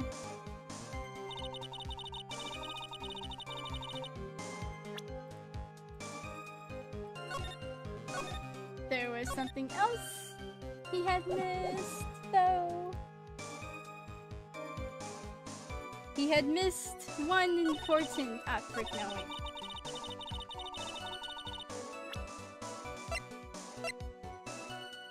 He may have cleaned the majority of the crime scene, but not this.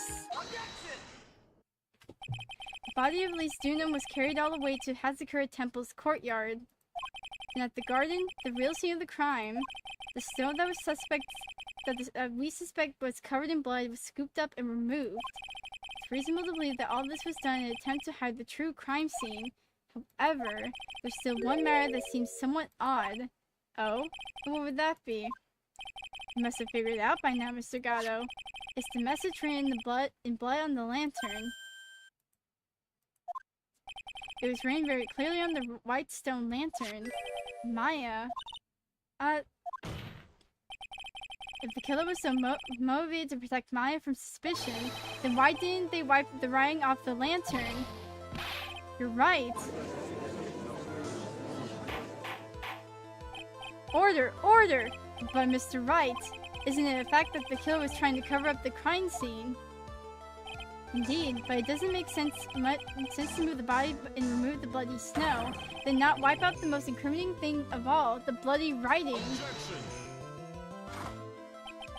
But if that's the case, do you have an explanation for the killer's mysterious behavior?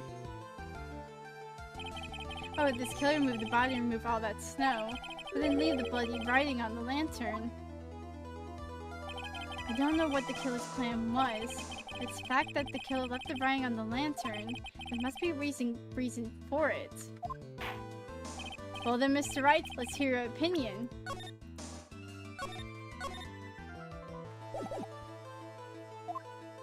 Why did the killer leave the message written in the blood on the lantern? The killer didn't notice it. Prosecutor Gatto, earlier in this trial, you gave me some good advice. Once you eliminate the impossible, whatever remains must be the truth. Maybe you're not as dumb as I thought. The real killer wanted to disguise the fact that the crime had occurred there. If that's the case,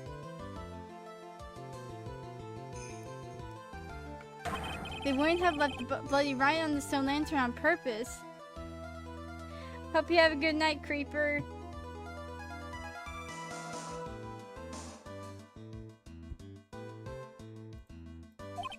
Therefore, it must meant that they didn't notice it. But that doesn't make any sense. The torches were all lit and everything. There's no way any normal person would miss something as glaring as that.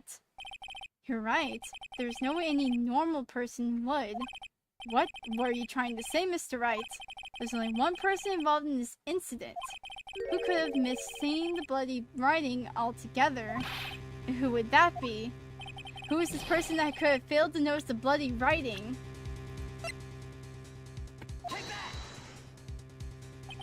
Mr. Gatto, this is what you said yesterday. My eyesight is pretty messed up. Even with these huge goggles on my head, I still can't see everything. You can't see everything? Is that correct, Mr. Gatto? This lantern was submitted as evidence today. I would like the court to think back to the moment it was first presented. This lantern, there's something written on it. Why, it's written in blood. Nonsense. This lantern is as clean as a whistle. Mr. Gatto, just admit it. There are certain colors you can't see, correct? You can't see red on a white background, can you? That's right. We went through this once before, during the poisoning case at Tribulations. This is the apron the life of Miss Bird was wearing at the time, and somehow spilled coffee on. There's something still bothering me, Mr. Gatto. Why haven't you not explained the bloodstain to the court? Bloodstain? What bloodstain would that be? Don't play games, prosecutor. The blood color stains that smears all over the apron.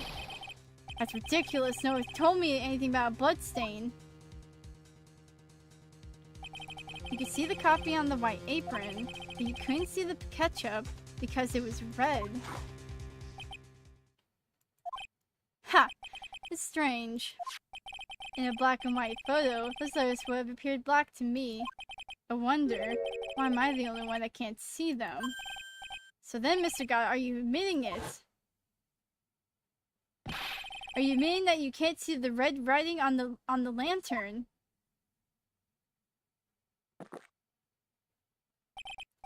Hey, Gramps, didn't you know? That's the reason why I don't see red tea. That's the reason why I don't drink red tea. I wasn't sure about it until now, but I just can't believe it. Prosecutor Gatto is the murderer, but there's no going back now. I finally figured out the truth.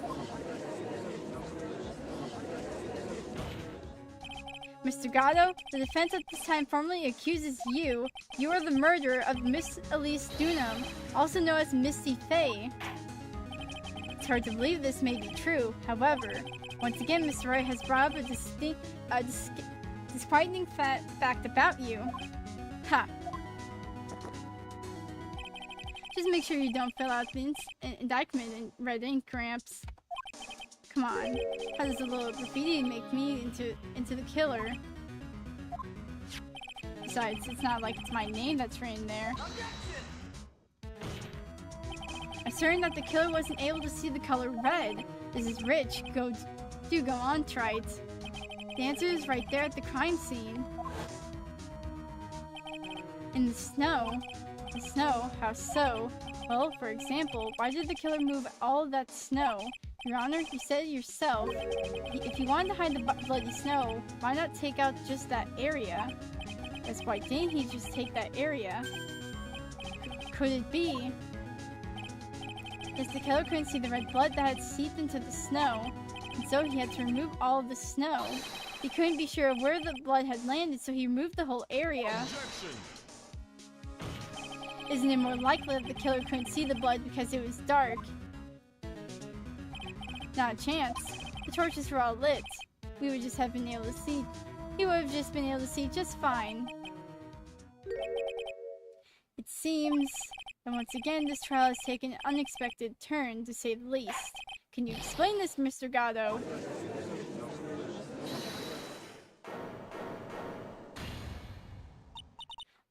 Wait just a minute! Maya! What is it, witness? Mr. Gatto isn't the killer! After all, he didn't even come to the inner temple until 2 days after the murder took place. He didn't show up until after that old bridge got fixed up. Objection. Maya. You can't testify to something like that. Why? What do you mean? I may not look it. After the murder happened, he didn't even exist. She didn't. I'm afraid I don't follow. Are you senile, old man? We established this just a little while ago. After the murder, this witness was unconscious for a long time. Because she was channeling Dahlia Hawthorne. That's right. Please, Your Honor, let me add to my testimony. Nick, please listen to me. Oh my freaking god.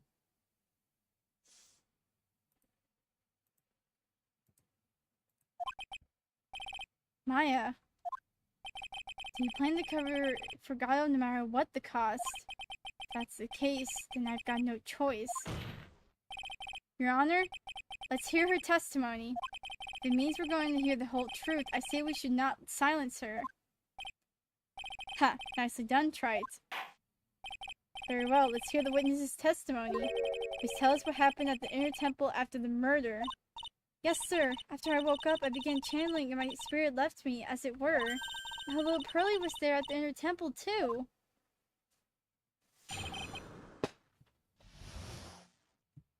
Maya, don't do the puppy eyes. Please, Maya, don't. Yeah. Pearly was also stuck on the inner temple side that night. Next morning, she looked around but couldn't find anyone. The next day, when the bridge was finally fixed, she was in the spare prep room. That's when Mr. Gato arrived at the inner temple for the first time. He found Pearly first and cheered her right up. Who is this Pearly? That's my little cousin, Pearl Faye. So when did you hear about this? Oh, just a while ago when I was in the medical office. I'm terribly sorry. But what you heard from someone else is simply not admissible as testimony. What? Come on! Pearly would never tell a lie. She's a way more honest person than I'll ever be. Real smart, Maya. You always know the best things to say when you're under oath. Ha!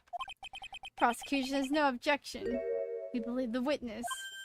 Mr. Gatto, let's just move on to the cross-examination. The defense has no objections. This is highly unusual, but, well, Mr. Wright, let's get this cross-examination started.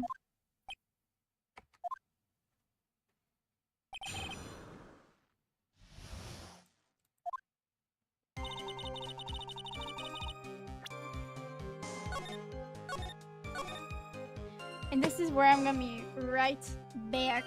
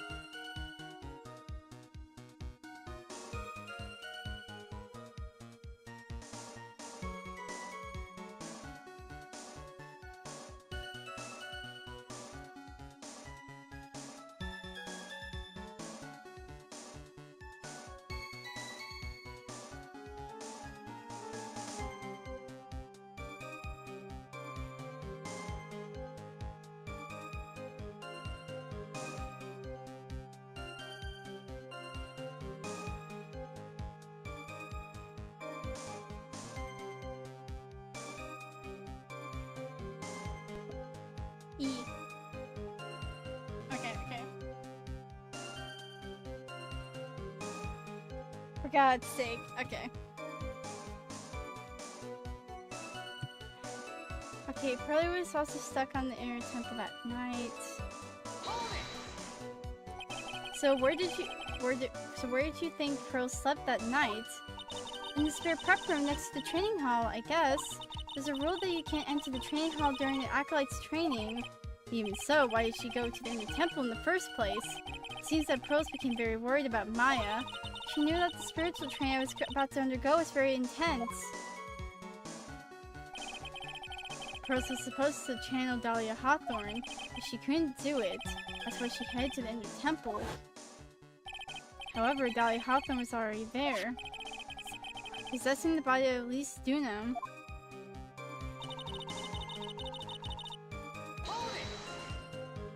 She searched the entire inner temple side, end to end. Well, you see, Pearly gets pretty scared when she's alone, and there weren't that many places to look. She says that she even went back and forth several times. The inner temple side has two structures, the training hall and a spare prep room. And there's also a storage shack, I think. That's about it. There's a storage shack, too. Pearls was looking for other people, right? But she had really examined the storage shack of all that carefully. Well, if it was me, that would be the first place I would investigate. So that means it's possible that someone may have been hiding in that storage shack.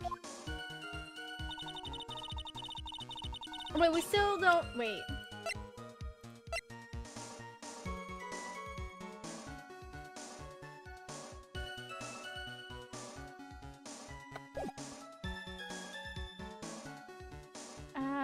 Okay. Girls didn't hear the sound of them working on the bridge. What do you mean? I was just wondering why she would stay in the prep room. If it was me, I'd at least go out and wait at the foot of the bridge. Oh, well, Pearly said she was sleeping at the time. She said that she was so scared during the night that she couldn't sleep well and woke up to a bunch of times. Poor little girl, all alone like that.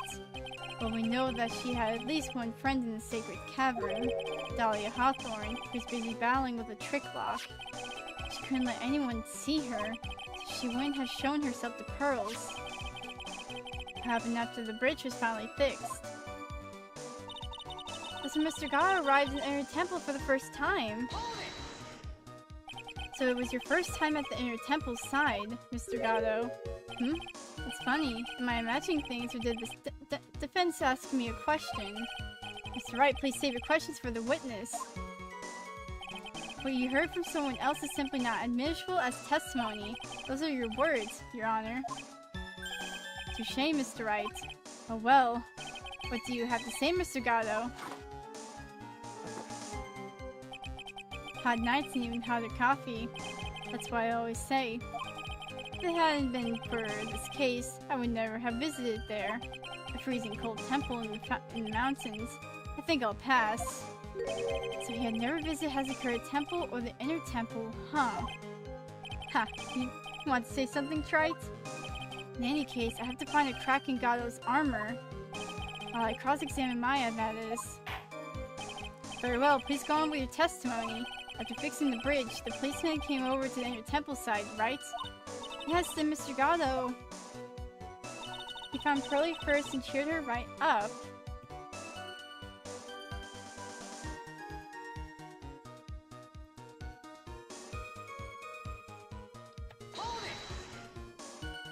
He cheered her up. That's what Pearly said. She said he was a very nice older gentleman. Thank you for looking after my cousin, Mr. Gato.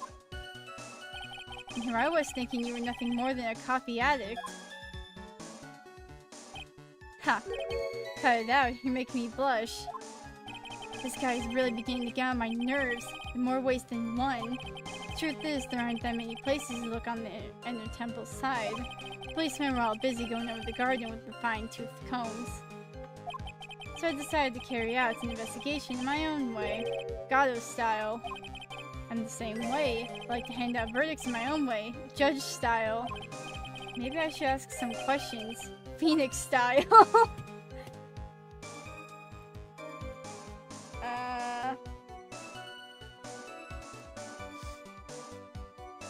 I don't. What kind of investigation? Like, what were you doing, man?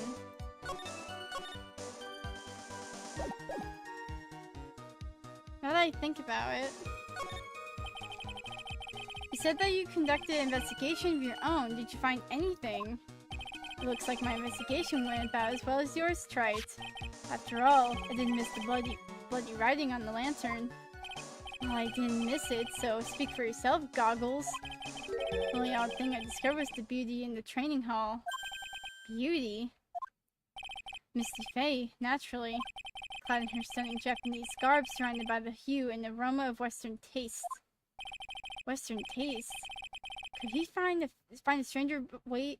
Could he find a stranger way to describe gravy? So from there you head to the prep room. Wait a sec. Did Gato say just what did Gato say just now? I think I just found his proverbial weak spot. There's only one thing of any importance here. Where was Gato when the murder was taking place? He must have already been at the Inner Temple when it happened. Otherwise, he couldn't have killed Elise Dunham. I'm gonna get off here and go on. I don't want to be falling asleep at my keyboard. Hope you have a good night, Phantom. Thank you for stopping by.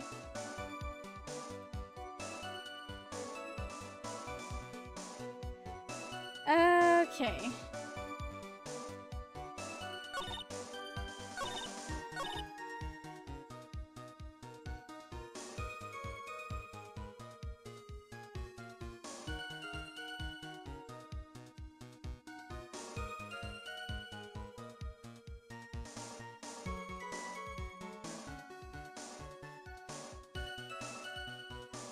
Wait.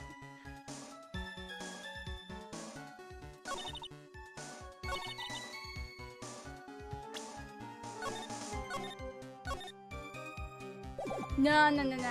Hold on. Wait, you wouldn't. You fricker. Mr. Gatto, the first time you crossed the Dusky Bridge and went into the Inner Temple was long before the murder took place. Why do you say that? Because he just made one fatal slip-up. The hanging scroll in the training hall. Hanging scroll? But Mr. Gatto is right. That scroll shows a picture of my mother. Maya, I know you know who it is, but there's something you didn't know. By the time the bridge had been repaired 2 days after the murder, the hanging scroll in the training hall looked like this. What's this wonderfully delicious smell? The morning after the crime, someone covered it with gravy. Gravy? But why gravy, Nick? Because gravy was much more than a condiment to the culprit. Well, Mr. Gatto, if you really hadn't seen the hanging scroll until after the murder, you wouldn't have had any way of knowing that it was Misty Faye. Wait a minute, Nick. Yes? Take another look at the hanging scroll. Look at the top. There's a crest there. That's the mark of the master, correct? Exactly. So if you know the meaning of the mark, then you could guess that there's a picture of Misty Faye on there. True, but Mr. Gatto described what was underneath like this. Clad in her stunning Japanese garb, surrounded by the hue and aroma of Western tastes. Oh. Yes, it's possible that he knew what the crest meant. However, he couldn't have known that she was wearing Japanese clothing. Mr. Gatto, on the day of the murder, you were hiding at the Inner Temple long before the crime took place.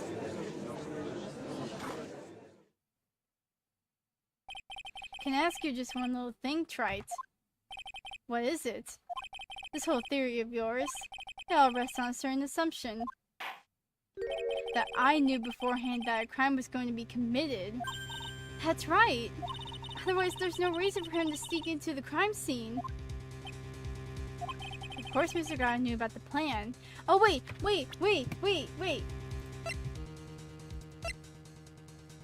It's because of this. It's because of this. Someone had opened it before. Huh? What did you say? Is it really possible that another person knew... Wait, that another person knew that plan? Wait. Yeah. Wait.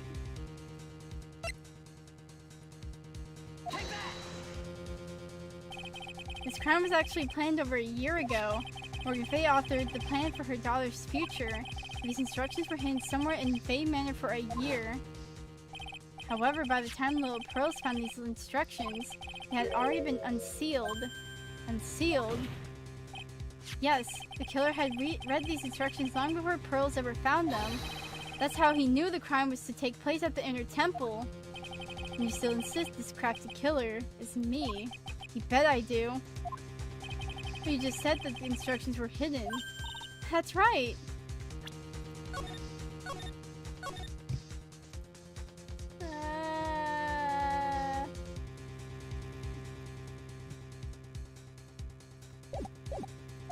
Mr. God couldn't have known where the instructions were hidden. If he really wanted to know, he had one great chance to find out. Yes, and when was that? During a visit. A visit? Morgan Faye told her daughter, Pearl, about where the instructions were hidden. During one of her visits to the detention center. That would be the only time for someone to have learned where they were hidden. Eavesdropping on a visit at the detention center. Yes, it could be arranged if you were someone with easy access in and out of there. Like, for example, a prosecutor such as Mr. Gatto.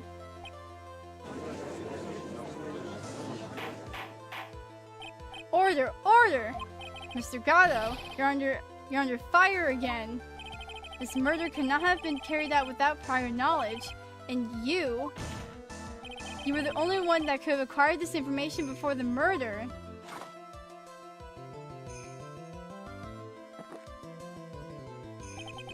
Humans are afraid of the dark. And yet, at the same time, we're fascinated and bewitched by it. Maybe that's why humans drink the darkest as coffee. Sorry for always asking, but what does that mean? It means there's a reason for everything. According to your theory, the killer in this case eavesdropped on a conversation during the jail visit where he learned his plan for a crime. After discovering the plans, he hid in an inner temple and waited for the crime to occur. And he ultimately took a person's life. And he did all of that just to protect this witness. That's right. If you're accusing me of this crime, I have to ask you, why would I do this?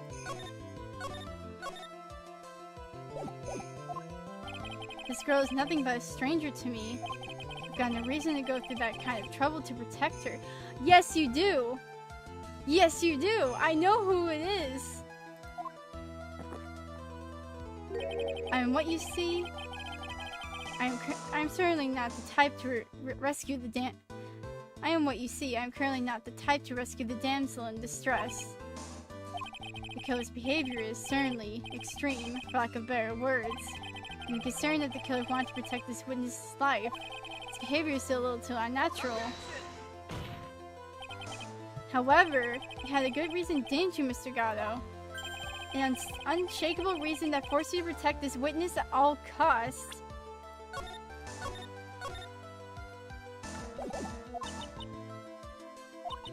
I knew it. You figured it out, haven't you, Nick? Maya, I guess you were doing your best to cover for Gatto. For the same reason, huh?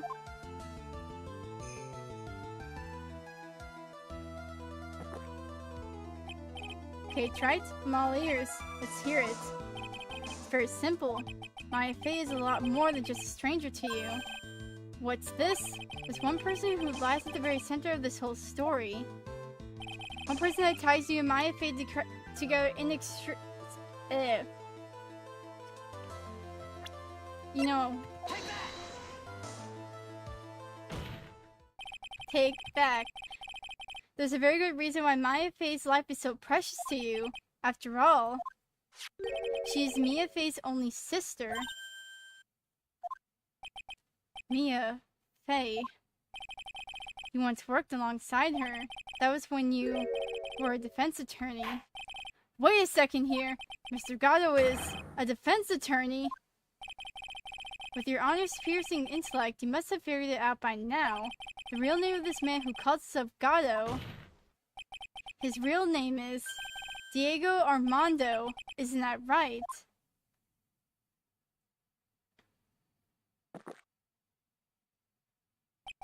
The last time someone called me by that name was over 6 years ago.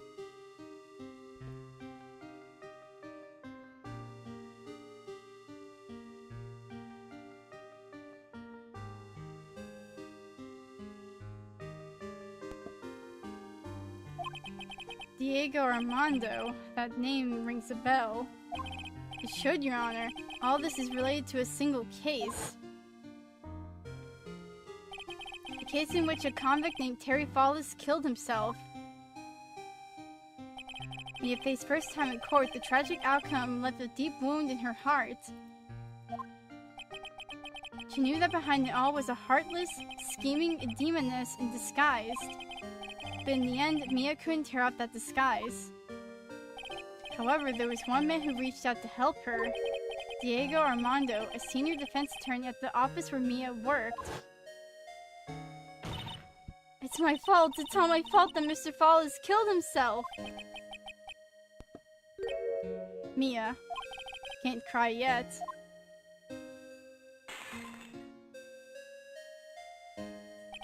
The only time a lawyer can cry is when it's all over.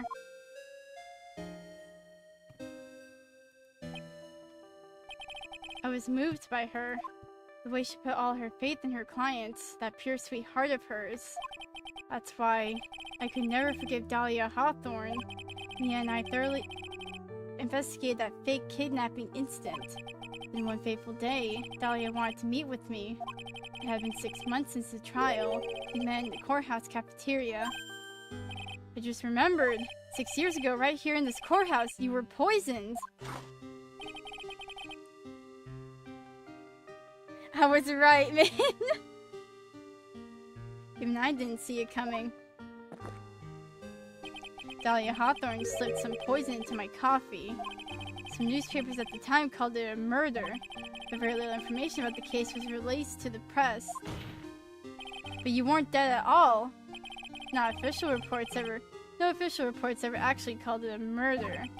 I was just in a deep, deep coma. I see. My body shut down. My life became nothing but a long, deep sleep. That woman's poison did a real number on my central nervous system.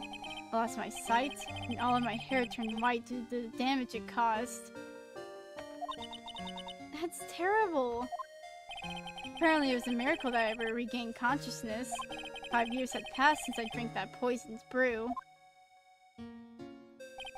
Then one morning, my eyes flew open from the smell of a doctor's cup of coffee. 5 years? You were asleep for 5 years? And the worst possible news was waiting for me. Mia Fey was dead. From the very moment I opened my eyes, I had already lost everything I thought I had. The woman I loved had been murdered. And the woman I loathed had been sentenced to death. The woman you loathed, the woman who spiked at my scalding hot coffee, Dahlia Hawthorne.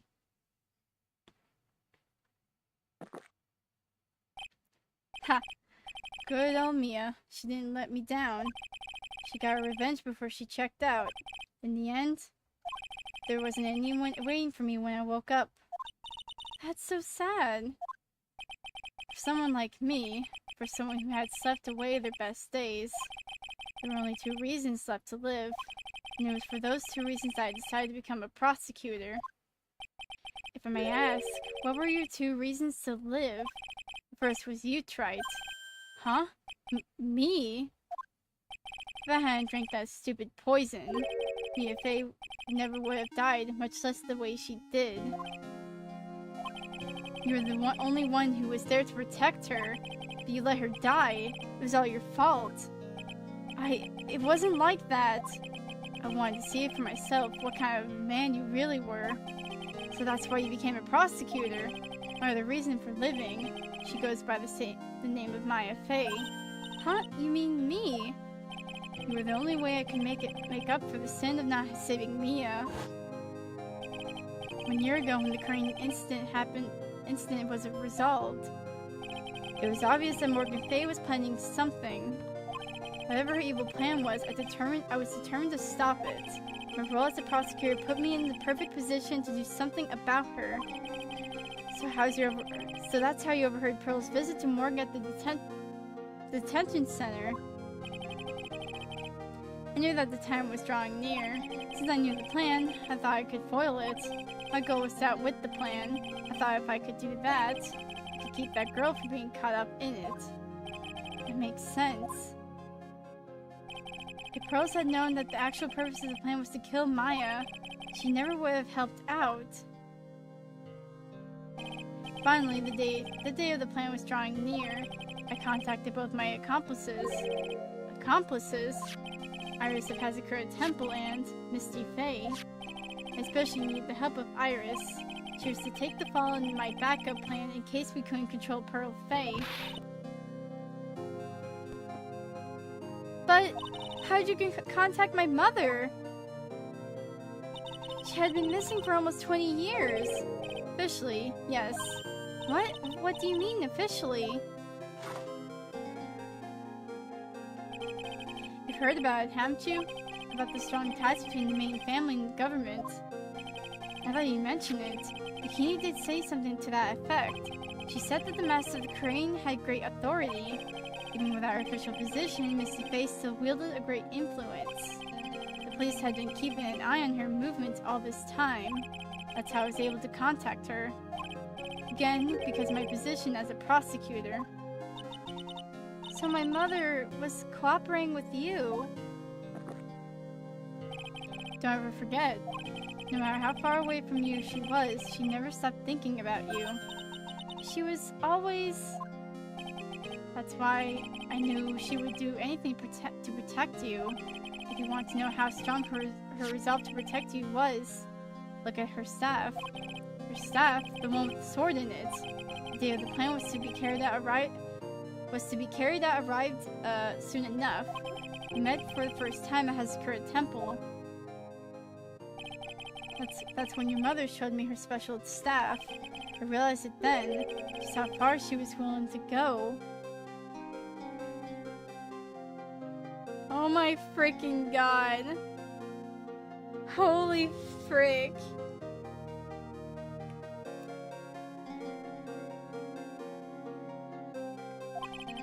She was ready to use that sword to protect you from Morgan Fay, if necessary. Yes, even if it meant paying the ultimate price. Mother...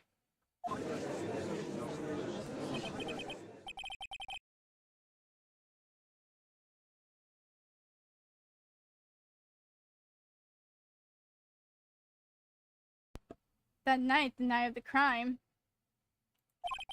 there's just one way to stop Morgan's evil plan. You mean pearls, don't you?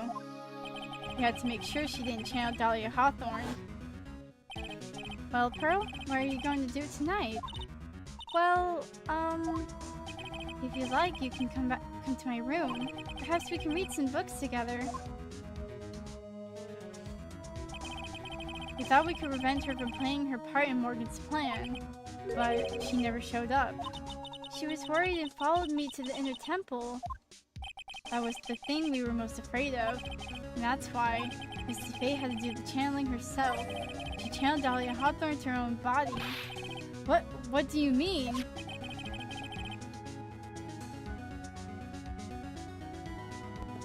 If she channeled the spirit first, then Pearls wouldn't be able to do it herself. As Master of Crane, Misty Fey's powers were supreme, so that's how it went down. She channeled Dahlia Hawthorne so that Pearl Fey wouldn't be able to.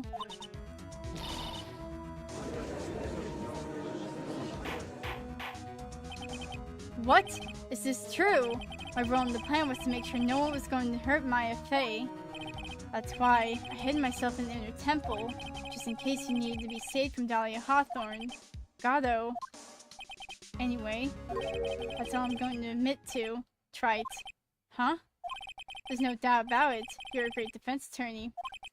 But you're going to have to do the rest yourself. Background leading up to the incident has been laid bare. Oh my god, okay. Bro, are you kidding me?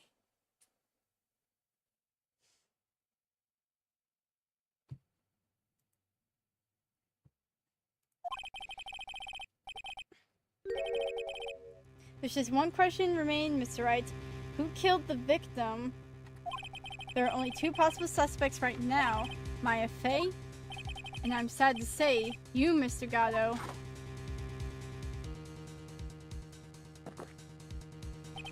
Well, Trite, if you're the real deal, then finish this thing once and for all. Show us beyond a shadow of a doubt that you can finish this on your own. No, Nick, please don't! Maya, I heard the whole thing from my sister in the medical office. That's why I have to protect Mr. Gado. I can't do it. I can't testify against him. After all, he's the man who put his life on the line to protect Mia, and me too.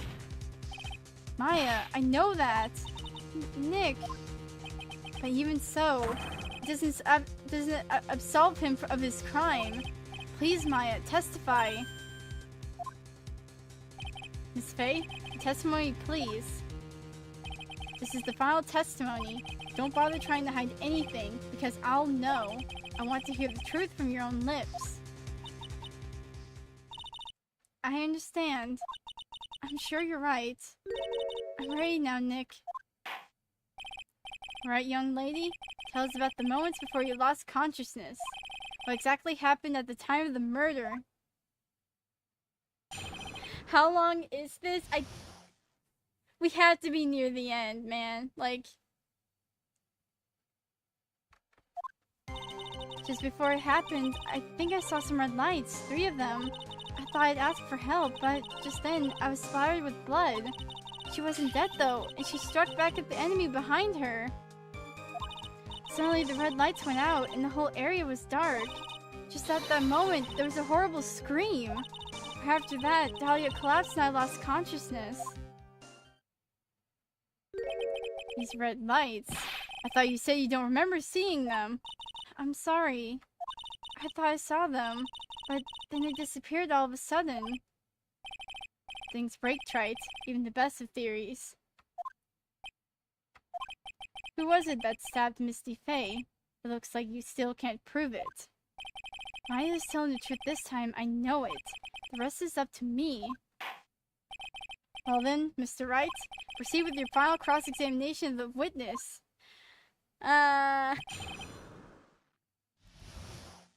What the fudge? What the fudge? I'm gonna lose it. Okay, see, like, the one thing we still haven't gotten over is the stinking dagger. And I think I have an idea. Like, well, I think it's kind of obvious, but, like, you know what I mean. You know. I think I know whose blood that is.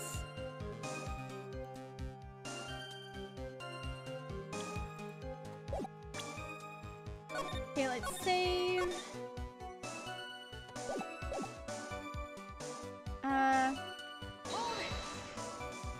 Lights shining in the dark. I don't think you can make a mistake about that. Yeah, you're right. I think I saw them, but I can't say for certain. And I can't tell you for sure if they were from Mr. Gatto's mask either. I don't get the feeling she's coming for him anymore, but just after that, you turned towards the lights and called for help. Isn't that because you thought the lights were coming from Mr. Gatto's mask? Yeah, I guess so. Maybe that's what I was thinking at the time. But I can't remember, after all. There was a person I couldn't identify in front of me. My life was in terrible danger at the time. There's no way she can remember the details of the scene perfectly. Alright then, let's go on with the testimony. What did you do when you saw the red lights? Then I was splattered with blood. Dead though shoot.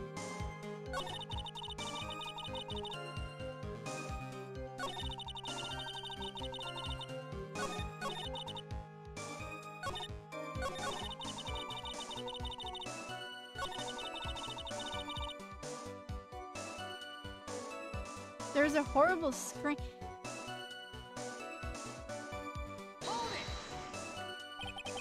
What do you mean by just at that moment? Do you mean the moment when the red lights went out? Yes, that's right. The scream that you heard then was a Dahlia Hawthorne. I don't think so.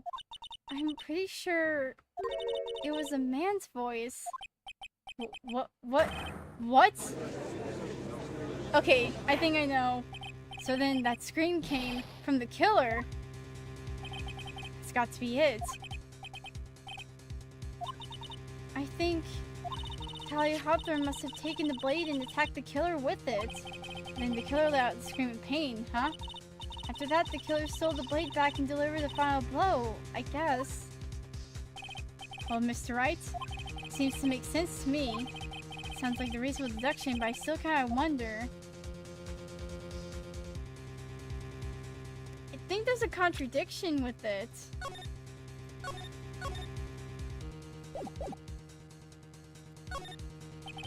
I'm sorry to say this, but that interpretation would create an enormous contradiction. That makes sense. After all, my deductions are almost certainly never correct. Remember the testimony she just gave before the killer let out a scream? Maya said she had already been splattered by the victim's blood. In other words, the blade and the staff had already been punched into the victim. Is that right? She couldn't have struck back with a sword that was already stuck in her body. Okay, so this is when we show the knife because we don't know. This isn't the victim's blood. So it has to be the murderer's. The weapon that caused the killer to let out a scream must have been something other than the staff. And this is where we present the freaking dagger. If you're sure about that, then don't keep us waiting any longer, Trite.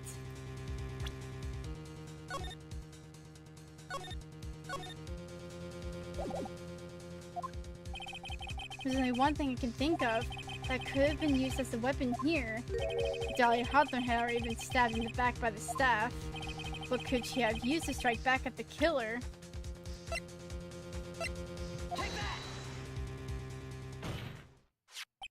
Naturally, the dagger the killer brought to the scene of the crime.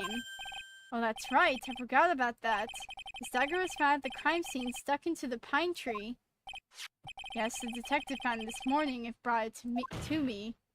Dahlia Hawthorne struck back at the killer with this, and she managed to wound him as well. Objection.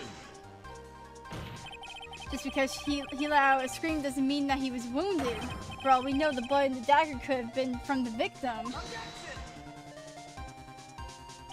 Have you forgotten that the blood has already been tested? Since we learned it wasn't the victim's blood, it must be the killer's blood. The killer must have a wound somewhere on his body. Oh, this is like the whole Von Kara thing, like, we need a metal detector. So you're saying the blood in this dagger belongs to the killer? Exactly. DNA analysis of the blood would prove it beyond a shadow of a doubt. And yes, Mr. Gao, it would prove that it's your blood. Nice theory, Trite. Order in the court! This is the end. Have I done it? Even he won't be able to change the results of a scientific test.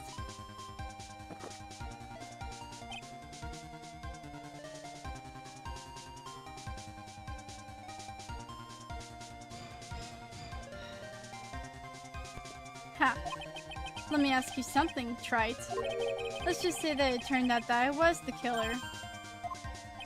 Do you really think I would be stupid enough to leave evidence like that? What? Just think for a second. This dagger was found this morning by a detective and brought to me. There was already blood on it, correct? Even so, I was the one who brought this dagger here to the courtroom. Guess what does that prove? Well, if I really were the killer, I would have washed the blade off and implanted another person's blood on it. It can't be! Oh my god, you fricker!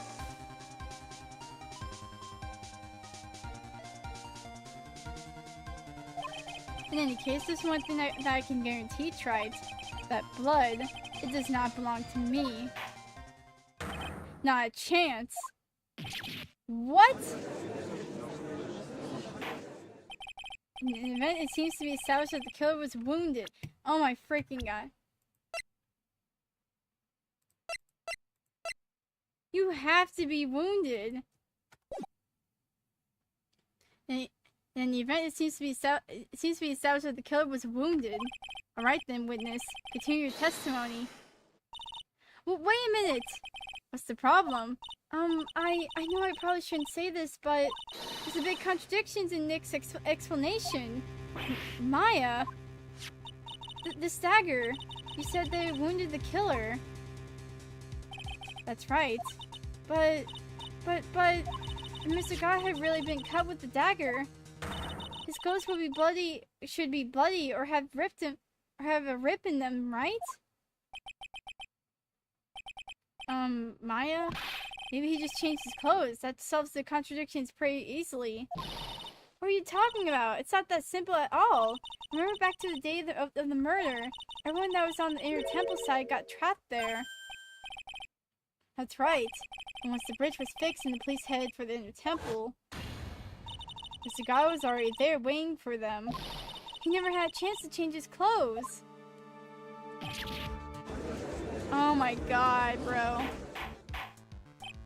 Order in the court. What the witness says is... Well, maybe he brought a change of clothes with him. But no one could have predicted the lightning strike that shut down the bridge. Why would anyone have brought a change of clothes? No, wait, it has to be his visor. If the lights went out, then, like, they struck him in the head.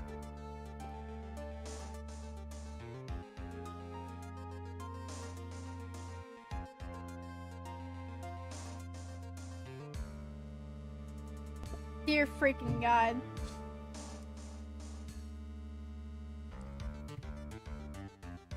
Why would anyone have brought a change of clothes? Did the judge take a smart pill during this last recess? Well, then maybe the killer took off his clothes before he committed the murder. That way he wouldn't get any blood on them. Objection. That's impossible, Trite. You know how cold it gets up there late at night. After a few minutes with no clothes on, you'd be frozen solid. Phoenix is just like pulling out all the stocks, except for the one I'm freaking thinking of. Ha. So that's all you've got. I knew you weren't tough enough to finish this.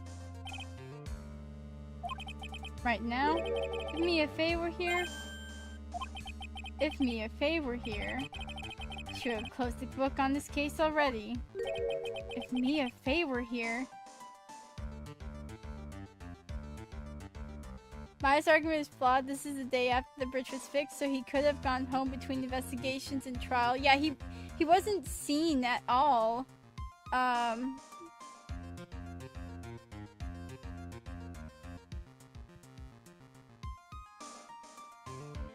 When, like, the first trial happened. So come on, Trite, can you do it or not?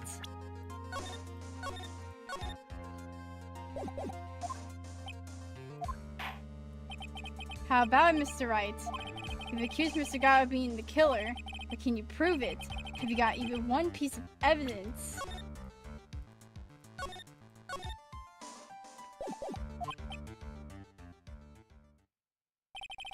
Question isn't whether I can prove it or not. The fact is I have to prove it. That's the only choice I have. I was taught that it's one of the rules of being a lawyer.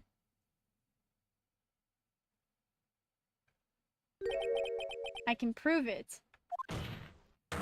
I'm going to bring your magnificent vengeance to fruition just as you want it. Ha!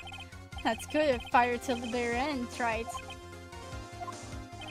Since there's just one piece of evidence that can prove your point, why don't we go for an ultimate penalty? Oh! So you want to play Fire God? Oh, I'll play with freaking fire. It's in my freaking name. I will freaking fight you.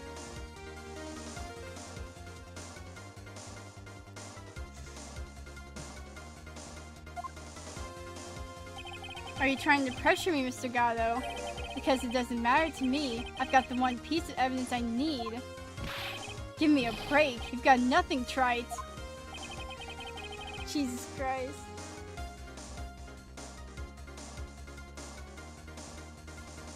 So what do I do at a time like this? It's simple. I've got to think outside the box and approach this from a different angle. Alright then, Mr. Wright, let's hear what you've got.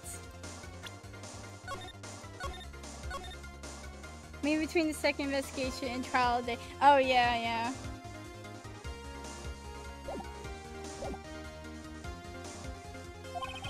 That's one thing I've demonstrated in the previous cross-examination. The killer was wounded. That was proven by the blood of the dagger.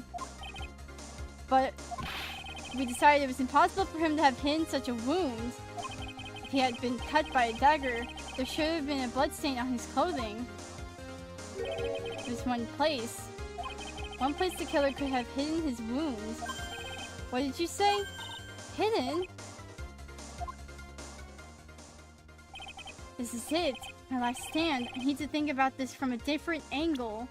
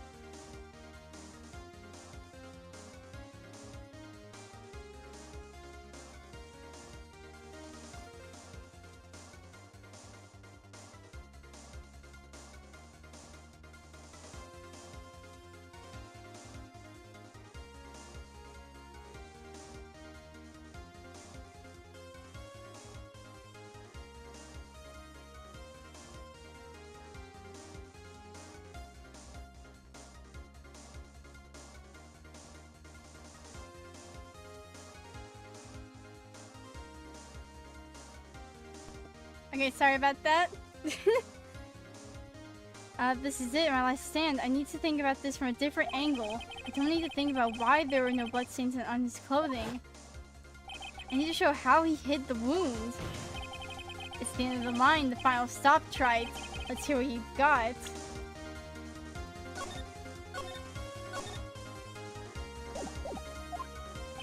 Where's this location where you say the killer hid his wounds?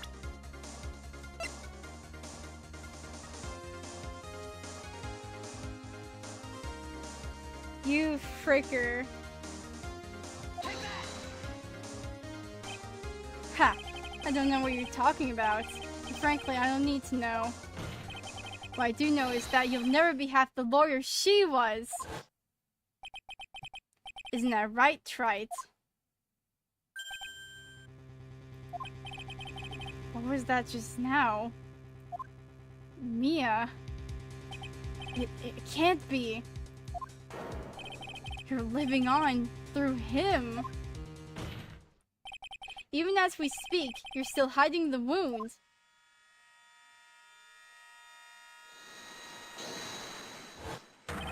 It's beneath your mask. During the fight, the red lights given off by the killer suddenly disappeared. Seconds later, the killer let out a scream. That's right, your mask went flying off your face. Mr. Gatto, would you mind removing your mask? If you have a dagger wound under there somewhere, then I'd say this whole case is solved. Good timing, thanks. Holy!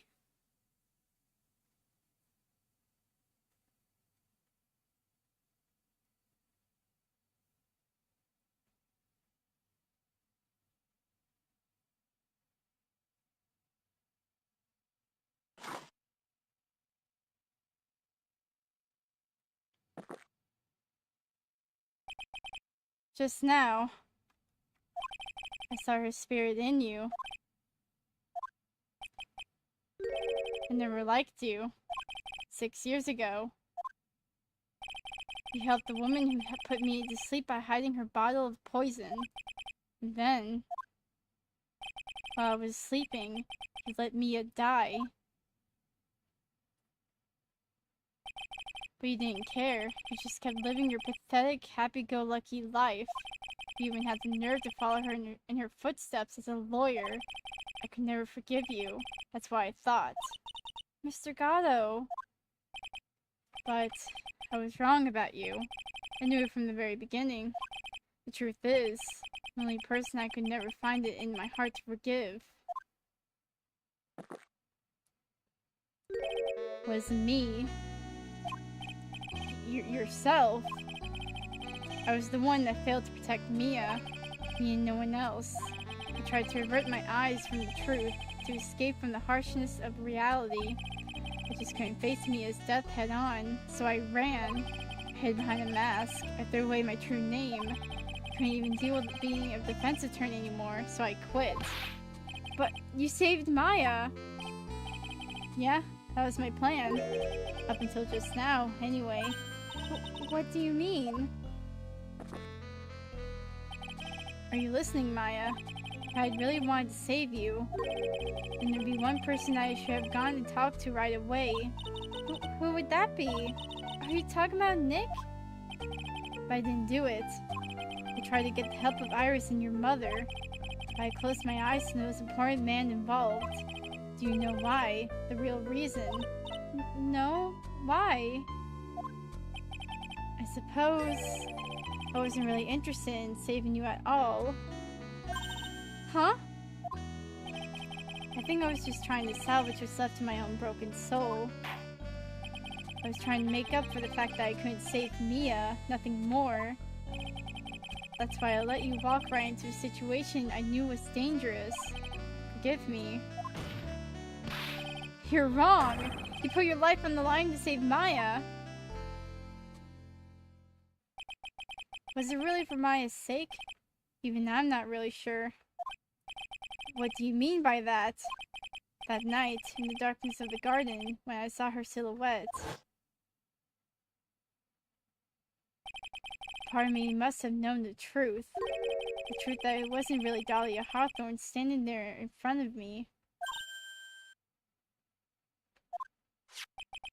It could have been Misty Faye, or even that little girl. I still picked up the blade. It was like I was dreaming.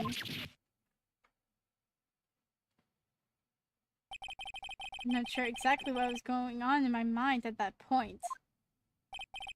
Was I really motivated by the pure desire to protect Maya Faye? Or was it something else? Was it my hatred for a woman who had stolen everything from me 6 years earlier? Could it have been simply a desire for revenge? And now, I don't know anything anymore.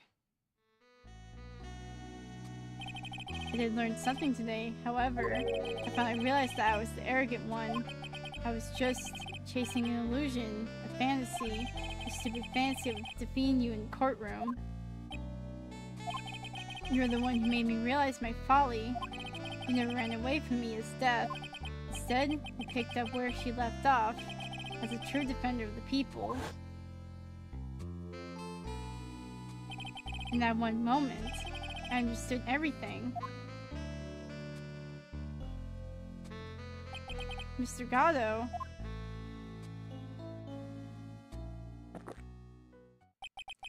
I think you already know this, but if you don't, my name is Diego Armando. Mr. Armando! I believe in you! I know you were trying to save me! Oh my god! Thanks. Your wound! It's bleeding! Ha! Did you forget already? In my world, the color red doesn't exist. These must be my tears. Holy frick. Tears? Ever since I woke up from my coma, I think I've been waiting for this very moment. Mr. Armando! You do well to remember this, Maya. The only time a lawyer can cry is when it's all over.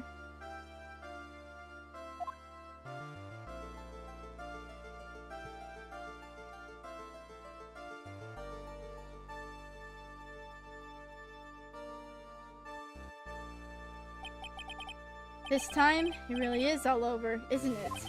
Defendant? Yes, Your Honor?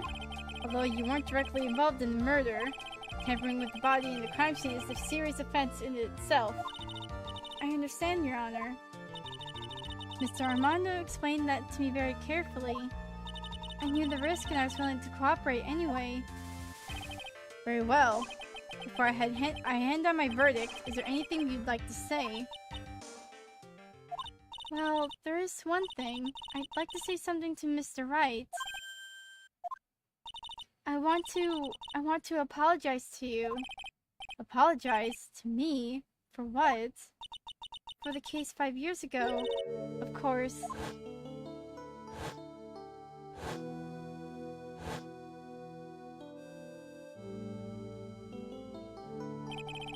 I just remembered. Weren't you poisoned by your own lover? Not exactly, but yeah, something like that. Even now, 5 years later, I can hardly believe it. She was going to do it. She was planning to kill me. It's not all that surprising. The two of you hardly knew each other. Huh? What do you mean? You and my sister. You only met twice. Huh? We only met twice. The first time you met was on that fateful day. The day she poisoned Mr. Armando in the cafeteria of this very courthouse. Next time you met her was 8 months later.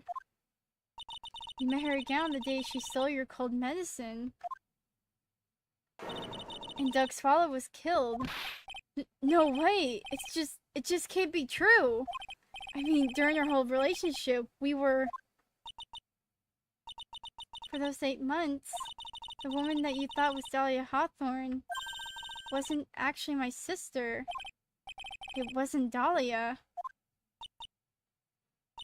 I hope one day you can forgive me, Beanie. What the fudge?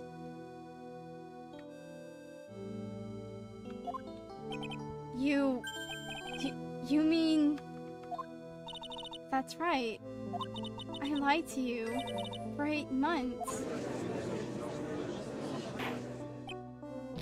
But why? Why would you do such a thing? Ever since she gave you the bottle that day, my sister was trying to get it back to as soon as she possibly could. Because of the police investigation or surveillance, she couldn't move about freely. So that's why you... My sister, from the beginning, she was prepared for the worst. Prepared for the worst. She thought that you might somehow discover the truth. That's why she was always ready to deal with you at a moment's notice. I mean, she was ready to kill me, don't you? She already had so much to answer for. I didn't want any more sins on her soul. I begged her not to do it, and she agreed to give me a chance.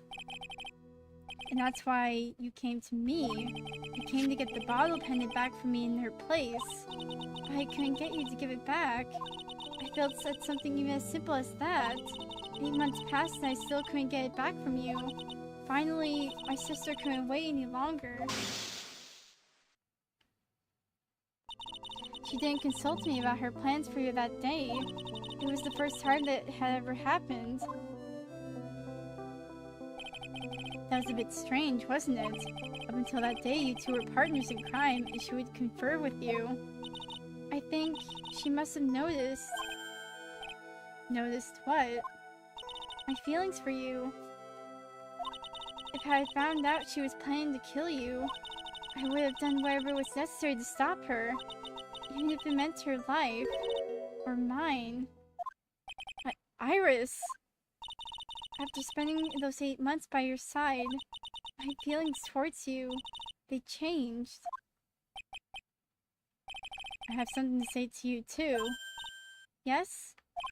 You really are the person I always thought you were. Even after Dahlia Hawthorne was found guilty, I still believed in you.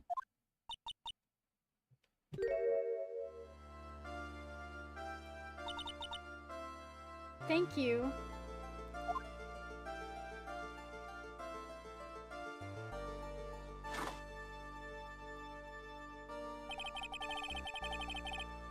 So Iris was actually our girlfriend. Yes. Or at least she was pretending to be our girlfriend because she was pretending to be Dahlia, who we thought was our girlfriend, but who we've been hanging out for the past 8 months. That time. That was Iris. How many cups of darkness have I drank over the years? Even I don't know. I'll tell you though. Right now, this one here is the greatest cup I think I've ever had. Don't you think so, Phoenix Wright? What?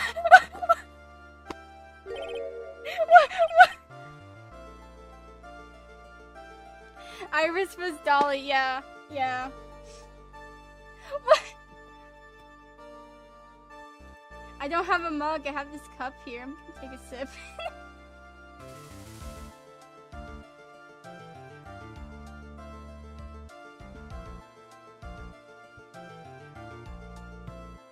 Yeah, I think you're right. Dear God.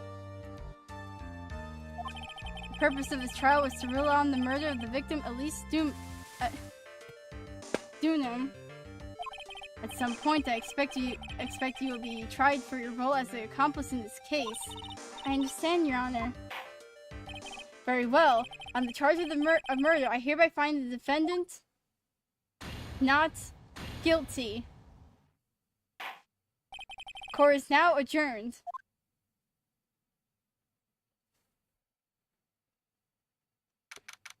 This is so fricked up. So I guess it's all over. Oh wait, hold on. So I guess this is all over. The way everything ended. Was justice really served? The man who risked his life to save Maya is being sent to prison by my own hand. Of course justice was served. Mia! I'm proud of you, Phoenix. Your defense was truly brilliant. But I couldn't save Mr. Armando, the man who cared so deeply for you. You're wrong, Phoenix. You did save Diego. You saved him in the only way possible. You mean, with that verdict. I think one day you'll understand, too. Phoenix, I want you to remember one thing. You are as good as out there as today as any defense attorney could ever hope to be. There's nothing more you can learn from me. Mia! You've accomplished something that I wasn't able to. I owe you a great deal. Thank you. Mia. I'm sure we'll meet again. Someday, Phoenix. I've handled lots of cases, and I've seen lots of things. Along this journey, I found myself asking just one question. What does it really mean to defend someone? I suppose today's case produced one possible answer. Nick? Maya? I guess it's just like my sis said. Mia? What did she say? That night, when I channeled Mia to get her advice on what to do, this is what she wrote back in my notebook. Don't worry, Phoenix will save everyone in the end. But, come on, cut it out with that gloomy face. Can't you see? Me, sis, and I'm sure Iris too. We owe you for everything you have done for us, Nick. Maya, how can you be so bright and chippier after all that's happened? You're brutally attacked. You even saw your mother murdered. Youch! Franziska! Still as softy as always, Phoenix Wright. Excellent work, Wright. Huh, Mr. Edgeworth? When did you get back? Oh, that's right. I guess no one filled her in on that. Edgeworth and Franziska have actually been helping me. Helping you?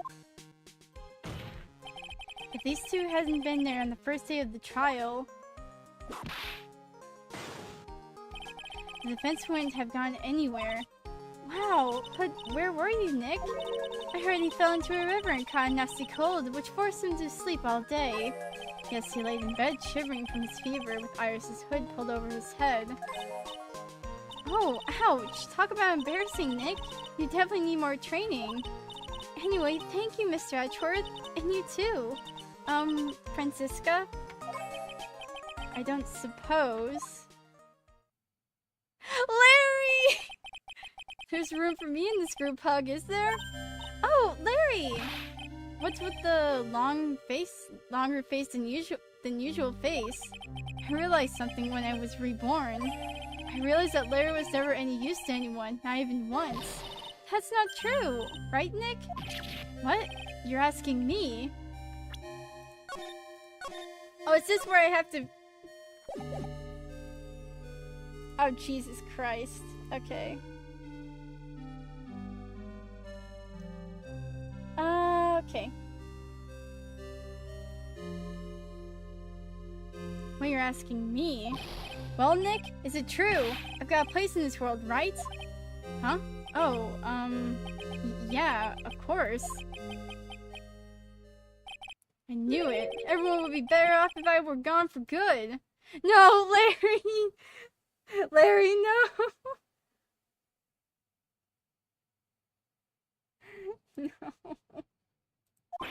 No. No. Oh yeah. Those portraits you painted, they were really good. Isn't that right, Edgeworth? What? Me? Why are you making that face, huh, Edgy? Oh, well, yes, indeed. I certainly can't say that they lack resemblance. Do you really mean it? What about you, Frenzy? Did I draw you well, too? My beauty can't possibly be captured by a mere crayon. Nevertheless, I recognize the effort you put into it, and that's worth something. So then you'll do it, like you promised. You're going to model for my next picture book, Francie Don't get carried away. Well, how about that? I guess painting portraits is the only thing I'm good at. Painting a pro was pretty darn good too, if you ask me. Huh? Now that you mention it, I haven't seen her around. Pearls, where could she have gone? Normally she would have made a beeline for Maya. Oh, I'll go look for her. Be right back. Hey, Pearly. Right. You seem to be uncharacteristically puzzled. I suspect you're wondering how Maya can be so cheerful despite all that has happened. Yeah. To be honest, I can't understand it either. Francisca. That's right. She lost her father fairly recently as well. I think I understand how she feels. Maya is a much wiser person as she appears, and I think she realizes something. Now is exactly the time when she needs to be as strong as she can. What do you mean by now is exactly the time? Maya wasn't the only one who was badly wounded by this incident. In fact, there was someone that was hurt far more deeply than she. I believe it's for that person that Maya is trying her best not to cry. Someone who is hurt more deeply than Maya? Edgeworth, I think I'm starting to understand too. Then tell me, Phoenix Wright, who is Maya Fey being strong for? It has to be Pearls. The poor girl, her mother is a freaking... She's going to heck, alright? Her mother's going to heck. Pearl Fey. Poor kid, after all. The reason that she worked so hard to follow the instructions was because she loved and believed in her mother, Morgan. It's for the good of the Fey clan. I'm sure she believed in every last word. She thought she was doing it for Maya. That's why she was so happy. It shows how truly devoted she is to Maya. Oh. But it's a cruel irony that it was her exuberance that led to this tragedy. Maya Fey's mother was killed and Maya herself was put into the deepest peril imaginable. And that's exactly why Maya is putting on a brave face. She's doing it for Pearl's sake, until she can see her smile again. Oh hey, so this is where y'all were. Wow, it looks like we've got quite a bunch here today. Youch! What was that for, sir? Sorry about that, Scruffy. My whip just seems to have a mind of its own. What's up, Detective Gumshoe? Happy, sad ending. Oh, you know, this and that. Anyway, congrats on your win. Let's go out tonight, pal. Dinner's on me. We're getting freaking pizza and burgers. Let's freaking go.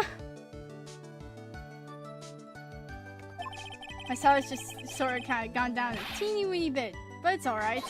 I made reservations at a first-class French restaurant tonight. Don't let it be Tresbian. Isn't it pasta? Ah, frick.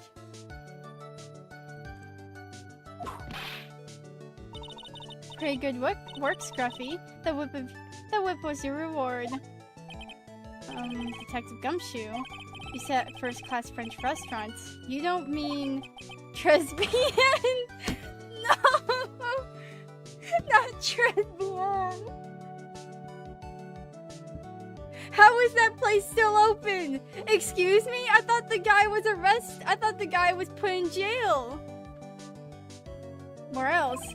Knew it. We're doomed. We're all gonna get food poisoning. Come on, let's go, everyone. Can't keep Maggie waiting, pal.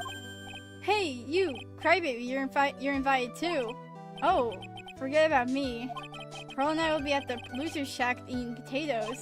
You know, Maya's taking an awfully long time to get back. She's still out looking for pearls. Oh, Maya, what's wrong? Nick, what do I do? Pearly, I can't find her anywhere. No, Pearls, where the freak are you? Ah, where the freak? Huh? I bet she just went back to home, that's all. I thought so too, so I called the village. But no one has heard from her. This has never happened before. Oh my freaking god. As I figured, she has been badly hurt by this incident. She feels responsible for the tragedy that has befallen you, Maya. But none of this was her fault. What What should I do? Detective Gumshoe? Yeah, what is it, pal? Could you guys go on ahead? But what about you? Maya and I will join you guys once we find pearls. Nick! Don't worry about us, Detective Gumshoe. We may be a little late, but we'll definitely be there. We have a lot of celebrating to do tonight, and I wouldn't miss it for the world. Yeah, but you're the... Very well, Phoenix Wright. We'll go on ahead. Don't keep us waiting, Wright. We won't. But where should we look? Where could Pearly have gone? Let's go, Maya. There's only one place I can think of that pearls might have gone to.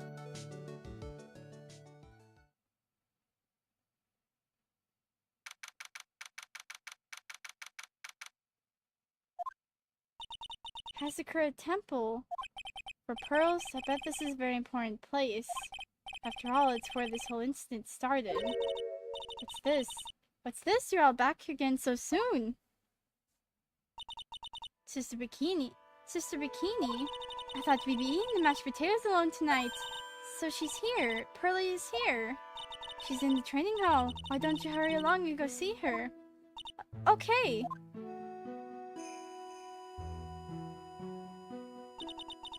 Pearly's not here. Maya, the hanging scroll. Oh, it's cleaned. Someone cleaned it off. It's got to be pearls. Mystic Maya! Pearly! Why did you just leave like that? Mystic Maya. Mystic Maya! Oh my god, this poor girl. Oh, hold on.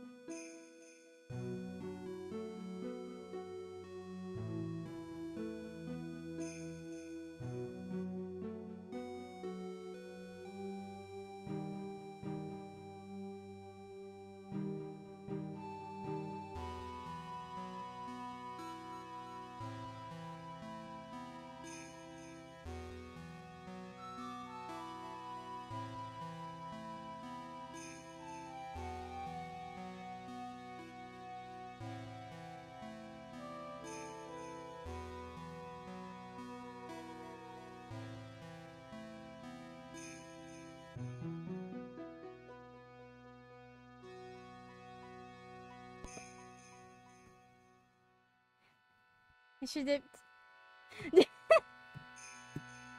Have a good night, Trip.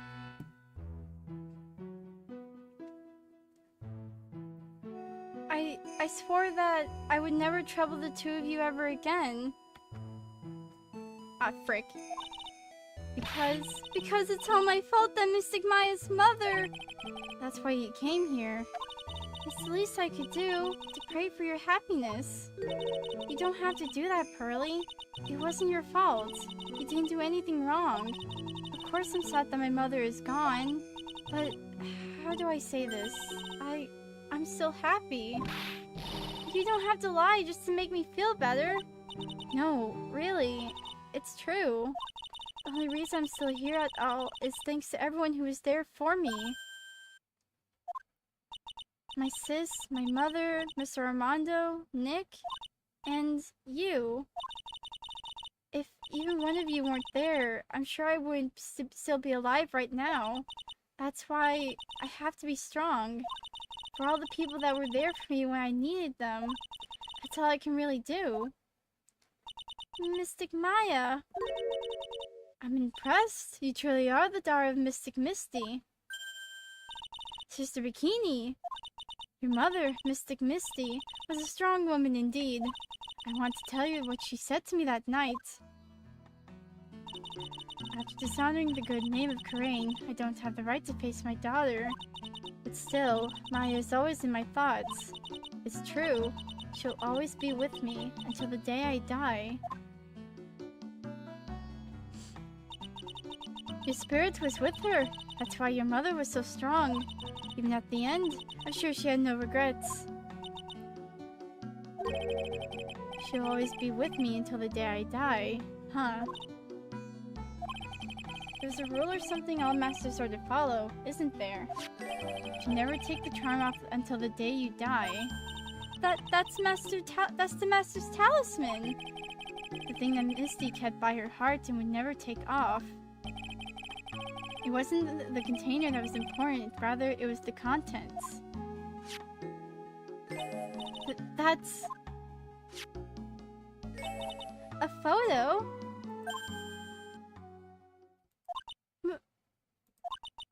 Mother. It's only natural for living creatures to fight to protect their own lives. But what makes us human is that we fought for others. But who do you fight for? How hard must you fight? That's the true measure of what a human's life is worth. We defense attorneys are warriors who are constantly challenged by that question. Oh! Oh my god! Even when the battle is over, the bonds that connect us are severed. Oh, this is so cute! Wait, freaking oh my god, they also broke the freaking bond!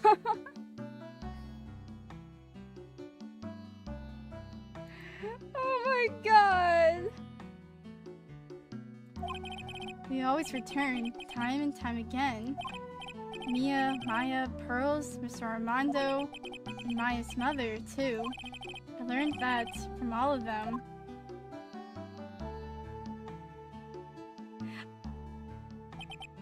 An unofficial Fate tradition. Oh dear god. Yeah, we just have to break Mystic Amy's, like, freaking urn. Well, shall we get going, everyone? Shall we get going? Everyone is waiting. This is a day to remember, a day when a lot of things were finally put to rest. I think we should celebrate what we've overcome today. But I still can't... Oh, go on, sweetie. You can come back for training anytime. Okay. Alright, I'm going to make a brand new start, too. Sister Bikini, I'll be back for more training. I promise. I know, and I won't go easy on you just because you're the future master. I'll make sure to prepare your reservations for 3 when you come back. Alright, we're going to have a great feast today, Pearly. You know why? Because training is a battle of endurance. Okay, Mystic Maya, I'll eat lots and lots of food tonight. Hey, I was right about the 3 hours. Shut.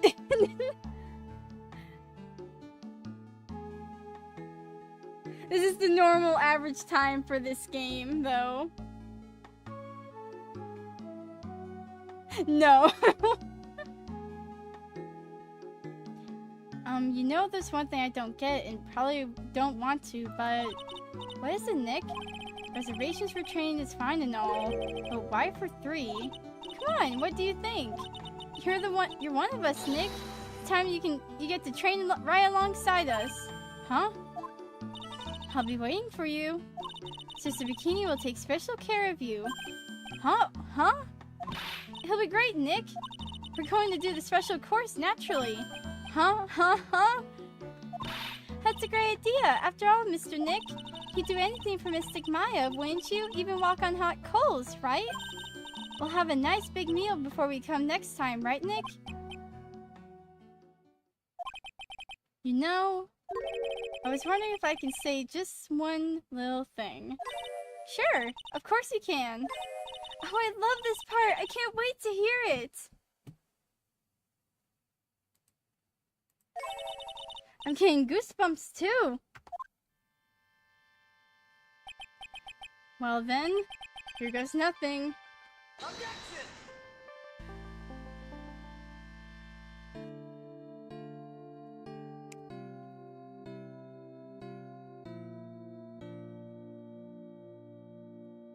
I really have to work extra hard now. Master Crane and the office manager Ryan co-law offices. And I have to be a good big sister, Pearly and Nick, too.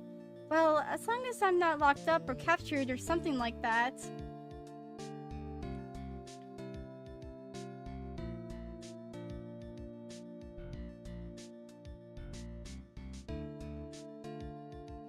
So it's true, Mr. Nick really is Mystic Maya's knight in shine armor. She went with special course all the way to the end. Actually, I heard there's a legendary extra special ultra course here too. I think I'll surprise the two of them by making them a secret reservation.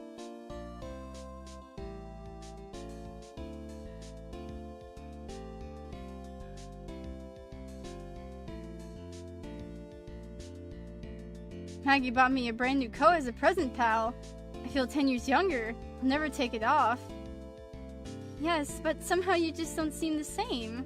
I guess a dirty, shabby old overcoat's just more detective-like, sir. Don't worry about it. In the name of love, a man will soil himself silly. Aww.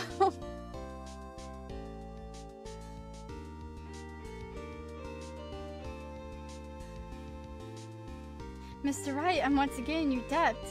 Thanks to you, the Treasures of Crane exhibit was a great success. Even got to see Miss Von Karma, who I hadn't seen in almost a year.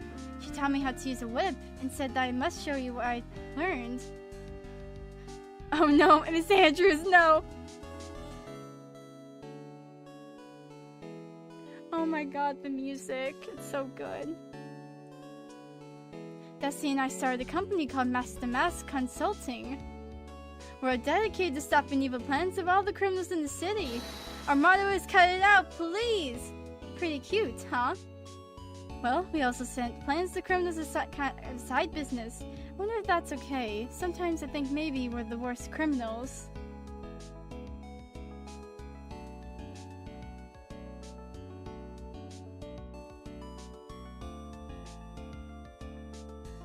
I wanted to show my appreciation to Mr. Wright for exterminating Don Tigre, so I lent him $500,000 and a tea set, a special thick tea, when I mixed with my own 2 hands. I bet he's drinking it now. Win through compromise.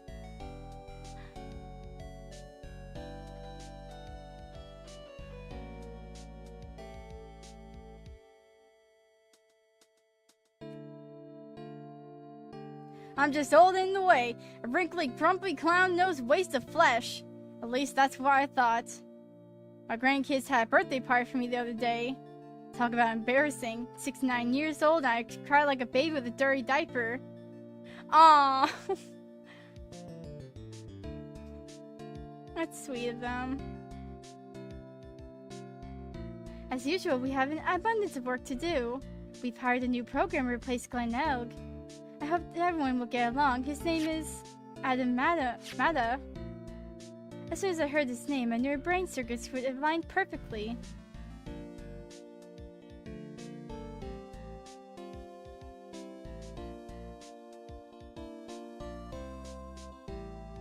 My, more reporters! Since the murder, we've made so much money, I hardly know what to do. Since I think the magazines like us provide such a nice visual, especially in spring. I can hardly wait for Iris to come back.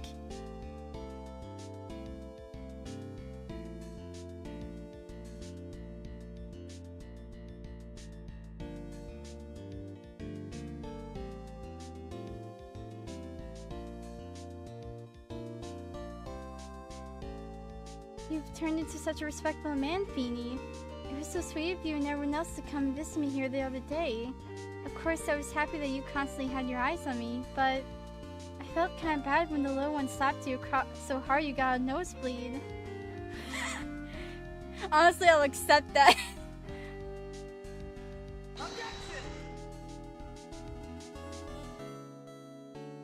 Oh!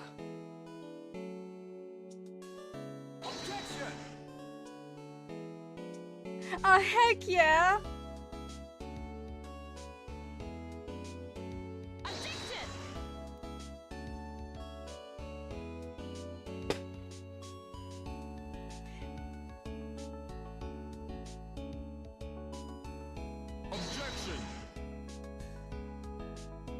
Oh, I love this so much. Oh my god. Objection!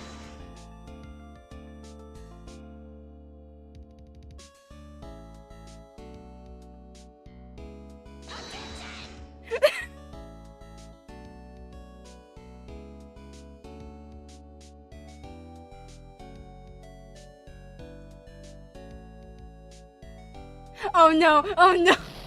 What's this? I'm back from a long-time vacation, no one here to greet me. I guess while I was gone, my little whippersnapper buddy quit and now I've got no one. And what kind of lonely, crazy, scary room is this supposed to be anyway? Well, with all the flashing lights and switches, I feel some sort of space alien. And now that I'm going to do all these macadamia nuts... Oh no! Oh, she's on about... No, not the ray gun!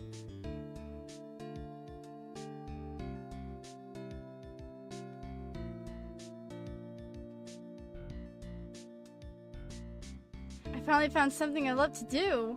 Francie's whip trip is going to turn art in the world. What I realized the sooner is self-centered, lazy, antisocial.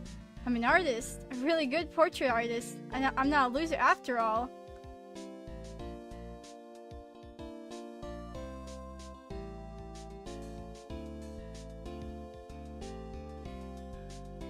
Oh, look at them!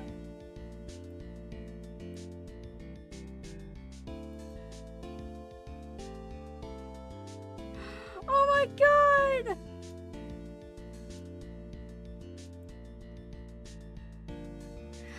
Oh my god!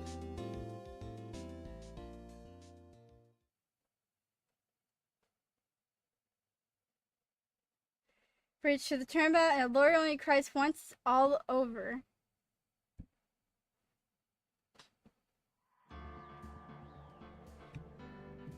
And 'tis the end for Phoenix Wright, Ace Attorney Trilogy. I'm freaking getting my coffee. I don't think Misty dishonored Crane. Gregory Edgeworth didn't know his real killer. I wish Pearl had channeled Misty at the end, so Maya could at least thank her and say goodbye. I think, like, just... Let's go! That would have been really sweet, like, to have done that, but I think I think it's much better that she had not, because that's the whole thing. Like, if there was no, like, channeling spirits and whatnot, you just have to live with the fact that they're gone. Just like how in real life when you lose someone. It's really bittersweet, but you can at least, like, tell stories about the person you love and, like, hold on to the good memories and of, like, the good word you hear from people about them, you know?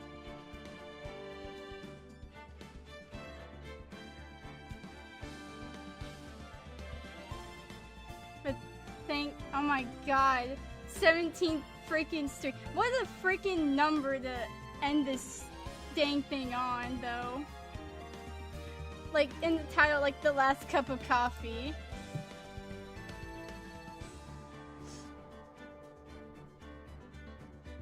Alright, this could be like Gato, and it's yeet!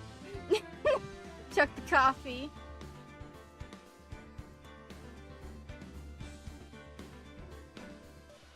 But this is where I end the stream. I do want to do, like, a tier list